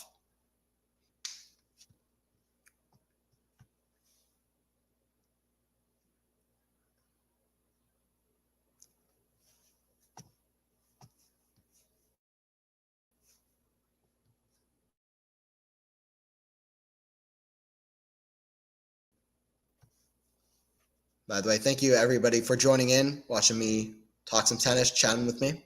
Always fun. Center Outcross tomorrow. We're right back at it. At I believe 4:30 p.m. Eastern time.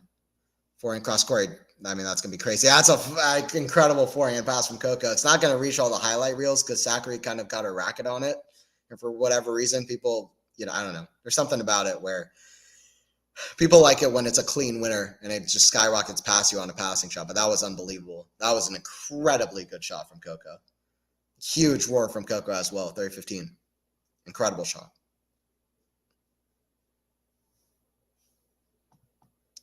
Should not have been able to pull that kind of a shot out of her, pull that kind of a rabbit out of the hat. 2 hours and 60 minutes on the match clock. We're still at least 4 games away from the end of the set. I reckon this could be a match tiebreaker kind of match. And if it goes to a match tiebreaker, I definitely lean towards Coco. Backhand cross court, the backhand lob way up high. Sakkari, smash. Oh, put away. Put away. 30-all. Sakkari, let's see what she can do. She's still coming. She's coming for blood.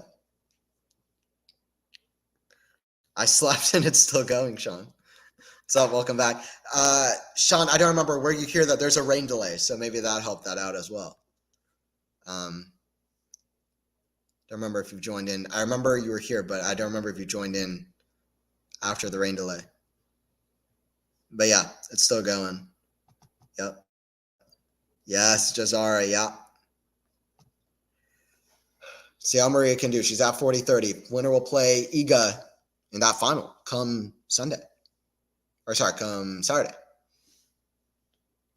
Serve from Gauff. Kick serve. I'm just getting like no sleep today. Backhand Sakkari. The forehand to Gauff. Forehand to Sakkari.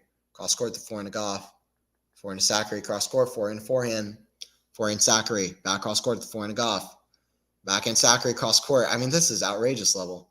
Forehand cross court. Oh, what a shot. This is outrageous from Sakkari. Let's go, Maria. Digging her teeth in. And we're at deuce at 1-2. Absolutely digging her teeth in. He beat Chang in the final 96. Okay, thanks, Matt. All right, it was Chang, not Axie. That was about the time Axie fell off the face of the earth for a couple of years. Yeah, and he started playing challenger tournaments and fell out of the top 50, top 100. That's such a crazy career for Andre. There you go. Thanks for that. And that, yeah, that sounds about right. It was like 96, 97, I guess he fell off. I forgot about that. Deuce here at 1-2. Serve Coco into the forehand of Sakkari. Forehand down the line. That goes long. Let's go, Sakkari. And she's at advantage. Let's go, Maria, fighting right back here. It would be such a heartbreaker for Sakkari to lose this match. I tell you what. I mean, Gauff's already, Gauff, you've already shown everybody how good you are. You've shown the comeback. But Sakkari, if she loses this match, I mean, that would take a huge hit on her confidence in this comeback. If she wins it, she gets the break to 3-1. Let's go, Sakkari. Let's go, Sakkari. That's my girl, Maria. 3-1. 3-1. Sakkari getting the lead. Great point there. Gauff will be disappointed after winning that second set to let it fall away like that. But long game, finally. Oh, it's on. It is on. Love it. Love it. Long game, won by Sakkari.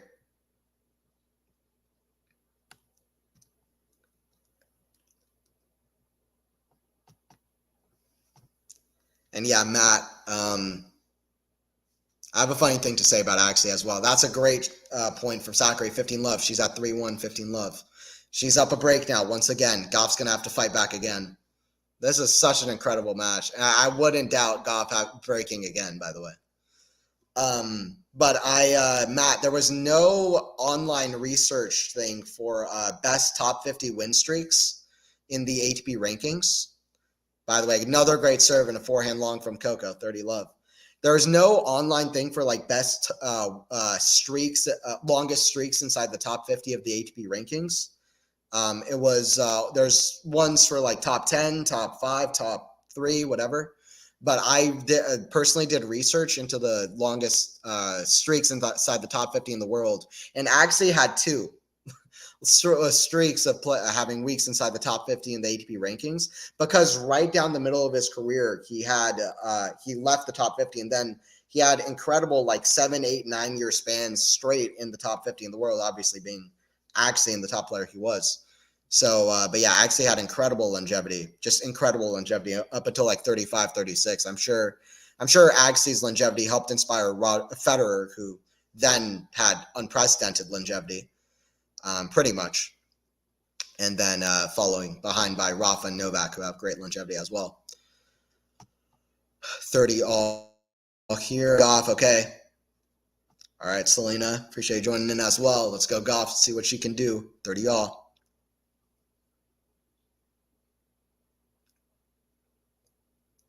All here. Serve from Sakkari. It's been serving very well throughout the match. Serve, forehand, back in now Sakkari. Down the line to the forehand of Gauff, back into Sakkari. Another lob way up high. It's a moon ball. Forehand. Oh, Gauff attacks it, but she hits it wide. Oh, she had the opening right there. Or did she make it? I thought it was called out. Sorry, she made it. Gauff made it, 30-40. I thought it was called out. Great shot there from Gauff. I mean, she cut it close there, but she just wanted none of that. She wanted none of that from Sakkari at the moon ball. That's a great forehand. I didn't completely misheard the call there. 30-40. Forehand to Gauff. The forehand to Sakkari. Forehand to Gauff. Forehand to Sakkari. Squash shot. Back in Gauff. The forehand to Sakkari. Forehand to Gauff. Forehand to forehand. Big forehand from Sakkari. Gauff currently counter-punching. Forehand, Sakkari, inside out. It's a great shot. Backhand. The backhand of Sakkari. Forehand to Gauff. Lob. That's in the net, though. Deuce here for Sakkari. Some great moments happening at the moment. Great points happening. Matt, it's almost 2 a.m., by the way. This is what we do for tennis. Wait, that's what we do for tennis. Selena, great commentary. Hey, I appreciate it. Thank you. I appreciate you joining in. Thank you for that. Yeah, join in for more. Don't forget to subscribe and all that. Maybe you are already, but yeah, join in for more. Forehand cross court, the forehand of Sakkari. Cross court, forehand of Gauff down the line, back in Sakkari. The back end of Gauff down the middle, forehand Sakkari. We're going forehand to forehand, forehand Sakkari again. The forehand of Gauff, that's even bigger. Forehand of Sakkari. Now she's counter punching. That's a backhand long from Gauff. This is just a crazy match. This is a crazy match. Advantage for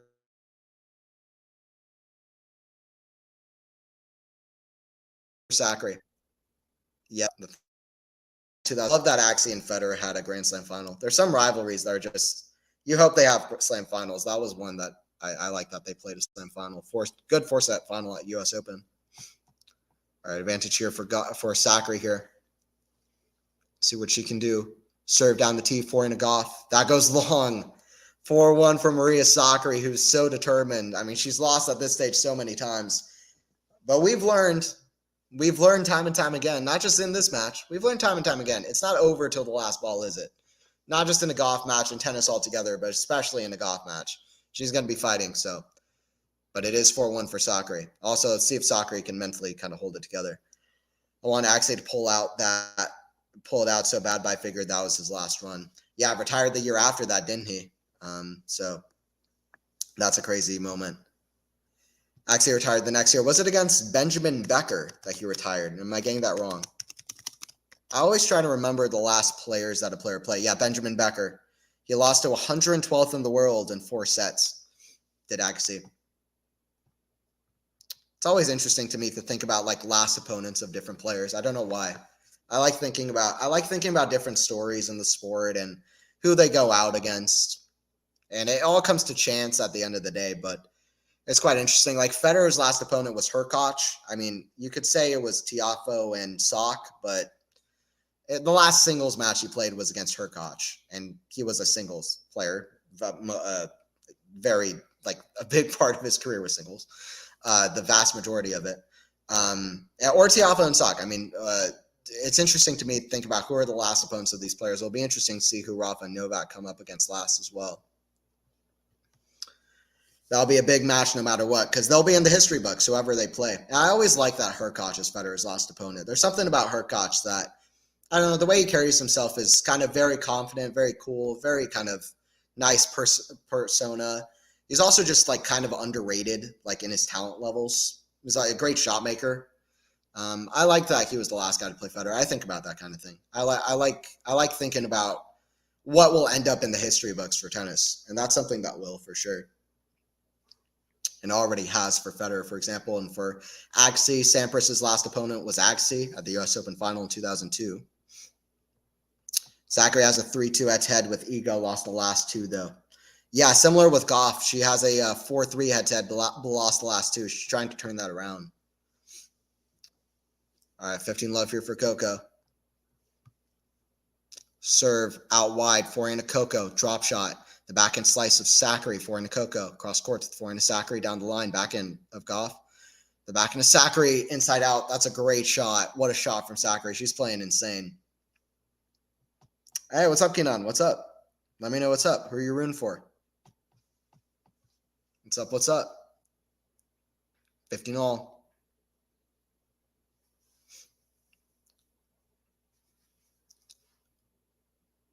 Serve here from Gauff. Serve down the tee, backhand Sakkari. The backhand of Gauff. Inside out, forehand slice of Sakkari. Forehand of Gauff. Cross court hits the tape. It was going to be a winner. It was either going to be a winner or an error. And the net decided for it to be an error. It was either going to be a winner or an unforced error, and the net decided for it to be an error. The net is not on Gauff's side.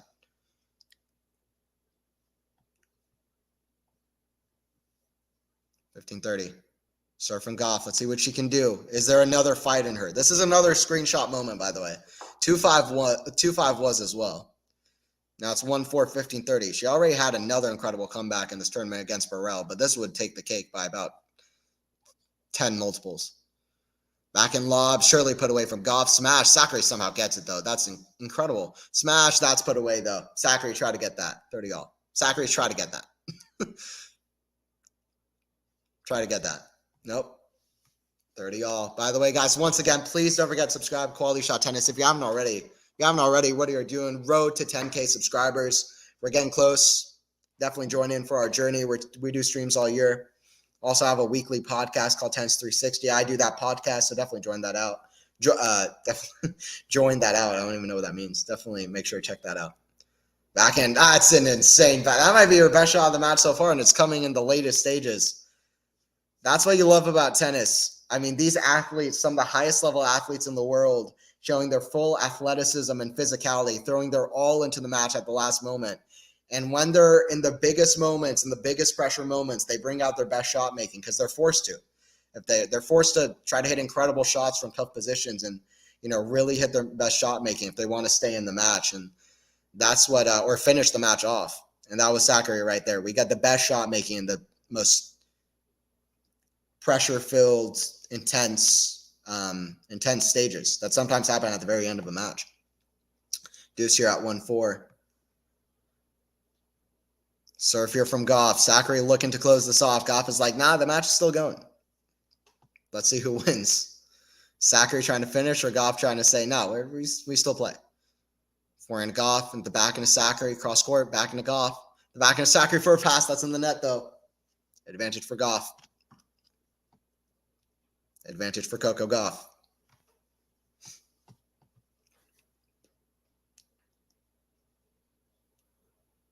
Serve coming here from Coco. By the way, I will be calling the Sinner Alcaraz match tomorrow, so definitely please join in for that as well. That's going to be at 4:30 Eastern time, right back here on this channel. First serve in the net from Coco. Second serve. And David will have the call, another great commentator for the channel. He'll have the call for the Paul versus Medvedev. Right on after that. Backhand cross court, backhand Coco, the backhand slice of Sakkari forehand to Coco. That goes long. Coco just beating herself up because she knows she should have made that. Deuce. Forehand from Coco is broken down a few too many times. And that serve is just not where Coco wants it to be. I think she's gotten more first serves in. It was at like less than half of her first serves going in at one point. I'm pretty sure it's higher now. Yeah, it's at 57%. It's been pretty good. Like in set 2, I think it's still at 50%. But yeah, for 88% in this set, although it's been, well, that's pretty good actually, yeah. That's amazing. Sakkari was even able to break her and getting so close here as well because that's really good. But anyway, advantage here for Gauff. It does seem like she's going for a little bit less on the first serve, but still. Serve here from Coco. Serve down the tee. Forehand, Sakkari goes out. Of course, Gauff saves it there too. We're at 4-2. This is going to be a really compelling game. Gauff doesn't want to leave it to like more possible match points. She doesn't want to try to break at 5-3. If she's going to break Sakkari, she's going to try to pick this up right here, right now. Like I know it because Gauff is one of these kind of players. This is the moment where you want to break because Sakkari maybe has felt like, okay, well, I struggled to put the match away in the third set, but now I'm up 4-1. I've got a break point. She's like, I should win this now. Well, guess what? Not yet. That's forehand from Sakkari into forehand to Gauff, down the line, back into Sakkari, the back into Gauff, down the line, Sakkari forehand. That's in the bottom of the net, love 15. She's going to apply pressure right here, right now. This is when she's going to apply pressure. This is when Gauff is going to apply pressure because this is when top players apply pressure. They're not waiting to 5-3. They're coming right here, right now, right when Sakkari is not expecting it. Gauff is absolutely going to put her full energy into this moment right here. Serve here from Sakkari. 2.5 hours played already. 2 hours and 32 minutes of brilliant, amazing tennis. Forehand down the middle, forehand to Sakkari. The forehand of Gauff. That goes long. That forehand, I think that forehand is her curse. I think that forehand is Gauff's curse. And I don't really mean in the corny way of her career. I just mean like in this match. But you can take it. Her career so far, her forehand's definitely brought her down. But in this match, that forehand has really brought her down. 15-all. I feel a break. Yeah, I kind of felt the same thing. So let's see, Sean. If you say it and I felt it too, I kind of believe it. I got faith in that. That's a backhand long 15-30. I kind of felt it too. This kind of match never goes out easy. Like this kind of match, there's always some kind of thing that happens before it ends. There's always one more twist in the plot. 15-30.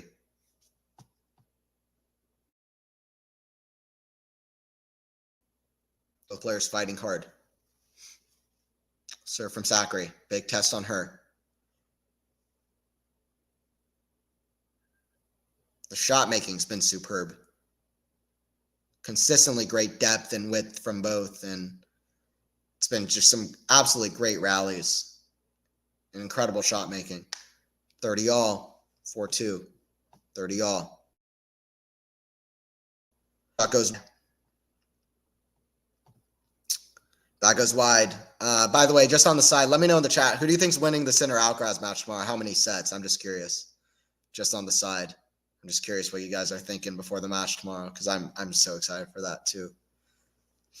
The final is going to be great, by the way. I think no matter what, between Sakkari and Iga, and or Gauff and Iga, whatever happens. Sakkari, as I think Naked Eyes pointed out in the chat twice. So, by the way, got over 87 people on stream. It's always crazy to me. I see that number, but that means that 87 different human beings are watching me. So, I appreciate it. I appreciate that, and it's fun to have people watch him. I hope that I can be somebody that y'all can like watch the match with, and the chat is always open. Ask questions. Forehand to Coco and the back into Sakkari. Forehand to Coco and the forehand to Sakkari again. Forehand to Coco down the line. It's a great shot. Backhand lob. Smash. Sakkari. Forehand. Oh, she can't get there. That's a great smash from Gauff. We're at deuce. Every game is going to deuce. It's crazy. Hey, what's up, Mike? Wow, does off for a moment. I don't blame you. It's literally past 2 a.m. Looking good for Maria. Yeah. Let's go, Maria. I said it earlier. I genuinely like both, so that's what makes this fun to watch. I'd usually be nervous. I'm excited for whoever wins this. Genuinely. I'm not even like neutral for whoever wins this. I'm like excited for whoever wins it, that's part of what has made this stream so fun and this match so fun. Is that I'm not nervous for either one. Like I'll genuinely be excited for either player.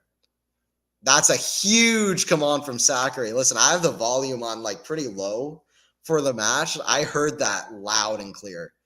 Sakkari just absolutely willing herself to the finish line. Her racket's got to do the talking, but that was a big come on. Alcaraz in 3. Wow, okay. I had Sinner winning the tournament in my bracket, so I'll say Sinner in 3.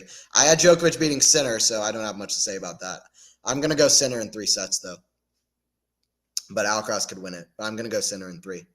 That's what I said before tournament started, actually. I said Sinner would beat Alcaraz in 3 sets. That's in the net. Sakkari, like I said, her racket has to do the talking. She's not done as well on her game points as she's done on like deuce points generally in this match.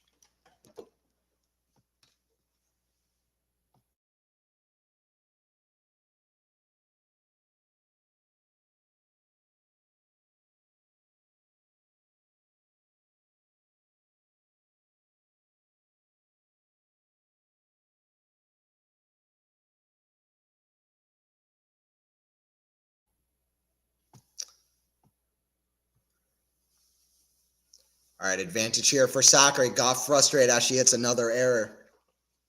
But yeah, I predicted Alcaraz.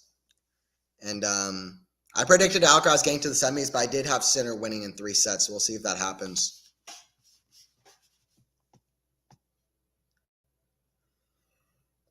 But yeah, this match has been amazing. Sakkari Gauff. This is one of my favorite women's matches I've watched this year for sure.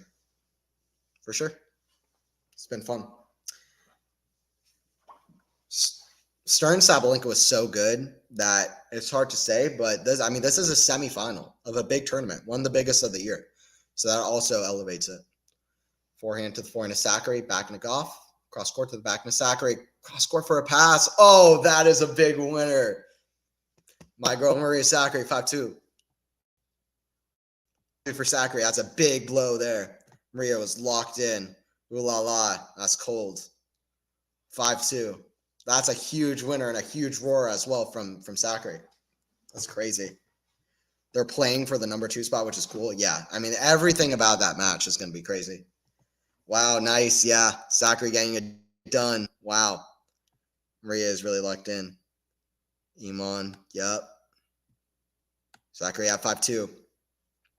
Long game. Absolutely.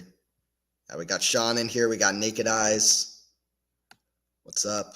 I love the weird usernames, by the way. That's what I like about the internet. Like, I love just like weird usernames. Like in real life, everyone's name is so freaking boring, man. Like everyone's just like named like Steve and George and Anthony and whatever. Like that doesn't mean anything. Like that's not interesting.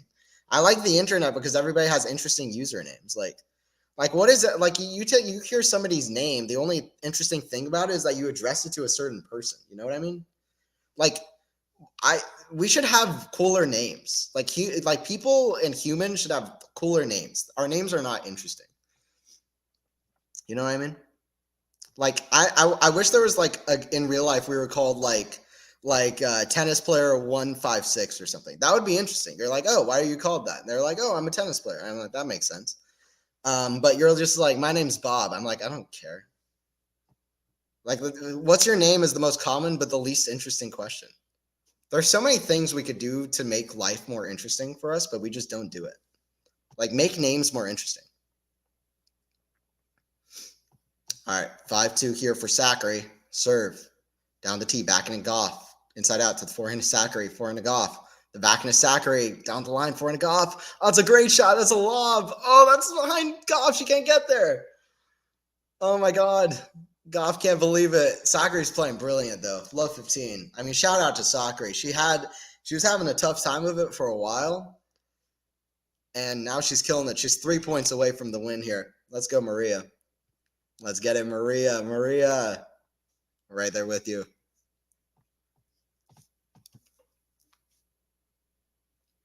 All right, serving the net from Gauff. Let's see what Gauff can do, though. She's in the same position, actually better, because she's not down double break as she was in the second set. So let's see what Gauff can do. Serve from Sakkari into forehand to Gauff. Forehand to Sakkari, inside out, back into Gauff. Forehand to Sakkari, inside out, back into Gauff again. Going back into backhand, back into Gauff. Oh, that backhand is so good. The forehand Sakkari is insane. Backhand cross court. That backhand from Gauff is a bullet, raging through the court. You just lock and load that backhand of Gauff. It's crazy. That backhand might be the fastest average backhand I've seen in a minute on the women's tour. It's crazy. 15 all. 15 all. Serve here from Gauff. Out wide, forehand to Sakkari into the forehand to Gauff. Down the middle, backhand slice Sakkari. The forehand to Gauff comes in. Backhand Sakkari, the Greek to the backhand volley of Gauff. In front of the home crowd, smash. The forehand to Sakkari, down the line, backhand to Gauff. Cross court, that's in the net. That is incredible defense from Sakkari. How'd you get that lob up? 2 great lobs in this game. I mean, she's just so good. Gauff is motivated in this match. We saw that with the comeback, but Sakkari is just dialed in, locked in motivation. And I think she knows how important this match is for her career, Maria Sakkari, because this is so important. Like, if she wins this match, it doesn't matter what happens in the EGA final. Don't get it twisted. If she wins this match, this tournament was full out a success. And it's an incredible comeback with her for David Witt. If she loses this match, of course, she should take positives, like going to be nearly impossible to get over. So Sakkari is just so motivated. Forehand Gauff to the backhand of Sakkari. Backhand to Gauff down the line. Forehand to Sakkari. Forehand to Gauff. Forehand to forehand now. Forehand to Gauff. The forehand to Sakkari down the line. That is a blazer. Clean winner down the line. One of the highest level matches I think we'll see all year on the women's side. 15-40. I think it's one of the highest level tennis matches we'll see all year. So it's crazy stuff. Crazy stuff. Let's see what Sakkari can do to finish off. Once again, guys, please don't forget to subscribe to Quality Shot Tennis. We're on the road to 10K. Please don't forget to like the video if you did enjoy it. Anthony Hersher on the call. I'll be here back on this channel for center outcross tomorrow. That's a backhand, and that goes out long from Gauff. Sakkari, not even a celebration. But she wins an incredible match. There's a hug at the net. That match was insane. The high-level rally, Sakkari gets the win in 3 sets. GG's for Maria Sakkari. An incredible comeback for her. Let's go. Congrats, Maria. Well-deserved. Yahoo! Sakkari versus Swiatek. A rematch of the final 2 years ago. That was shown on Breakpoint where Sakkari was so frustrated. She gets it done. She doesn't have David Witt in the corner. But Maria Sakkari gets the win in an epic in 3 sets. Gauff saves 3 match points. But in 3 sets, Sakkari gets done. She'll get a rematch. She's coming for revenge against Swiatek. Number 9 in the world, only climbing up. Her form is back. She's a former top 3. Let's see how much she can get into the mix with all the names we see nowadays. Because we know she's a top-tier player, and it's fun to watch. It's fun to watch when she's playing well. Just an aggressive baseliner, so good, so fiery, and, just such a genuine personality. It's always somebody fun to root for. But, yeah, I appreciate you guys joining in. And, yeah, definitely don't forget to subscribe if you haven't already for more streams. I will be commentating the center outcross match tomorrow. We'll also have the Paul versus Medvedev match and more matches down the road as well. And both the finals. Filled out a bracket before tournament, picked 4 of the 8 men's quarterfinalists. Iga was the only player who I got right again among quarterfinalists in the women. Yeah, I didn't even do my women's draw. I should have. I did the men's draw. Men's draw I've done pretty well, I guess. What did I have? Well, no, I don't know. I had Sinner versus Alcaraz. On the other side, I had Djokovic versus, I can't even remember who I had against Djokovic. Can't even remember. Oh, I think I had Djokovic versus Fritz. So that one was wrong. Medvedev versus Paul, kind of off-brand Djokovic versus Fritz, if you could say so. Yeah, anyway, men's side, I got half, but Sinner and Alcaraz. I guess Alcaraz was a good pull, but it's Alcaraz. He was the favorite, I think. So, yeah, he was the favorite. I had Osaka beating Iga in the round 16. That's a huge call, Matt. I love it, though. I love it. I love hot takes and big predictions. Yeah, thank you, Mike. Congrats, soccer. Absolutely. Yeah, thank you, Selena. Definitely join in for more. Appreciate you in here. Thank you, Iman, as well. Felicidades, soccer. All right, I'm out because literally it is 2:14 a.m. We had tier list. This was a 5-hour and 13-minute stream. I don't think I've done a stream like this. It's 2 in the morning. This was fun. I'll be here for Sinner versus Alcaraz tomorrow. Sakkari wins an absolute epic in 3 sets in Indian Wells. There's not much more to say. I'll see you guys at the next stream. This one was a blast.